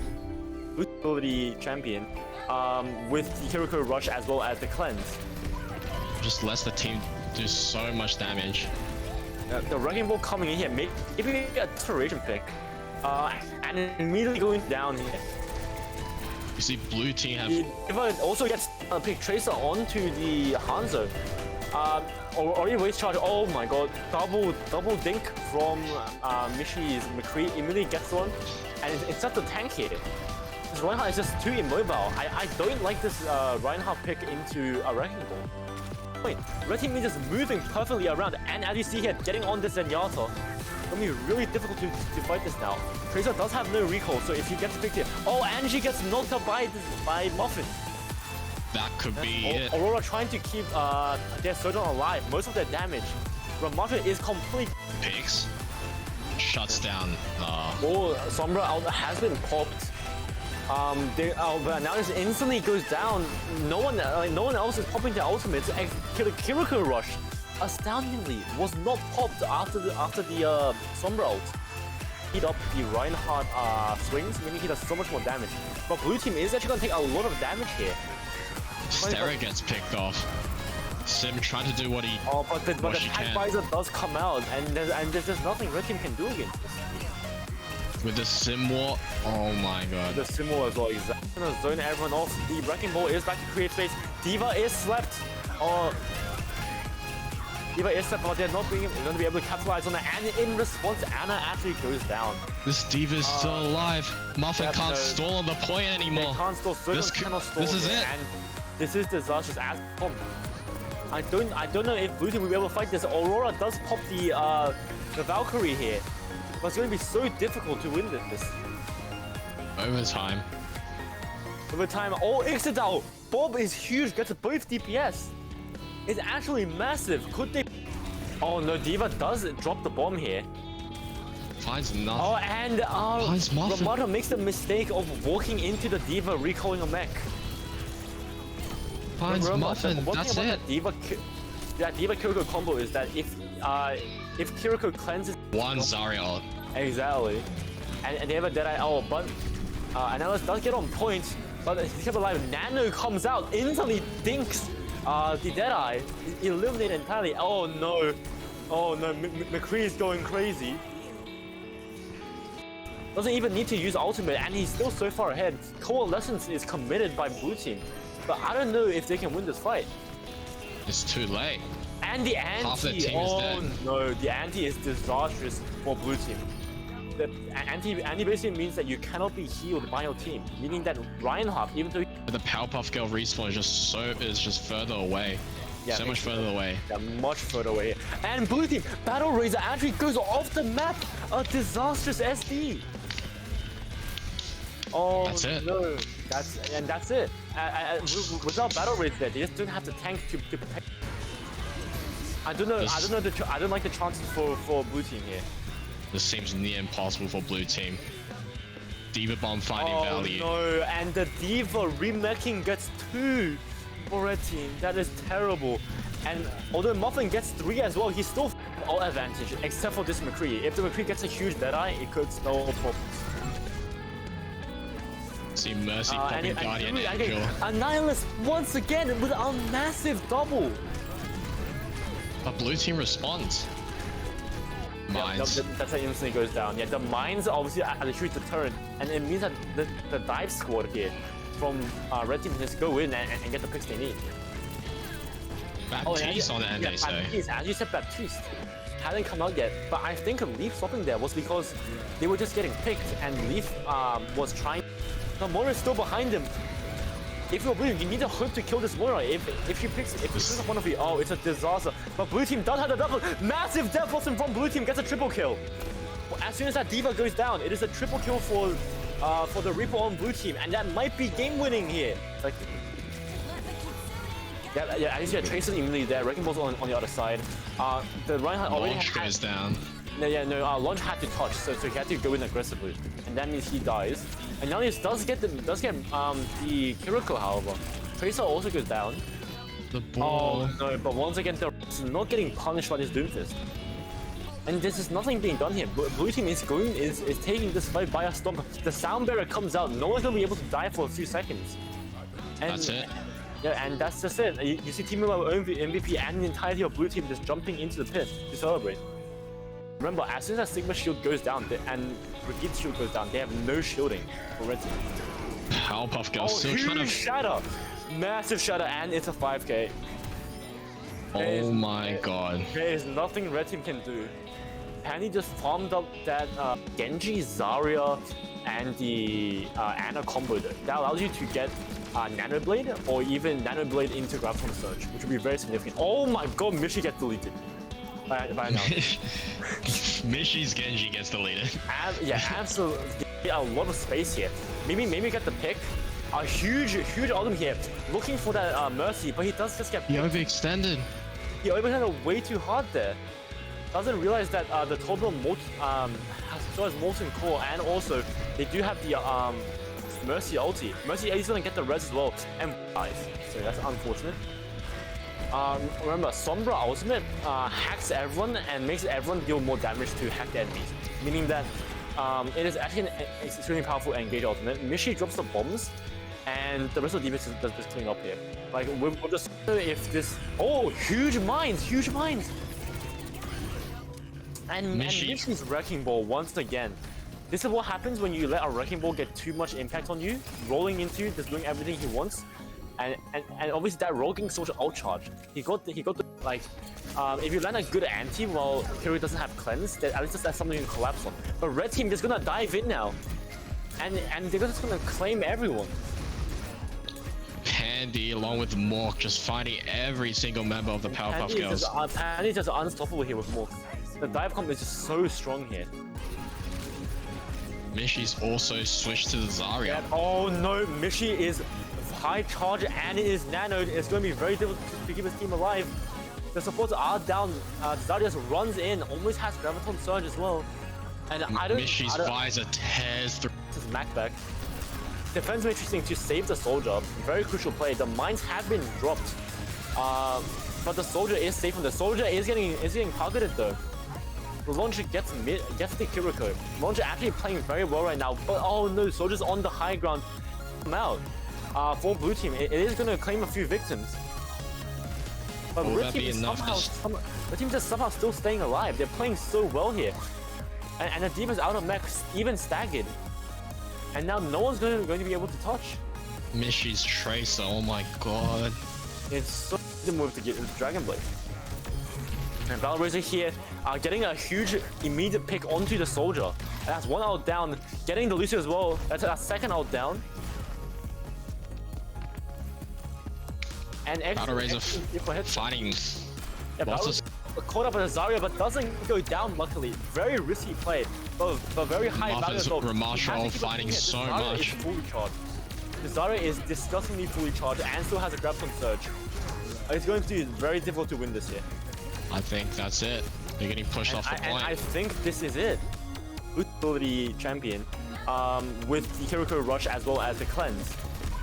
Just lets the team do so much damage. The Wrecking Ball coming in here, maybe a desperation pick, and immediately going down here. see blue team have. The Diva also gets pick Tracer onto the Hanzo. Already waste charge. Oh my god, double dink from Mishy's McCree immediately gets one, and it's just a tank here. This Reinhardt is just too immobile. I don't like this Reinhardt pick into a Wrecking Ball. Wait, Red Team is just moving perfectly around, and as you see here, getting on this Zenyatta, it's gonna be really difficult to fight this now. Tracer does have no recall, so if he gets picked here, oh, and she gets knocked out by Muffin. That could be it. Aurora trying to keep their Sojourn alive. Most of their damage from Muffin is complete. Pigs shuts down. Oh, Sombra out has been popped. But now it's.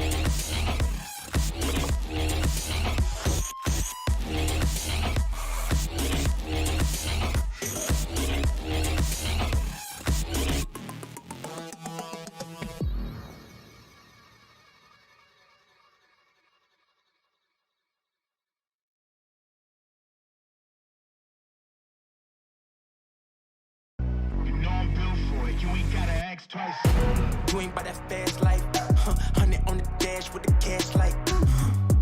You ain't by that fast life, big dog status with your stats like. Keeping it moving, don't switch up my code. Life full of circles, we out the A4. It's a fast life.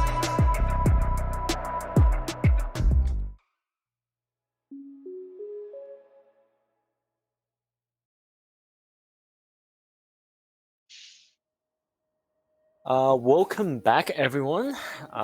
We are back for our 6 p.m. session of the UNSW Contenders Cup for Overwatch. And we have one more game for you guys, the losers finals between Andy Say, who we just saw play their third game, and we have Sachin, who have been making a bit of a losers run. They won 2 games in losers after playing 2 games in winners. And now they're fighting for the spot in the finals against Andy Say in the losers finals.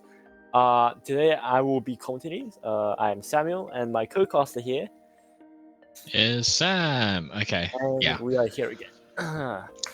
Both of the teams looking to rematch Mishy's Harem. We don't know much about We Have Sachin. Unfortunately, we haven't been streaming or watching their games. But both teams have beaten Batteries Not Included. Both teams have lost against Mishy's. And I think that's all they share. We have a lot more information about Andy Say compared to We Have Sachin, so it'll be interesting to see how this matchup turns out.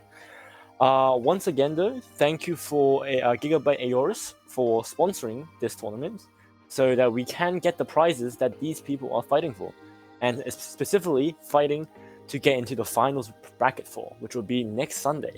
The prize will be Aorus H1 headset for every person on the team. If you have 5 players, if you have subs, not sure how you're going to decide that, but that's your problem. And here for the headsets, obviously, and Powerpuff Girls, actually, in the break, won our first 2-1 match in losers finals for Group B. And those two will be moving on as the Group B representatives for the finals bracket next week. Group A, we have obviously Mishy's Harem, the last Overwatch tournament's winners, who actually came out in dominating fashion and won both their games 2-0. And we will now be trying to work out which of these 2 competitors, and they say of We Have Sachin, will be looking for the run back against Mishy's Harem at the finals bracket next week. So, let me ask you, Sam, what do you think We Have Sachin will be cooking up for this fight? It's hard to say, we haven't seen any of their games, but we do know what and they say are going to be bringing. We have like Analius on Tracer, we've got Dead Set on his Kree, maybe Launch on Diva. like the classic dive. We've only seen them get pushed by Mishi, really pushed to like desperation. I feel like we weren't able to see this team adapt very well when their like planned strategy, their like go-to strat isn't working. And here we have the head-to-head of all of the team members. We have Session, Byfriend, Ziggy, Fry, and Deadfrog. Actually, 3 flex players, meaning we might see a lot of variety of heroes being brought out here on their side. A lot of surprises potentially coming out here. Kai, our support for we have Sachin, and Yumpus, the DPS, to round it off. And then Andy Say, we'll have 5 main players, Min on the DPS, along with Deadset, who was also playing DPS before. Leaf will actually be the tank this time, Jelushi and Tintin as a support, and Gab as a sub. But as you mentioned before, I think Andy Say already are very used to their dive comp, and in the Mishi's Harem game, they were actually counter-dived, and their strategy was actually just done better by Mishi's Harem, which I think is really interesting. And I think that did also tilt Anelius a bit, leading to him like trying a lot of characters, and I'm guessing getting a little frustrated. So I'm hoping with that 1 hour break, and they say we'll be bringing in something new, and we'll be able to see something interesting apart from this dive and the ability to adapt, specifically if they are unable to use dive effectively. Yeah, well said. I've just got info on Gab actually subbing in for one of the players that we've seen play all day. Gab will be subbing in for Jeloshi, I believe. I see. For this game against we have Sachin. It'd be interesting to see how this player adapts to their team, or how well this team synergizes now with pretty much a sub that we haven't seen before. This is gonna be quite a wild card of a game, but hopefully a close one. So far, we've only casted 2-0 sweeps. Yep. There's only been 1 2-1 game, and that was like loser finals, I believe. Yes, of Group B specifically. Group B. Hopefully we get another 2-1 game here, and hopefully we aren't jinxing it right now. That would be take us to a map 3. Yes, please. I don't want to see more hybrid. Honestly, other than hybrid, I want to see some escalate. Yep. And we will be hitting the map episode. But as you said, I think Gab coming in here will be really interesting for us. Remember, the first game mode that these teams will be competing on will be Control. And as we saw, and they say actually did very well for the first 2 games on Control, but in the 3rd game, they were actually, I think, counter-dived by Mishi's Harem very well. And also specifically because and they say played a one-dimensional dive comp, it was difficult for them to adapt. And as a result, depending on what Control map comes up, we've seen all of them except for Oasis.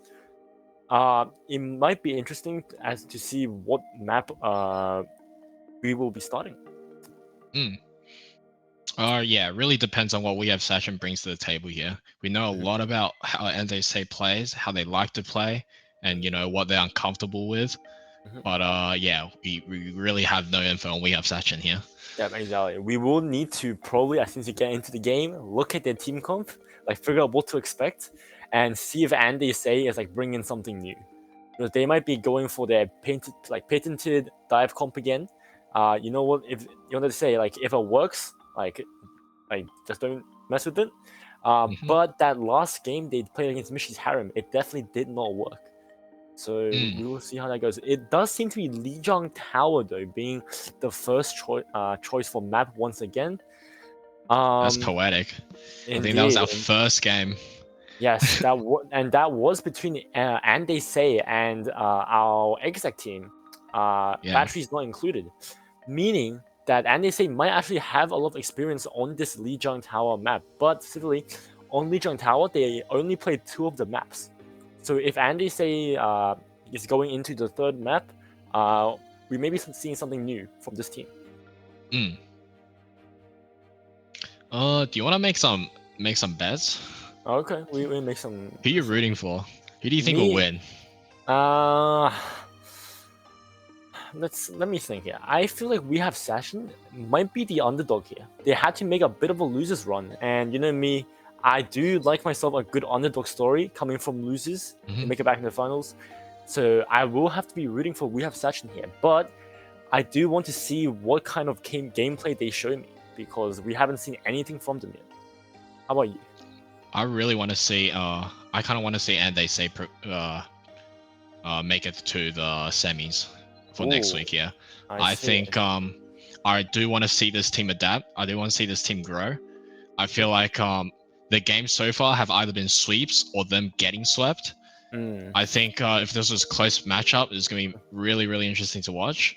Yep. And I'm just really looking forward to this kind of storyline that and they say is building up here. I see.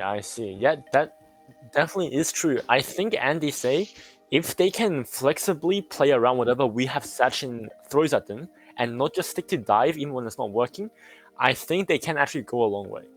And they Mm. might be looking for the run back, of course, against Mishi's harem as well. And keep in mind, both these competitors will have experience going into Mishi's harem. And in a best of 5, you know, it's anyone's game if they reach the finals bracket. So this is maybe the most important match for them today. They really need to just keep their mental going in. And I need to remind you viewers, but and they say this is their 4th game, and we have Sachin, this is their 5th game. You have to realize the toll that competing for so long does take on the competitors. So it might be a bit of a stamina difference as well, and a mental difference. No man can play so much Overwatch in one day. Exactly. Yeah, your mental capability to focus on the game can only take so much, I think. For sure. I think so far we've got here for the headsets, Powerpuff Girls, and Mishi's harem. Mishi's harem already proceeding to next week's game. I think Mishi and here for the headsets are definitely clear favorites.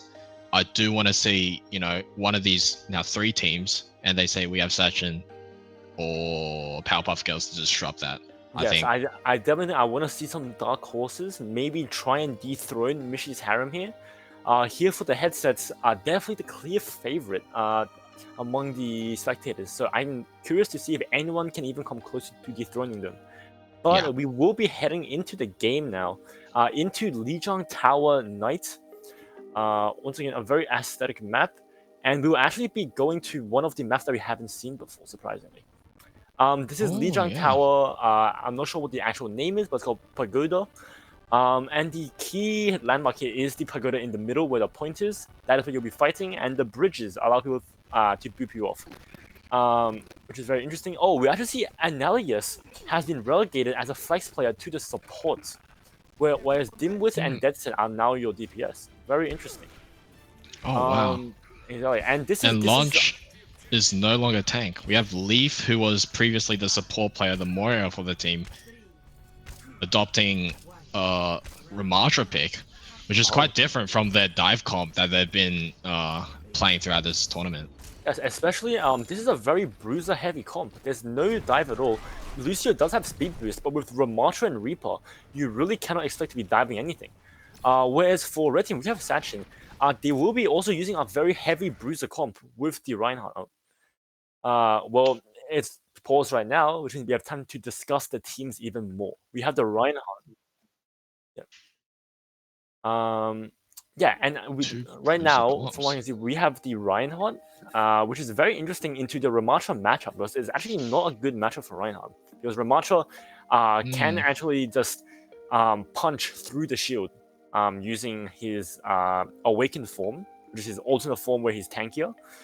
Secondly, you see the Soldier and the Reaper come out from we have Sachin as well, meaning it's actually a very similar comp to the McCree Reaper we see from as Andy say. Yeah, I see that both teams have almost mirror copies in terms of their team composition. We've got two tanks that really favor like close up brawling kind of fights. We've got both teams got their Kiriko, they've got their hit scan and a Reaper. on top of just another healer or another support. Yeah. This- For the reason for the pause right now does seem to be one of our competitors is lagging. So we may be going back to the lobby and restarting, just so no one has too big of a alt advantage, I think. But as you said, yes, the teams are very mirrored. And I'm not sure if you touched on this, but there are also 2 Kirikos, one in each team when they first came out. I think this is really interesting. And they say it's playing a very, very different comp. Half their players aren't playing their roles that they were playing before in the previous 3 or 4 games that they've played. Like you said, Analius is on support now. Yes. I feel like his impact on Tracer was like undoubtedly like a big component to their victories thus far.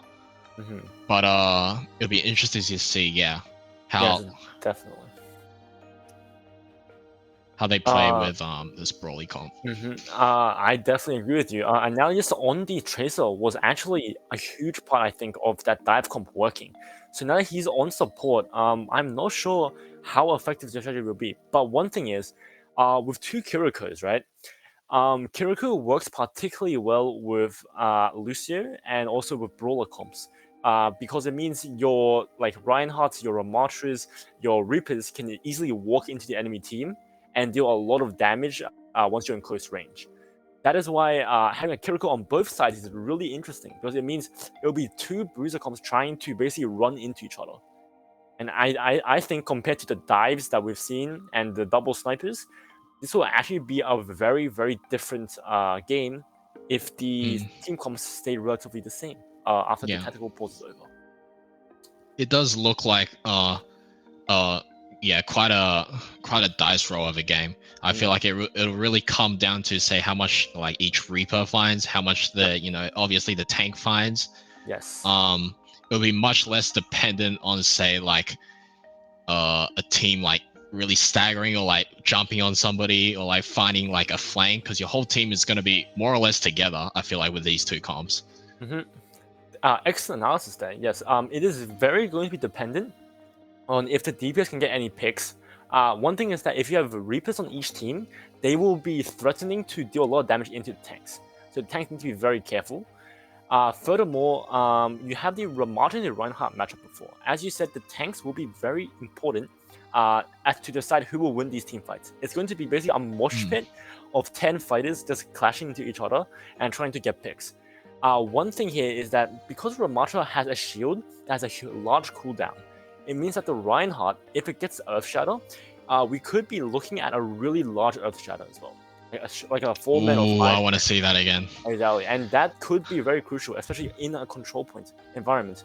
Whereas Ramatra's kind of effect with his ultimate Annihilation, he just does damage over time to all enemies in range. There's not much skill involved with that, and there's not much stun potential. Whereas Reinhardt's Earth Shatter, if it does land, can easily win a team fight in a single swing. That will be very interesting. Now, it looks like we are actually going to be changing map because of that reset. We will be going to the indoor map this time, instead of the pagoda outside. No, our pagoda. Exactly. And I do believe we have Sachin is sending in basically the same team as before. Also, note the Ana here. The Ana with the Reinhardt means Nano Reinhardt with a speed boost from Kiriko could be very lethal here. That Reinhardt will be very hard to kill with Nano boost. One thing is though, as Dimwit's picking up the Hanzo. And they say it has changed their team comp. The Ramatra is still here, the Kiriko is still here, maybe to counter Kitsune Rush, and the Ana is still here. But I'm not sure who is stronger, Ramatra with Nano Boost or Ana with or Reinhardt Nano Boost. The fight is starting, however. And we do see both teams going up top. The Reaper trying to find the Ramatra. Ramatra dropping dangerously low. Ramatra wastes the E to back up, and blue team is slightly on the back foot. Ramatra also kind of wastes the shield. Very interesting. Blue team trying to find an angle to wrap around, but red team is already going to secure the point. Reaper dropping dangerously low. Big anti onto the Ramatra here. Ramatra goes down, and that's no tank for blue team. But the Reaper also goes down. There's a one team fight for the guys that we have Sachin. Once your tank goes down in a comp like this, I feel like it's almost a lost game for. Excellent pickup. That is definitely correct. Once your team goes down, especially with the like area of effect attack from Reinhardt's swings, you can't really stay safe anymore. But you do see Reinhardt pushing in very early here. Reinhardt over-engaged, but the Reinhardt is slapped and antied. Drops dangerously low and is forced to back away a little bit. But like you said, there's no tank on we have Sachin's side now, and they basically have to back off the point and give it for free. There's no way for them to hold this. Yes, exactly.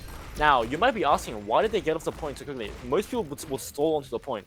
But when you have 4 players and your Reinhardt's coming back, you don't actually want to give much ultimate to the opposing team. So that's why they're backing off here. Instead of fully all dying and spawning the point.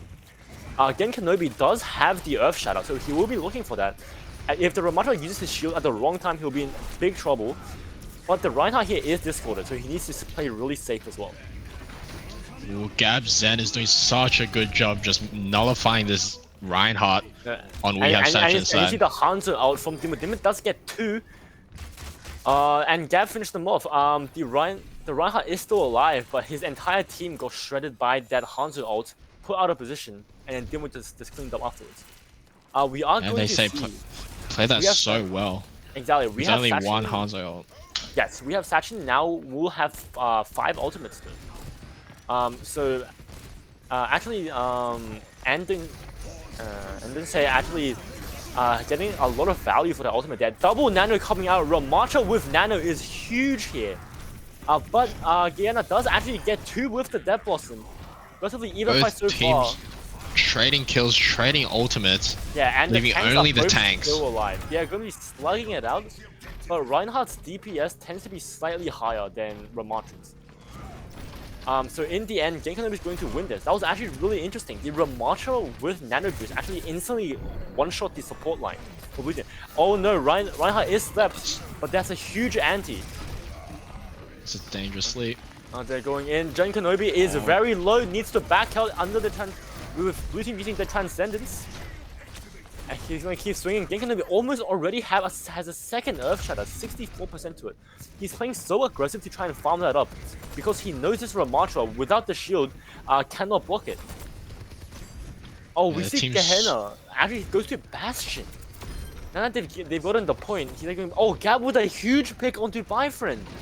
The Ana goes down, and with one support down, you think Blue Team will have to push in a little bit. But the Bastion is there holding the line. Analius gets the tank, and now Dimit with a huge ultimate triple kill onto the rest of the backline. Wow. Now, one could argue that Dragon Strike was not needed because they're going to win that fight anyway. But I think the stagger on this one is actually quite valuable here. It basically means that instead of having potentially 2 fights, We Have Sachin only has 1 fight to come back here. And Gen Kenobi needs to hope for a good Earth Shatter here and a good engage. He can't get picked and can't get discorded. He is discorded now immediately, so he needs to be careful about how he does this. He goes in, looks for the Earth Shatter, gets it, lands 2, and that's both DPS dead. Ana in the backline also going to fall to Gen Kenobi, I think. But the Nano comes through. Oh no! The Ramatra in his super form is going to be doing so much damage. Reinhardt is nanoed, but he's also discorded. And despite a huge Earth Shatter by Gen Kenobi, Leaf actually managed to stay alive, and Anelius somehow on 10 health gives a nano boost to the Ramatra. What a response! What a massive response!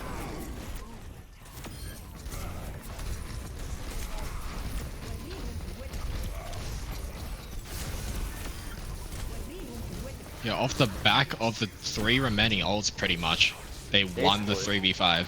Exactly. Against We Have Sachin. It's an excellent play. Gav as well, using the Transcendence earlier, meaning that he was quite vulnerable, but he stayed in the correct position. He dodged the Earth Shatter and was able to actually land a Discord on the Reinhardt. Otherwise, the Reinhardt would have survived a lot longer. The main thing is that the Discord orb will go away if Zenyatta dies, so Zenyatta has to play safe as well. Going into our second round here, do we see any changes in the team comps? No, there are no changes so far. Oh, Gav gets a huge pick onto Ziggurat though. Blue team is hammering red team. This Discord paying huge dividends here. We and have now Isao Sasha's is Ryan getting anti. caught in the middle of nowhere. Exactly. And Android says actually getting 2 huge picks here. You see the benefit of that Zenyatta there. The Discord onto the Reinhardt as well as the ability to spam over a long range means that you can get picks very easily. Especially onto the Bastion, who is less mobile than other carries. You actually see the Junker Queen from Gen Kenobi very surviving here. Dimwit does kill the Bastion. Like I said, low mobility means you get picked off from range. Like if you look at Andon's comp right now, they have a lot of range through their like 3 snipers basically. That stick goes dangerously low, but Gen Kenobi will trade with Leaf, both tanks down. But I'm not sure how Red Team's gonna approach this high range comp from Blue Team without like a shield or some kind of tank. Oh, they do flank around though. Actually, massive flank. The Bastion is still alive. You have to look out for it. But he uses turret mode. Doesn't really get much for it. Leaf and Gen Kenobi will be back in the fight real soon. There they are. They are already back. Transcendence from Gab, keeping his team alive. They were dangerously low. Huge play. Leaf can now play really aggressively with that super form. And it's going to be Blue Team taking a pretty dominant victory over Red Team once again. Yeah, we have Sasha. They've just been pushed back. Exactly. And one thing, right? Keep an eye on the control point percentage. It's already at 71%, and the reason for that is because Blue Team was able to stall out for so long until their tanks came back. And that is the benefit of having ranged characters. You are able to stall at a certain choke or to like push enemies away from the point. Jungle Queen is here. She uses the rush, tries to go in. Oh, the Dragon Strike is massive! It's going to get 3, along with the rest of the team rolling in with the Nano Boost onto Ramacha. I think that's it. And I have to say, Dimwit has been playing out of his mind in Lijiang Tower. He's been playing so well. Ziggurat does get 1. The entire team is antied, but they are not going to make it onto the points, obviously. And that means that Andy Say is actually, after starting a bit slow against We Have Sachin on the first round, they're now going to be up 1-0 in this match. Wow, I gotta say, and they say have proved that they can actually play a different comp compared to their traditional dive. I think with the addition of Gab and Dimwit on Hanzo, this Hanzo fighting so much impact from downrange. I feel like all of his dragons, all of his ults have been so good. They've hit, he's hit everything there. I think his Dragon Strike in the second round got like 3 people and opened up the opportunity for the rest of the team to flow in, which is why Ramash was able to pick off the rest of the team. Whereas on the other hand, in the first round, he used it once for zoning, and then the second round he got 2 people with it, 2 or 3 people with it, which is absolutely massive. I have to say, I am very impressed. Very impressed. I feel like we didn't really feel the lack of Tracer or lack of Analysis. Yep. I can't say his name. Gosh. Yeah. On Tracer, I feel like this team is still just as like dangerous as they were when we first watched them against Batteries Not Included. And in this brawl versus brawl comp, I think We Have Sashin unfortunately need to adapt here. They need to change something up to at least counter, say, the Hanzo. I feel like in that fight where the 2 tanks traded, there was a world where they could have took the point, could have capped the point, but because of the Hanzo, there was nobody on the team that could like challenge that angle. Exactly. Hanzo does have Storm Arrow, right? He can unleash a flurry of arrows all at once, and that would do a lot of damage. And with no one to block that, obviously it's going to be a bit of a problem. And one thing is, and they say they pivoted less from a bruiser comp. Their only strong bruiser was actually Leaf and the Nano Boost from Ana. But with Ana, McCree, Hanzo, and Zenyatta obviously from range with that Discord orb, they actually became more of a range comp. You can almost see it reflecting what Mishi's harem actually brought into them in that finals match. It's actually really similar. And we will be moving into our next match, which will be hybrid, and we will actually be going back once again to King's Row. Is this scripted? Yeah, I guess it's scripted, man. I don't know. Andy say they have a lot of experience on that. Like I don't know if Sachin realize what they've done by bringing Andy C back here. We might be seeing something similar again then with the dive and the tracer. I'm not sure. But yeah, I don't think I they'll think be able to pull it out. Mhm. I think we'll just see a different light of a different type of end they say here with their 2 new subs. Yeah, I definitely agree. Because one thing is that the sniper comp that I thought, or the range comp that was so useful in Lijiang Tower, is also very effective on King's Road. King's Road has a lot of straight lines, like almost all sections are actually just straight up straight lines with a lot of vision. So snipers actually dominate this map on offense and defense quite well. So Andy Say could look to bring out the Ana, the Hanzo, and the Zen once again. I think Say's defense on this map is going to be much stronger than we've seen thus far. So far, I think they've relied on like a Torb comp that has just been almost walked over by every single team that they've played against. It also depends on if we have Sachin has the dive capability to actually make their way around the top turret. Because most teams will use dive, right, to just get past it. If we have Sachin don't have that in that back pocket, I think a Torb plus maybe like a Hanzo comp on King's Row is really strong. We still hope for the Torb pick. Yeah, because you can go on there's still hope for it, but because you can go on the high ground as Hanzo as well, which is very lethal. And I believe we are live. Yes, I believe we will be switching to that very soon, and we will be having an aesthetic look over King's Road. Sunset, just like the sun will be setting for one of these teams, but the other team will rise in triumph to make it into finals bracket next week. We can't see the hero select just a moment. Not yet. We will have to wait a little bit longer. Here we go. So we have Sachin will be on the defense, and you do see they do bring out the Torb, but they also bring out the Bastion. Bastion is strong on this map, but there is one problem with it. Most of the escape routes on this map are vertical, and Bastion has no vertical movement. So if they get dived on in a bad situation, it's going to be very difficult for this Bastion to actually escape in time. Same for the Torb one, actually. I think we have Sachin have come to the conclusion to like defeat this that they need like more DPS behind the Reinhardt.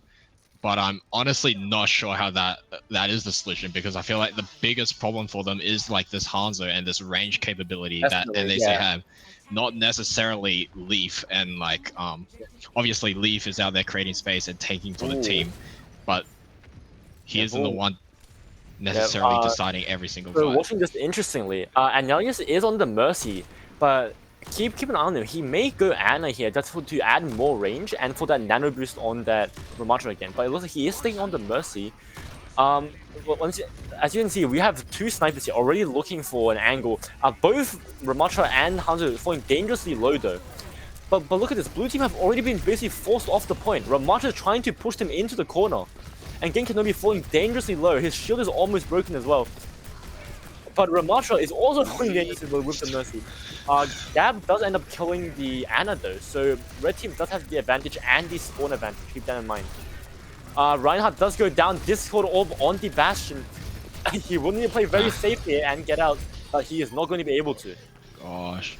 Yeah, the damage just isn't enough. Yeah, and that's exactly what we said, right? The double sniper combo, really strong on this map.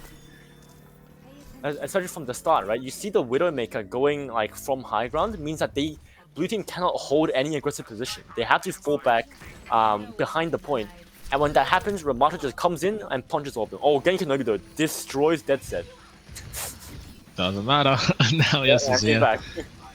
And I think at the Anelius healing and the damage boost is huge here. Dimwood actually gets a stagger onto the Gen Kenobi on the Ramatra. I mean, there is no shield for the Bastion here. They can't actually contest this very well. Unless they're set up. Interesting that Ziggurat is also staying on the Torbjorn here. He may be greeting for Molten Core as well. Yeah, as you can see, with the Widow already sniping down that range, there's very little they can do in terms of pushing out that section. I mean, the payload will be able to move along that range until Bastion can set up in a better position for the damage.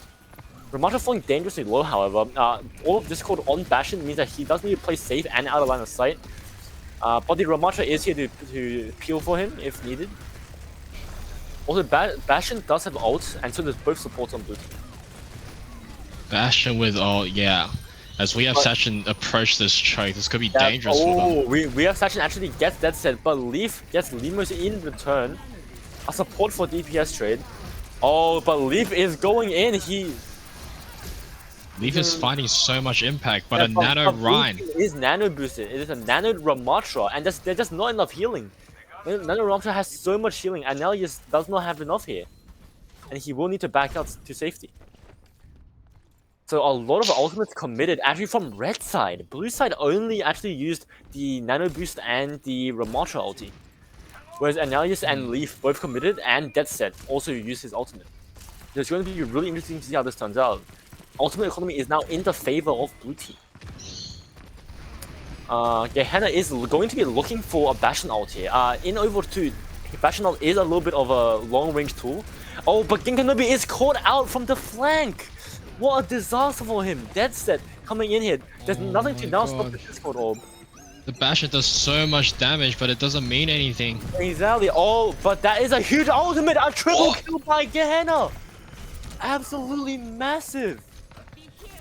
Oh, I take back everything what I said about the Bastion. Exactly.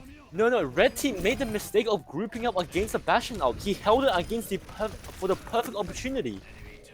And Gehenna just gets a brilliant triple kill here. It would have been a quadra kill, but it also forced Gab to use his ultimate, which I think is actually the wrong play. Gab using his ultimate there basically means Transcendent is gone for the rest of this point. And Gen Kenobi is going to stagger Dimwit as well. An excellent play from Gehenna, incredibly staying alive at 10 HP to be able to pull that off. Ziggurat now is doing such a good job. Oh no, Kitsune Rush is coming out here. Red team is falling back. Like I said, exactly what you need to do. You see Kitsune Rush, you back off. You wait until it's over, and then you go back in. That's exactly what they need to do here. Perfect. And again, we have Sachin still has the Torbolt. Another ult is zone out. Exactly, that is another zoning out. A huge issue. Especially because this Bastion is doing so much damage. If they try to jump on him, Torb ulting will completely stop any advance of that push. Ginkanobi going down again, but he does have the nano boost. Annihilation is popped and it's going to decimate the enemy team. No amount of shield will help you against Genkanobi's Annihilation nano boost. Oh and my god. That is going to be another stop by blue team. Gehenna's heroics may have saved this map for we have Sachin. Yeah, we have Sachin needs to come up with, they do have 3 ults. 4, they have 4. Oh, sorry. This is along with they say. Well. Oh, and they say. Oh, we didn't even know that Baptiste actually does come out. But one thing is that Baptiste's immortality field does actually die to the Ramatra's Annihilation. Oh, and they do pop all the ultimates. Gehenna gets Dimwit extremely quickly. Ramatra is going down. Deadset coming in huge. This is what they needed. This is what they needed. Ziggurat does burn 2 people though. He burns the immortality field and Dimwit. Deadset going in for one more. He actually misses the Ana on those shots. That is tragic. She's going to be able to stall now and get an anti off. But it appears Red Team is going to be able to push this point in. And we are looking for a 3rd point if possible for Red Team. But Gehenna's heroics did actually save a lot of time off the clock. To be honest, from a first push capture, going into less than 2 minutes for 3rd point is actually a huge turnaround for We Have Sachin. They were probably looking for a little bit more, but this is still totally fine. It's still very winnable. Lemurs almost have Kitsune Rush, which will zone out the team.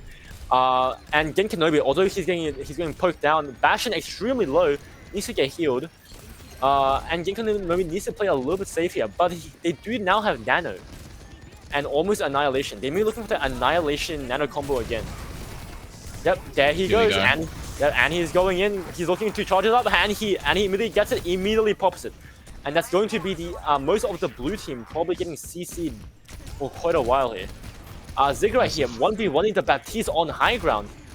His team does peel for him though, and the Baptiste is mostly going to go down. But he does get Limos in the end. The Baptiste somehow getting a kill up there. And somehow... How's this turned around?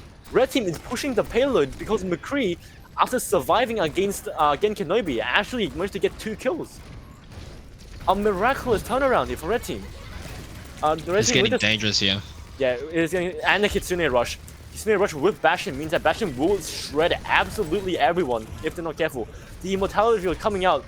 Oh no, Bastion goes down without popping ultimate. Soldier with Visor through Yeah, the sorry about Evil that. field, finding so much damage onto Red but Team. most of it was onto the shield of the Reinhardt. That's the benefit of having Reinhardt here. It blocks attack visor for you. Oh, going for the res! Annihilus, one of the most ballsy plays I've ever seen, going into a swinging Reinhardt for res. Incredible This is just move. a brawl. And I think Red Team, despite winning the earlier fight, the Blue Team's faster respawns are actually going to benefit them here. And they will be able to establish a stronger position on the point. Blue Team, Genkanobi gets cabbed, and he's still full health. Gehenna is also coming in, and that will be it. Ziggurat also switching to Ash as well at the end. Yeah, so actually my Blue God. Team actually came back because specifically Red Team overextended a little bit, and as a result, Blue Team with the faster respawns were able to come back in time and pick off the rest of the team, and they were staggered. So very interesting first round here. Yeah, I feel like we have Sasha just use all their ults were so impactful this game, especially the Bastion. We were Exactly. counting him out, doing a lot of damage I for know, finding I no know. kills. Exactly. We're coming out, but he actually got them. And also, having the Bastion and the Torbjorn on defense and actually opting to not swap off after the point was lost allowed them to stall for so long. Very impressive adaptation by We Have Sachin. Not to swap characters, but to play differently, to play safe and wait for ultimates, and to have the Bastion is firing down into the range where Genkanobi is holding the enemy. Oh. On the offense, yeah, and the Chinese comp, Ooh. and they say going for the sniper comp once again. We have Sachin still holding on to the Bastion pick. Yeah, so yeah, like you know what we said about and they say being diver only comp. All of a sudden they're a sniper only comp now. They played against Vichy, and now they're all and snipers. they learned immediately. But we have Sachin, very interesting comp. They're actually going for Bastion on the offense, which is actually better now in Overwatch 2, but still very uncommon to see. Genkanobi will be here making space, but the Bastion will be clearing a lot of the way for them. Bastion looking to just get a good pick. With Ziggurat going extremely low. Genkanobi need to be careful here. They're going through the building. While the Bastion is flanking, it's a pincer movement. But they are caught out. Gehenna going in with no shield, trying to catch someone off guard. But Dimwit is positioned to be ready. Dimwit's positioned so well to just do damage and not get picked off. Exactly. He had vision on both like potential entry points. The main way and through the building. And because of that, Gehenna actually got nothing from that flank, actually goes down and feeds Dimwit a lot of ult charge. Annihilus is playing safe, trying to keep his tanks alive. Dimwit is very low on the high ground. Needs to be careful here. Gab is also on the high ground here, but Genkanobi is actually anti, and he's going to go down. Dimwit once again coming in huge for... Oh my god, Dimwit is and Deadset, they just cleaned up the whole team. A massive anti from Annihilus actually opened up that fight for them. But the tanks isn't here anymore. Exactly. We have Sasha has a tank that'll get here so much earlier than they say. Yeah, and also Gav is on the high ground here. They're trying to get him off of it, but his Discord pressure is actually so high here, especially because they have no one that can move onto the high ground very easily. But looking at the blue team, they're trying to move in now. Dimwit once again gets Ziggurat, but Leaf got antied this time, and Genkanobi is going for the Ramasha ulti and is going to pick up most of the team, I think. But he is discorded. He's discorded. Yeah, Gab is just going to jump in, trying to reset and not get staggered. That is Genkanobi's point. Yeah, and Genkanobi with a huge like annihilation out there, actually winning the fight for him. I think the moment Leaf died in that second last fight, that was it. That was almost definitely it. And Leaf, you can see he was very close to annihilation as well, but he was just a bit behind. Same for Gab. They were both close to 100%, but Dimwit, even with that Dragon Strike, was not able to actually hold off the blue team's advance. And they say will fare better now with Hanzo instead of Bastion on this defense. I actually think the Bastion here pick is working very well for We Have Sachin. And they say They Oh, went. this could be a huge ulti. No. Oh my. Okay, the Bastion doesn't get anything, but that's because Ziggurat with Nano Visor has already killed everyone, so there's no one to kill. There's nobody to kill. We And, have yeah. Sachin walking over, and Exactly. they say's defense. Blue team is pummeling them, but keep in mind they had to invest 3 ultimates there, and Gab only Gab and I think Analogous used their ultis. So we might be looking at Annihilation here as well, but Gen Kenobi is already 70% to his Annihilation. Dragon Strike from Dimwit looking to zone someone off, and they are gonna force them off the point. But Gen Kenobi is here, fighting into the backline, trying to get a pick. Ziggurat gets Gab. Annihilus with a huge engine with Ziggurat. Ziggurat is getting 2, but Gen Kenobi and Leaf both trading ultimates. But Leaf and Gen Kenobi will both go down, I think. No, actually, Gen Kenobi stayed alive the whole time. He went into the backline. My apologies. Yeah, Gen Kenobi is doing so well on this Exactly. attack.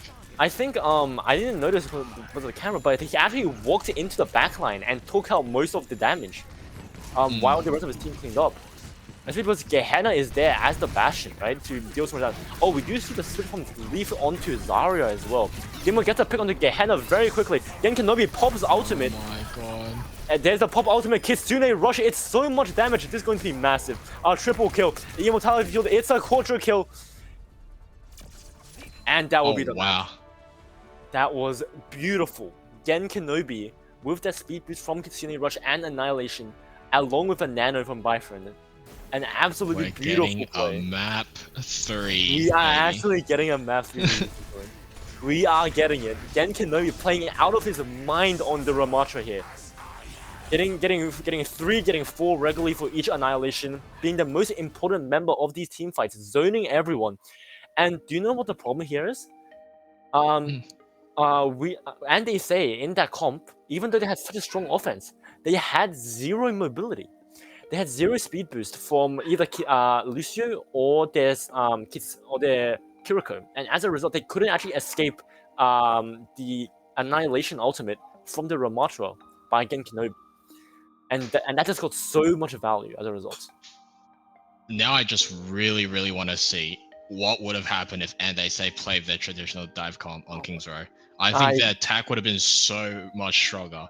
Not to disregard we have Sachin's defense. I think their defense with this comp is arguably stronger than Andesei, just from King's Row.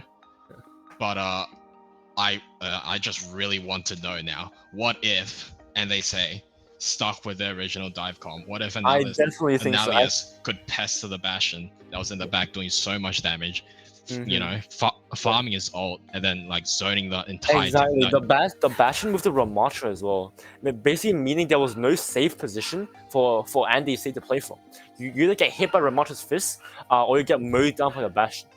And I think the supports for We Have Sachin were also just playing very well, like comboing ultimates Exdelia as needed, and making that Ramatra unkillable. Wow, first escort map of the day. Game 3, the first one that we are streaming, the second of the whole bracket. Do we have like silver scrapes or something like that? The equivalent?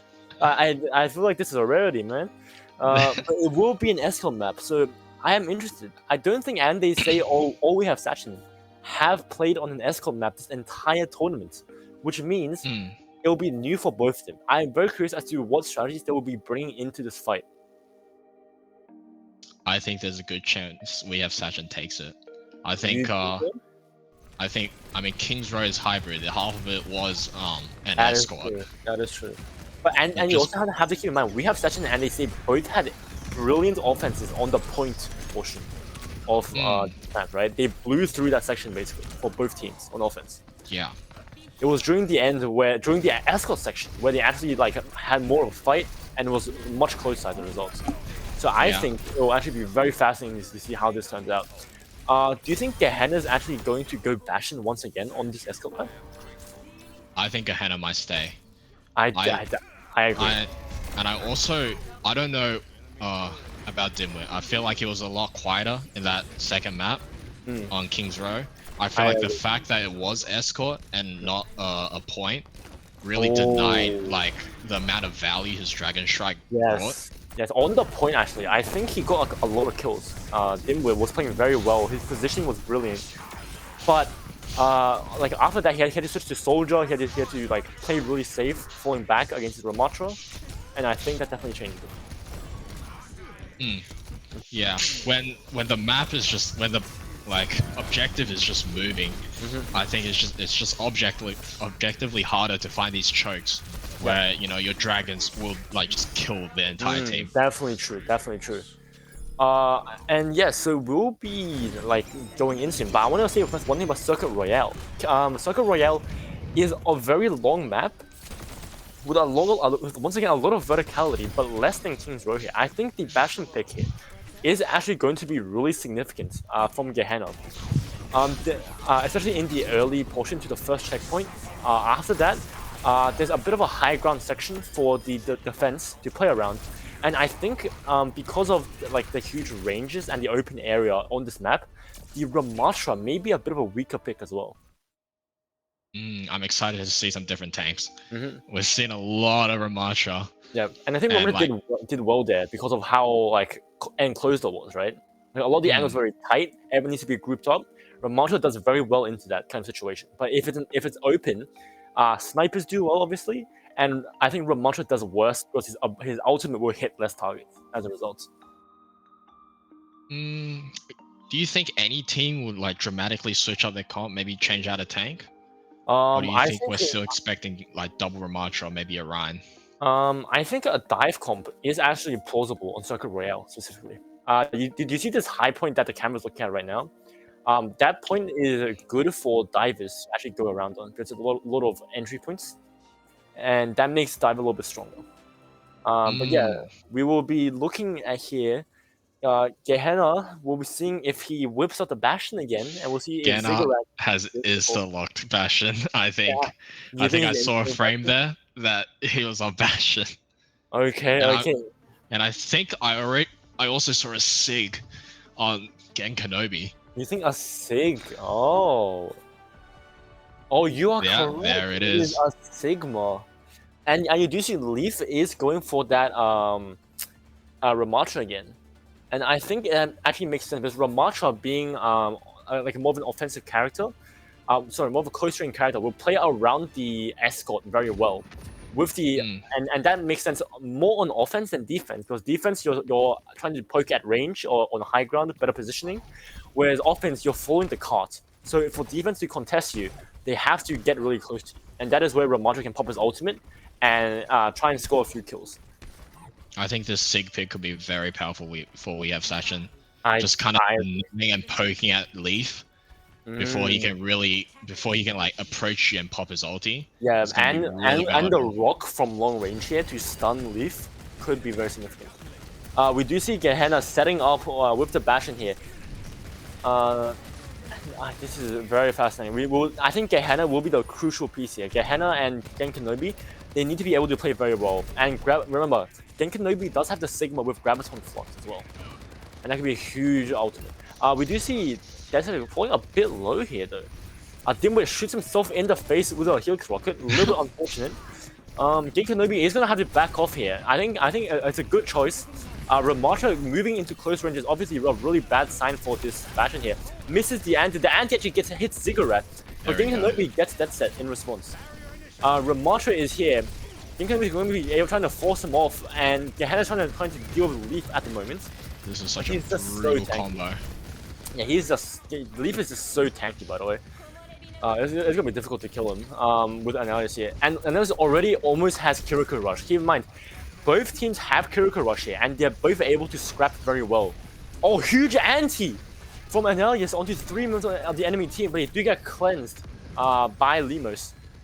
Gehenna already has ultimate. Gehenna kills Leaf, but Gehenna goes down in response. Down one tank for red team. Blue team maybe looking to push up a little bit. Gen Kenobi gets Dimwit and is trying to get McCree as well. He does go down, and Nelius has to fall back. And interesting that Nelius got the Kitsune Rush first, but was unable to pop it in a good position to actually save Leaf. And as a result, he actually went down. Yeah, I think Leaf going down there for the Bastion was definitely. Oh, this fight, if it starts right now, will be huge out advantage for blue team. Ziggurat gets instantly picked. Massive. Oh, but we do have the Graviton Flux coming out with the Nano. Gehenna is going to get buffed here, but the Annihilation Nano Booster once again, trying to deal as much damage as he can. Lemurs and Genki will be both going down. Gehenna is also going down. Friend once again getting destroyed by the Nano here. And I think that is actually... we have Sachin try to salvage that. Yeah, I think that's actually really bad for BF Sachin. They used their Ramatra out and they actually lost that fight. So that's not ideal. Both teams still have Soldier out and Kiriko Rush, so we'll need to be careful around those. Oh well, and both teams are now going for the Ramatra out. So they're looking to fight around these corners more, fighting at the payload.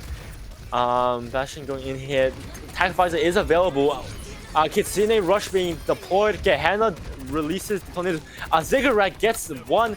Maybe gets the other one. Ziggurat looking for more. He gets 3. Excellent Tag Visor placement. Looking for this Ana, but decides not to overextend and goes back. The Tag Visor Rush was so good there. Exactly. Tag Visor Rush and Gen Kenobi. Leaf actually put his shield in the wrong position, and Gen Kenobi rushing him forced him back and allowed the Ziggurat to shoot past the shield. And Nalius actually used his rush as well in that fight. Exactly. So it's actually quite funny. But remember, red team here, they do still have Tag Visor and Dead, but Dimwit's falling really low. They need to make something work from this. Dead Set and they're being cleansed. The turret form for Bastion is running out here, but there's just so much poke coming around this corner, it's hard to get anything done. High Noon coming out from Dead Set, looking for kills, doesn't get anything. Ramatra blocks all of the damage. Ramatra is cleansed. Oh, Dimwit here with Tag Visor, but gets Gehenna takes him down. However, Leaf does have the ultimate, and is going to go for Nano Boost. He is Nano just boosted. a Ramatra 1v1. Yeah, just a Ramatra 1v1 here. Oh no. The Ana. I think Gen Kenobi made a bit of a mistake there, actually not popping Annihilation. He got a little bit greedy, thinking that they could win the fight, but because of the Nano Boost from Gab onto Leaf on red team, they're actually able to clutch up in the end. So the Nano was actually kind of wasted by Bifriend. Yeah, and now Gen Kenobi is gonna be looking for a better Annihilation this time, but he is antied, and he's gonna get melted. It's gonna be How so is he still alive? No, he's definitely not against Leaf here. against Leaf and all the DPS, he's not gonna stay alive. Gehenna now with no tank also going to fall soon after Ziggurat. Just trying to stay alive. Checkpoint falls. Yeah, and red team is suddenly making a huge offensive push. I think a couple of misplays from blue team here actually. Trying to just hold ultimates when they shouldn't, I think. Has lost them a couple of these team fights. For sure. For the elements that they've invested, you will be hoping that you at least hold second checkpoint. But they're almost halfway through third checkpoint already. Dimwit does actually pick Ziggurat in the 1v1. He's behind him. Powerful angle. He's behind him, but he's not going to be able to do enough damage. Gehenna does go down though. So it's just the two supports. Oh no, and they nano Dimwit when he doesn't have Tag Visor? Very interesting here. Kitsune Rush as well, kind of wasted actually. Just they're getting a little bit more progress on the cart, but not much value from those two support ultimates that were just used. Especially with Ziggurat still having the Tag Visor as well, and Lima's now having the Kitsune Rush advantage. And they say might turn this back. Oh what no, wait, Ziggurat got antied, absolutely massive. Oh no, and Nalius is now trying to tangle this Bastion, but Bastion is nanoed. He gets Dead Set. He's looking for more, and Gehenna with a triple kill. Ultimate not needed. Oh my god, Gehenna turned that around. And Gehenna, I think, is the hero that this team needed. In their darkest times, he somehow clutches up and gets a triple kill every single time. With both the tank and his other DPS down, both supports popped ulti again. Exactly. And can we say Bifriend's anti onto red team here, onto Dimwit, allowing them to get that pick, and meaning the Bastion after being nanoed at like 5 health back to 300 health was unkillable and just shred through the remainder of the team. But he's looking very low right now. He needs to be careful. This is a Ziggurat. brutal just duel. Yeah, Dimwit is on the high ground here, so if Ziggurat doesn't handle him, it's gonna be a problem. Gen Kenobi, Dimwit actually does kill Bifriend. As I said, he found the flank that he needed. Gen Kenobi is now looking for an angle, and there's just too much high ground pressure. But Gen Kenobi might be overextending a little bit. He's going to go low, and he's down. Dead Set also going down. Okay, so yeah, so astoundingly, Leaf going so far down here, so far in, was such a mistake, and I think. Yeah, With this Nano Kiriko just melted Gen Kenobi. Yeah, wait. Analysis is returning to his DPS roots. Exactly, and now I think that might have been a missed anti as well. But now you're somehow still trying to fight this, but Bastion all going out. Yeah, interesting Bastion ult, especially because the Ramach is literally on top of you. So many ults going off, but it's all going in favor for red team. Yeah, all in favor of red team here. Gen Kenobi is going to go down as well, and they're not going to be able to stall. Okay, we have to say, Anelius and Dimwit getting that flank was so massive to opening up that choke point. And secondly, I think Ganea made one mistake. He ulted with the Ramata on top of him, allowing Ramata to basically punch him for free and take no damage in return. And as a result, he died very quickly, along with Annihilation pops from Leaf. I think, and that's because when you're in Bastion out, you can't do anything. You can't move either. And I think that was a very risky play from him for very low value, and that ended up costing them that hold, I think. For sure. But going into this round, Gehenna now on attack. I honestly think he might stick to the Bastion. No, he's still Bastion. But 6.2 seconds remaining for the defensive side on blue team. You have to feel bad for them. Like having 6.2 seconds left and not going into overtime means that even if you get this third checkpoint, it's going to get bumped up from 6.2 seconds to 1 minute. They won't even know what happened. And red team will have a chance. This Escort map is becoming everything we wanted. It's the final showing for one of these teams, and they are making us remember it. For sure. Oh, this is going to be another brawl. Gen Kenobi switching to Winston. I don't think we've seen his Winston. I think he's not going to stay thus far. Yeah, because he's going to he actually has a golden gun on Winston, and I think maybe also on Ramatra. Very interesting. Experienced tank player over here.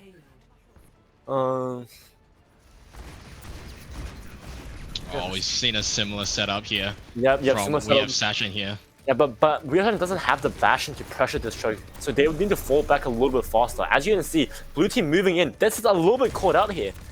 But they are going on top of the choke. They made that. Oh. How did they flank? Wait, how did blue team manage to flank behind red team? They just went up the stairs. Oh wait, this is the wrong side. My bad. Yeah. But yeah, they went up the stairs and now they're trying to poke them down. From the high ground now, blue team with the high ground advantage will be able to push this cart a little bit. Gehenna is still on the cart. He's actually using the cart as cover as well. We already see without Ramatra, this site is lost so much quicker. Exactly, and without the Bastion, like pounding damage in at the start, it's super hard. Gen Kenobi going in a little bit, trying to get Dead Set. Dead Set falls dangerously low, but actually manages to get out. And Gen Kenobi has to be careful here. If he overextends and is antied as he is right now, it will be very dangerous for him. He needs to make sure to play around his healers here. And as I said, Gen Kenobi goes down as a result getting antied. But Leaf also antied, but the cleanse from Kiriko is so much better for red team, and they're actually going to be able to hold here. Wow, this is looking bad for We Have Sachin. And this is disastrous for We Have Sachin because the cart is so pushed up that to fight on the cart, you're going to be walking such a long distance. This is going to be really hard to fight. Now that and they say have their ults up, they're just going to be trading ults and able to stall out these fights. Exactly.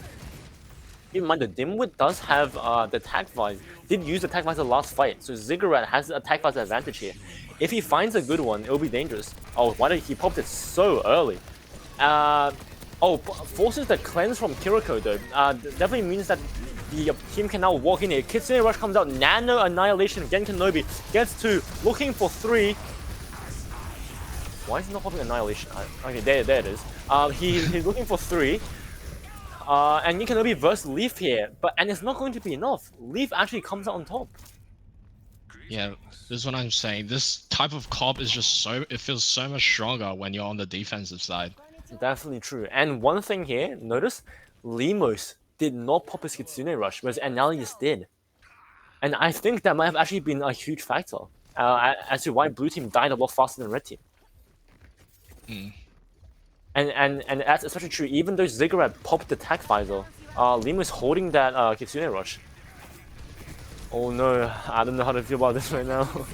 I think Dimwit is going to be able to get his ult really quickly and pretty Exactly, much... this is so intense. Oh, and that's said, looking for that. But he does get picked by Gehenna.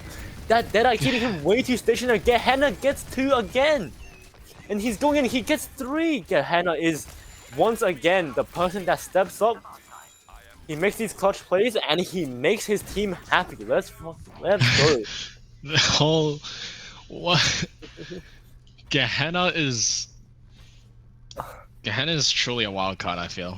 Gehenna is the wildcard that if he stays alive in a fight, he somehow just turns the fight around. I don't understand how he does it, but he's pulling some miracles and blue team needs it. Blue team needs those miracles for sure. Again, Kenobi gets a stack onto Dead Set though. There's a lot of defense skill, and his shield is already deployed from red team, meaning Gen Kenobi with his power form will be able to push in a lot harder here. Dimwit does have visor. And he does have the visor, but the shield is there. It's actually well positioned. Gehenna's gonna go down here. Yep. And this might not be enough to tag visor here. Actually, no. Wait, Gen Kenobi is trying his hardest, but not enough. And Limos just need to die here, yeah. They need to reset and try and get this point on the next push. Because if they don't, getting the 3rd point is going to be extremely difficult. Yeah, I think it already is super hard. Gab now has ult. Yeah, one thing though, note that Ziggurat and Limos are about to get ultimate, and with that, there will be 5 ultimates versus around 3 for red team. Right. Again, Kenobi falling a little bit low here, but we could be looking, the blue team may be looking to farm the Kitsune Rush to allow them to engage very effectively here. Nano Boost Annihilation going in once again.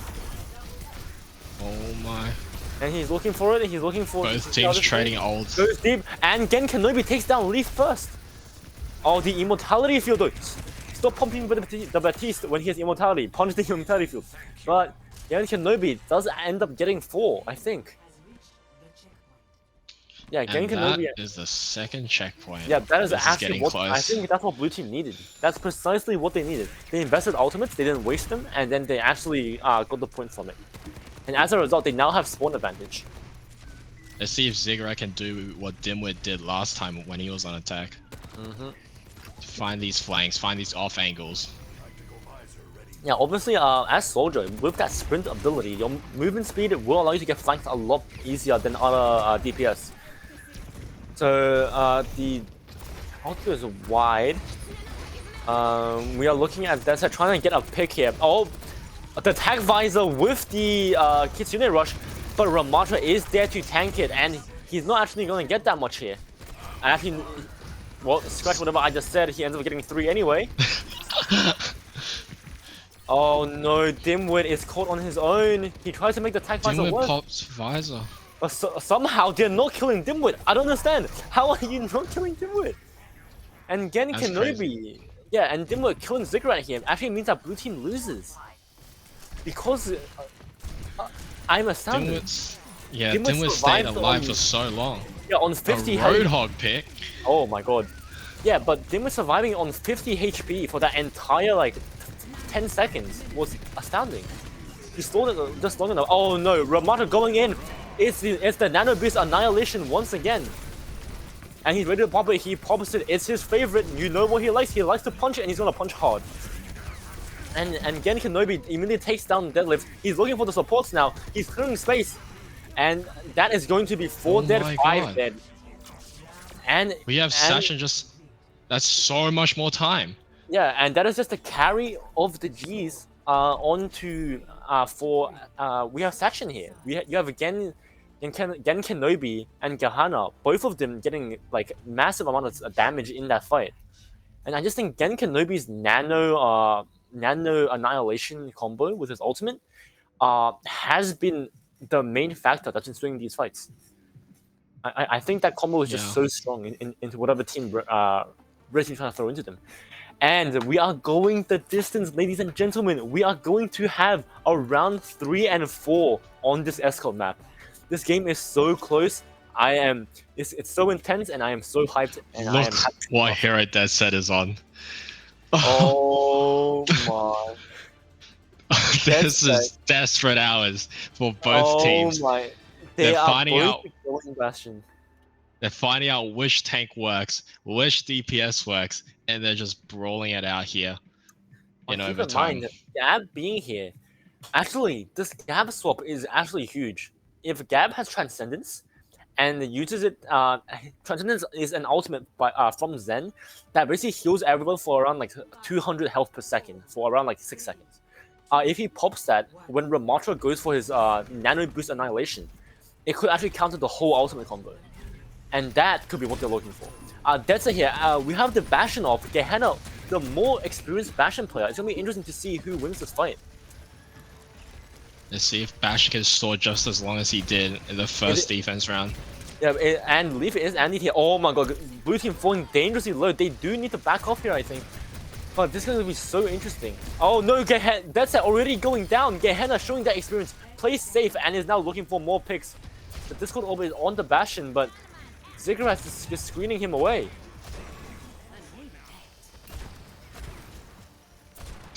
And we see Damien is back on Dancer.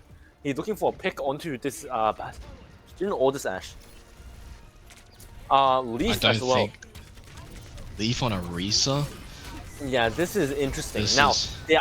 yeah, oh, and he gets antied. That is a disaster for them. And Dead Set dies once again. Oh no. Gehenna This is reminiscent of their game against Mishi. And like, Gehenna just knows how to play this way too well. Gen Kenobi is popping his super form. He's trying to push it, but he is discorded. He needs to be careful to not take too much damage. Limo does go down. The Ziggurat also goes down. They overextended. What are they doing? They overextended. Gehenna, my friend, Gen Kenobi, they all overextended. As soon as they saw that Kitsune rush from Limos, they tried to go in. But Gab with the Discord on Gen Kenobi actually melted him so quickly. And the rest of the Can team, we have Sacha make it to the payload? they could actually make it to the second point. I'm not sure. I mean, to the first checkpoint. I don't think they make it in time. do. They can't. Oh, they barely make it. But keep in mind, in overtime, you don't get a refresh. Gehenna gets a very quick pick. Leaf actually gets 2, gets 3. That's set coming in here. And Bifriend takes on Gab and trades with him. But keep in mind, once you reach the checkpoint in overtime, you don't get extra time. So they do need to stay on the point. But red team, but is now pushing really hard. Blue team has to pop their ultimates and try to force them off, or they're getting way too much distance. Oh, what a terrible turn of events for blue team. Yeah, Sacha has made a crucial mistake there. Yeah, they've fallen apart at the most important moment. Gehenna was so needed and he died. Gen Kenobi also having ultimate now. Limo's getting a pick on Dimwit though, and Gen Kenobi going in. Ziggurat goes down. Gehenna's so low, and he dies. Leaf, and now he just gets 2. What is going on in this game? It's insane. We have Sacha getting hard countered. They've lost 3 team fights in a row. I know, but the thing about blue team had all the ultimates that fight, and yet red team somehow, I think it was Analysis's anti that actually saved that and got 2 kills. Analysis and red team are still pushing in, even against that out disadvantage. They're playing so well right now. Bob is going in there to stall. Gehenna looking for a pick. Dead Set does go down on the Tracer. Oh, and he does pop the ultimate in a safe position. Oh no, but ultimate, he gets Analysis. How does he get Analysis? But Analysis does get the nano boost off, I think.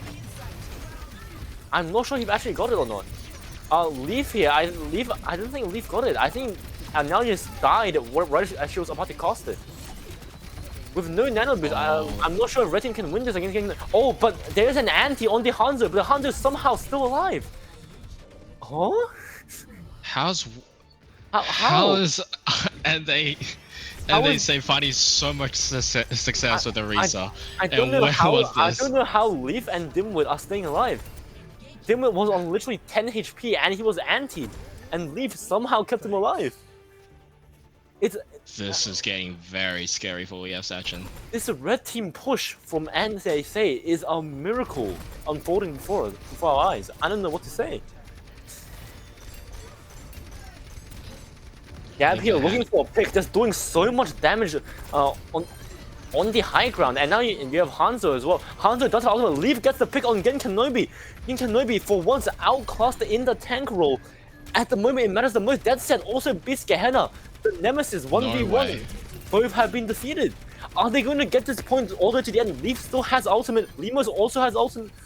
And Dimwit has ultimate as well. Gab is waiting to get ultimate and to pop it when as needed. And Gehenna is going in. Oh, and he gets Limos. Gen Kenobi does get deadlift. But Gen Kenobi goes down to Gab's Discord up as well. And they're gonna get it! They get all 3 points. They got all 3 points with 1 minute left. That is incredible. A miracle after miracle. They were about to lose on the first point. And then somehow, against out disadvantage after out disadvantage for every fight in consecutively, they somehow still managed to clutch up and win that fight. Red team is going the distance. And now We have Sachin just fell apart when the overtime when overtime hit. Now keep in mind I did not see this coming. But there is a way for blue team to force a tie here. If they go to the end with exactly 0 seconds, it will be 0 seconds on both sides.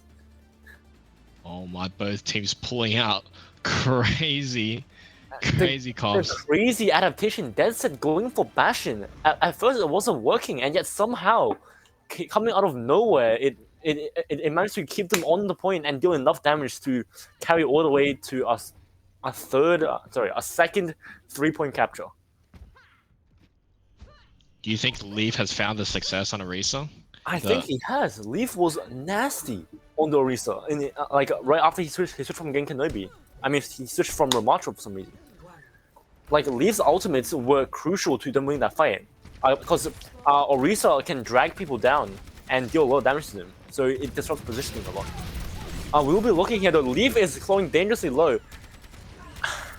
Could the same thing happen for We Have Sachin? We will have to wait and see. Leaf is flowing very low here. Gehenna trying to get a pick. And the Zarya from Gen Kenobi. Gehenna is already Discorded. He needs to be very careful about how he plays this. Gen Kenobi gets Dimwit though. And Gen Kenobi is charged. He is anti. Leaf is anti. And Gen Kenobi is going in. He is going in. He has a murderous intent in his eyes, and he is ready to kill all the supports.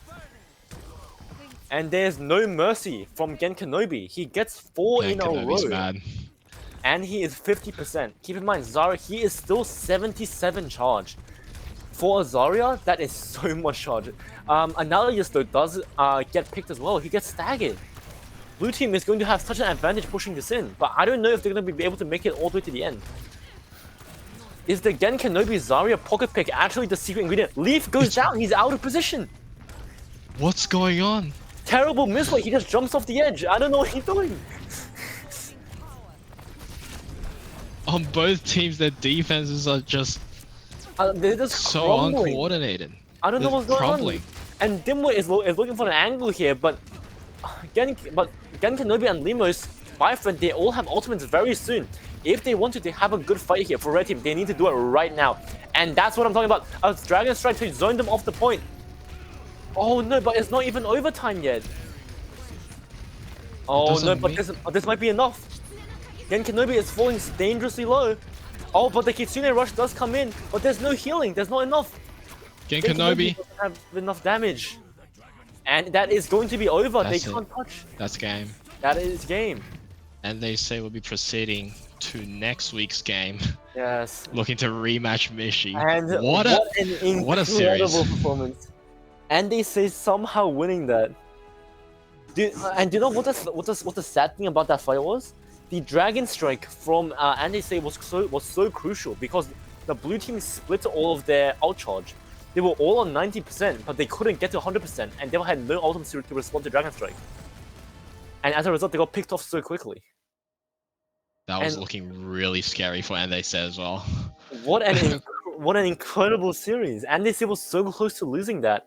but because of how the out charges worked in that final fight, red team had just a slight out advantage, and as a result, they were able to win that. Very, very, I would say unlucky, but also such a great display of skill from both competitors. An extremely close game. 6-4 is very much not a common end stat line for SCON map. That is a very, very long game. Was that like 30 minutes? I think we saw everything we wanted to see in I that definitely final think game. so. We That was saw amazing. both teams switch off Ramatra at some point.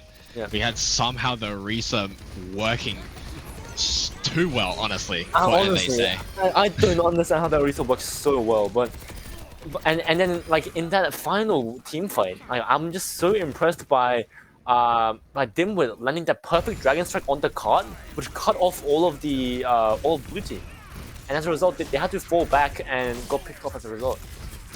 And I think that was just so crucial. That was a crazy game. Actually, Gehenna was honestly a massive part in every single team fight he was in. Definitely. I feel like he Gehenna was won. mad. It was either him or Genknobi winning so many fights for We Have Session, and even at times, honestly, losing some of those fights. Unfortunately, I feel like there were times where their whole team was just holding on to ultis for too long, where they didn't need to.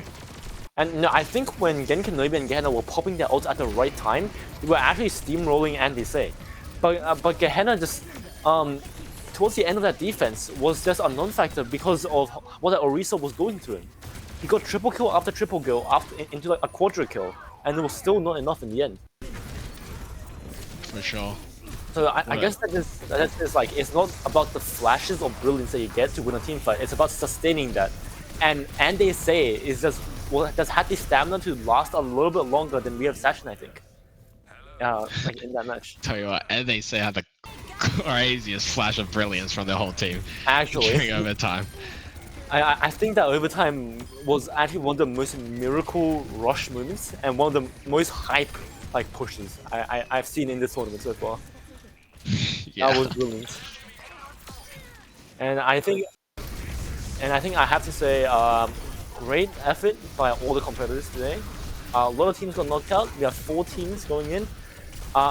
We will be looking at the brackets now, so you can work out what teams to look forward to. For Group A, we have, of course, Mishy's Harem. And after a long bloodbath, an absolute brawl, which went the whole distance, and they say have come out on top of We Have Session in our second 2-1 matchup of the day. An excellent final game, a very fun match to watch, and a pleasure to cast. Group B, the winners final side, obviously here for the headsets. They dominated the entire bracket, and Powerpuff Girls also struggling in losers finals, but coming out on top over the Naked Cowboys to go to the finals next week. And I'll be excited to see how those 4 teams will be able to duke it out. Yeah. And we will now be looking a little bit at the tournament schedule. So, obviously, Valorant was done in week 4 and 5. This week is week 6. Overwatch group stage is completed, and now next week, week 7, Saturday will be the League of Legends finals. We have those 4 teams that we got from the group stage. On the 1st of April, actually, we will be streaming once again from 2 to 6, and then we'll be going 2 to 6, and then 6 p.m. to around 8 p.m. once again. And for Sunday, we will have the Overwatch 2 finals, and it will be starting once again at 2 p.m. So we hope you can catch us for either of those finals events. Get hyped for your team, find a team to root for, and we will be waiting to see some excellent gameplay and hopefully some hype moments that can match what we saw in this match just now. And once again, thank you for Aoris for sponsoring this event and making this tournament possible. And because of them, we were able to see such great moments, just like that last match, that last game, which really was everything we could have hoped for from this tournament. For Overwatch 2, once again, the things they were fighting so hard for, tooth and nail, was the Aoris H1 headset. 5 of them, 1 for each member of your team. And for League of Legends on Saturday, they will be fighting for the 1 terabyte SSD from Aorus, for $1,000 total, and 1 for every member of the League of Legends team. So keep in mind. So make sure to catch us for those 2 games and to see which team will win these fabulous prizes. Yep. I had a great time today. I was very surprised by how much the meta changed. I think we started with a lot of dive, then we went into snipers, and then we got some bruisers, brawlers meshed in there as well. And I think that was just a really interesting display of how diverse Overwatch 2 can be and the different types of meta teams that we can see as a result. What do you think about that, Sam? Yeah, like you said, Sam. I really saw everything that I wanted to see. We saw literally everything. I think we saw every hero being picked at one point or another. Either it was a desperation or like a proper strat. Yep. That last map, what a closer! What a final match to end on. And they say, and the miraculous Arisa pick carried them to the 3rd checkpoint there. It was amazing. And I think people say like things are not meta, right? Like not meta in the current state of the game. But as you see from Gehenna with the Bastion and Leaf with the Orisa, it doesn't matter if it's meta or not. If you're just good at the game, you can make any character work. If you're good, you can make it work. Exactly. Yeah. Like always, thank you everybody for tuning in. Thank you to our sponsors, Aorus, for providing these wonderful prizes, like the headset for Overwatch 2. And yeah. Yep. I've been Sam. Thank you for being here with us. And I've been Sam as well. So we will see you next week Saturday for League of Legends Finals. Bye bye. The Powerpuff Girl respawn is just further away. Yeah, so much further away. Yeah, much further away. And blue team, Battle Razor actually goes off the map. A disastrous SD. Oh, that's it. No, that's it. Without Battle Razor, they just don't have the tank to protect. Like, if you land a good anti while hero doesn't have cleanse, then at least that's something you can collapse on. But red team is gonna dive in now, and they're just gonna claim everyone. Pandy along with Mork just finding every single member of the Powerpuff Girls. Pandy's just unstoppable here with Mork. The dive comp is just so strong here. Remember, as soon as Sigma shield goes down and Brigitte's shield goes down, they have no shielding for red team. Powerpuff Girls still huge trying to shatter, massive shatter, and it's a 5k. Oh my god. There is nothing red team can do. Pandy just farmed up that ability champion with the Kiriko Rush as well as the cleanse. Just lets the team do so much damage. The Wrecking Ball coming in here, maybe a desperation pick, and immediately going down here. You see blue team have... He also gets... He's like, oh, Gab with a huge pick onto Bifriend. The Ana goes down, and with one support down, you think blue team will have to push in a little bit. But the Bastion is there holding the line. Ananias gets the tank, and now Dimwit with a huge ultimate triple kill onto the rest of the back for so long until their tanks came back. And that is the benefit of having ranged characters. You are able to stall at a certain choke or to like push enemies away from the point. Jungle Queen is here. She uses the rush as to go in. Oh, the Dragon Strike is massive. It's going to get 3 along with the rest of the team rolling in with the ultimates. Gehenna gets Dimwit extremely quickly. Ramata is going down. Dead Set coming in huge. This is what they needed. This is what they needed. Ziggurat does burn 2 people though. He burns the entire field and Dimwit. Dead Set going in for 1. Like, yeah. I see a Tracer immediately there. Wrecking Ball's on the other side. The Reinhardt already goes down. No. Launch had to touch, so he had to go in aggressively, and that means he dies. And now he does get the Kiriko, however.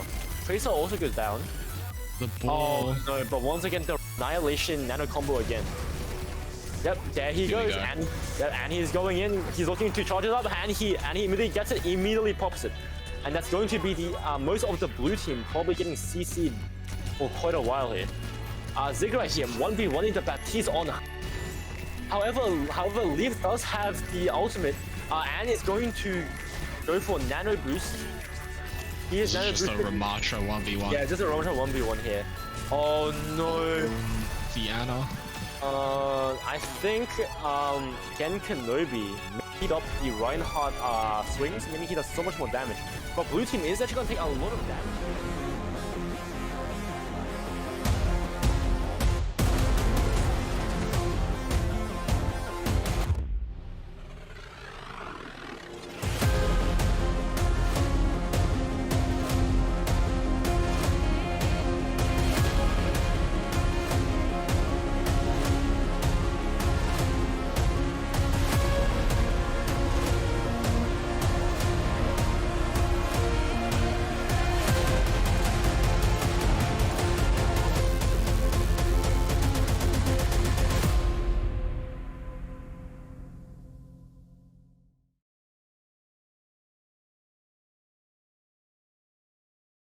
The Powerpuff Girl respawn is just further away. Yeah, so much further away. Yeah, much further away. And blue team, Battle Razor actually goes off the map. A disastrous SD. Oh, That's it. No. That's it. Without Battle Razor, they just don't have the tank to protect. Like, if you land a good anti while Kiri doesn't have cleanse, then at least that's something you can collapse on. But red team is gonna dive in now, and they're just gonna claim everyone. Pandy along with Mork just finding every single member of the Powerpuff Girls. Pandy's just unstoppable here with Mork. The dive comp is just so strong here. Remember, as soon as Sigma shield goes down and Brigide's shield goes down, they have no shielding for red team. Powerpuff Girls still huge trying to... shatter! Massive shatter, and it's a 5k. Oh my god. There is nothing red team can do. Pandy just farmed up that ability champion with the Kiriko Rush as well as the cleanse. Just lets the team do so much damage. The Wrecking Ball coming in here, maybe a desperation pick, and immediately going down here. You see blue team have... If I also gets in, he's like, oh, Gab with a huge pick onto Bifriend. The Ana goes down, and with one support down, you think blue team will have to push in a little bit. But the Bastion is there holding the line. Anelius gets the tank, and now Dimwit with a huge ultimate triple kill onto the rest of the battle for so long until their tanks came back. And that is the benefit of having ranged characters. You are able to stall at a certain choke or to like push enemies away from the point. Jungle Queen is here. She uses the rush as to go in. Oh, the Dragon Strike is massive! It's going to get 3 along with the rest of the team rolling in with the ultimates. Gehenna gets Dimwit extremely quickly. Ramatra is going down. Dead Set coming in huge. This is what they needed. This is what they needed. Ziggurat does burn 2 people though. He burns the Immortality Field and Dimwit. Dead Set going in for what? Like, yeah. I just get Tracer immediately there. Wrecking Ball's on the other side. The Reinhardt already goes down. No, Launch had to touch, so he had to go in aggressively, and that means he dies. And now he does get the Kiriko, however. Tracer also goes down. The ball. Oh no! But once again, the Annihilation nano combo again. Yep, there he goes, and he's going in. He's looking to charge it up, and he immediately gets it, immediately pops it, and that's going to be the most of the blue team probably getting CC'd for quite a while here. Ziggurat here, 1v1 in the Baptiste on. However, Leaf does have the ultimate, and it's going to go for nano boost. He is nano just boosted. a Ramatra 1v1. Yeah, just a Ramatra 1v1 here. Oh no. Diana. I think Gen Kenobi made up the Reinhardt swings, meaning he does so much more damage. But blue team is actually going to take a lot of damage here. Stera gets picked off. Sim trying to do what he but the tag visor does come out, and there's just nothing red team can do against this. with the Sim War. Oh my god. The Sim War as well, exactly. Picks shuts down. Oh, Sombra out has been popped. But now this instantly goes down. No one else is popping the ultimates. The Kiriko Rush, astoundingly, was not popped after the Sombra ult. Mishi's also switched to the Zarya. Oh no, Mishi is high charge and it is nanoed. It's going to be very difficult to keep his team alive. The supports are down. Zardius runs in, almost has Graviton Surge as well. And Mishy's visor tears through. Hold second checkpoint, but they're almost halfway through third checkpoint already. Dimwit does actually pick Ziggurat in the 1v1. He's behind him. Powerful angle. He's behind him, but he's not going to be able to do enough damage. Gehenna does go down though. So it's just the two supports. Oh no, and they nano Dimwit when he doesn't even need to use ultimate, and he's still so far ahead. Coalescence is committed by blue team, but I don't know if they can win this fight. It's too late. And the anti, Half the team is dead. No, the anti is disastrous for blue team.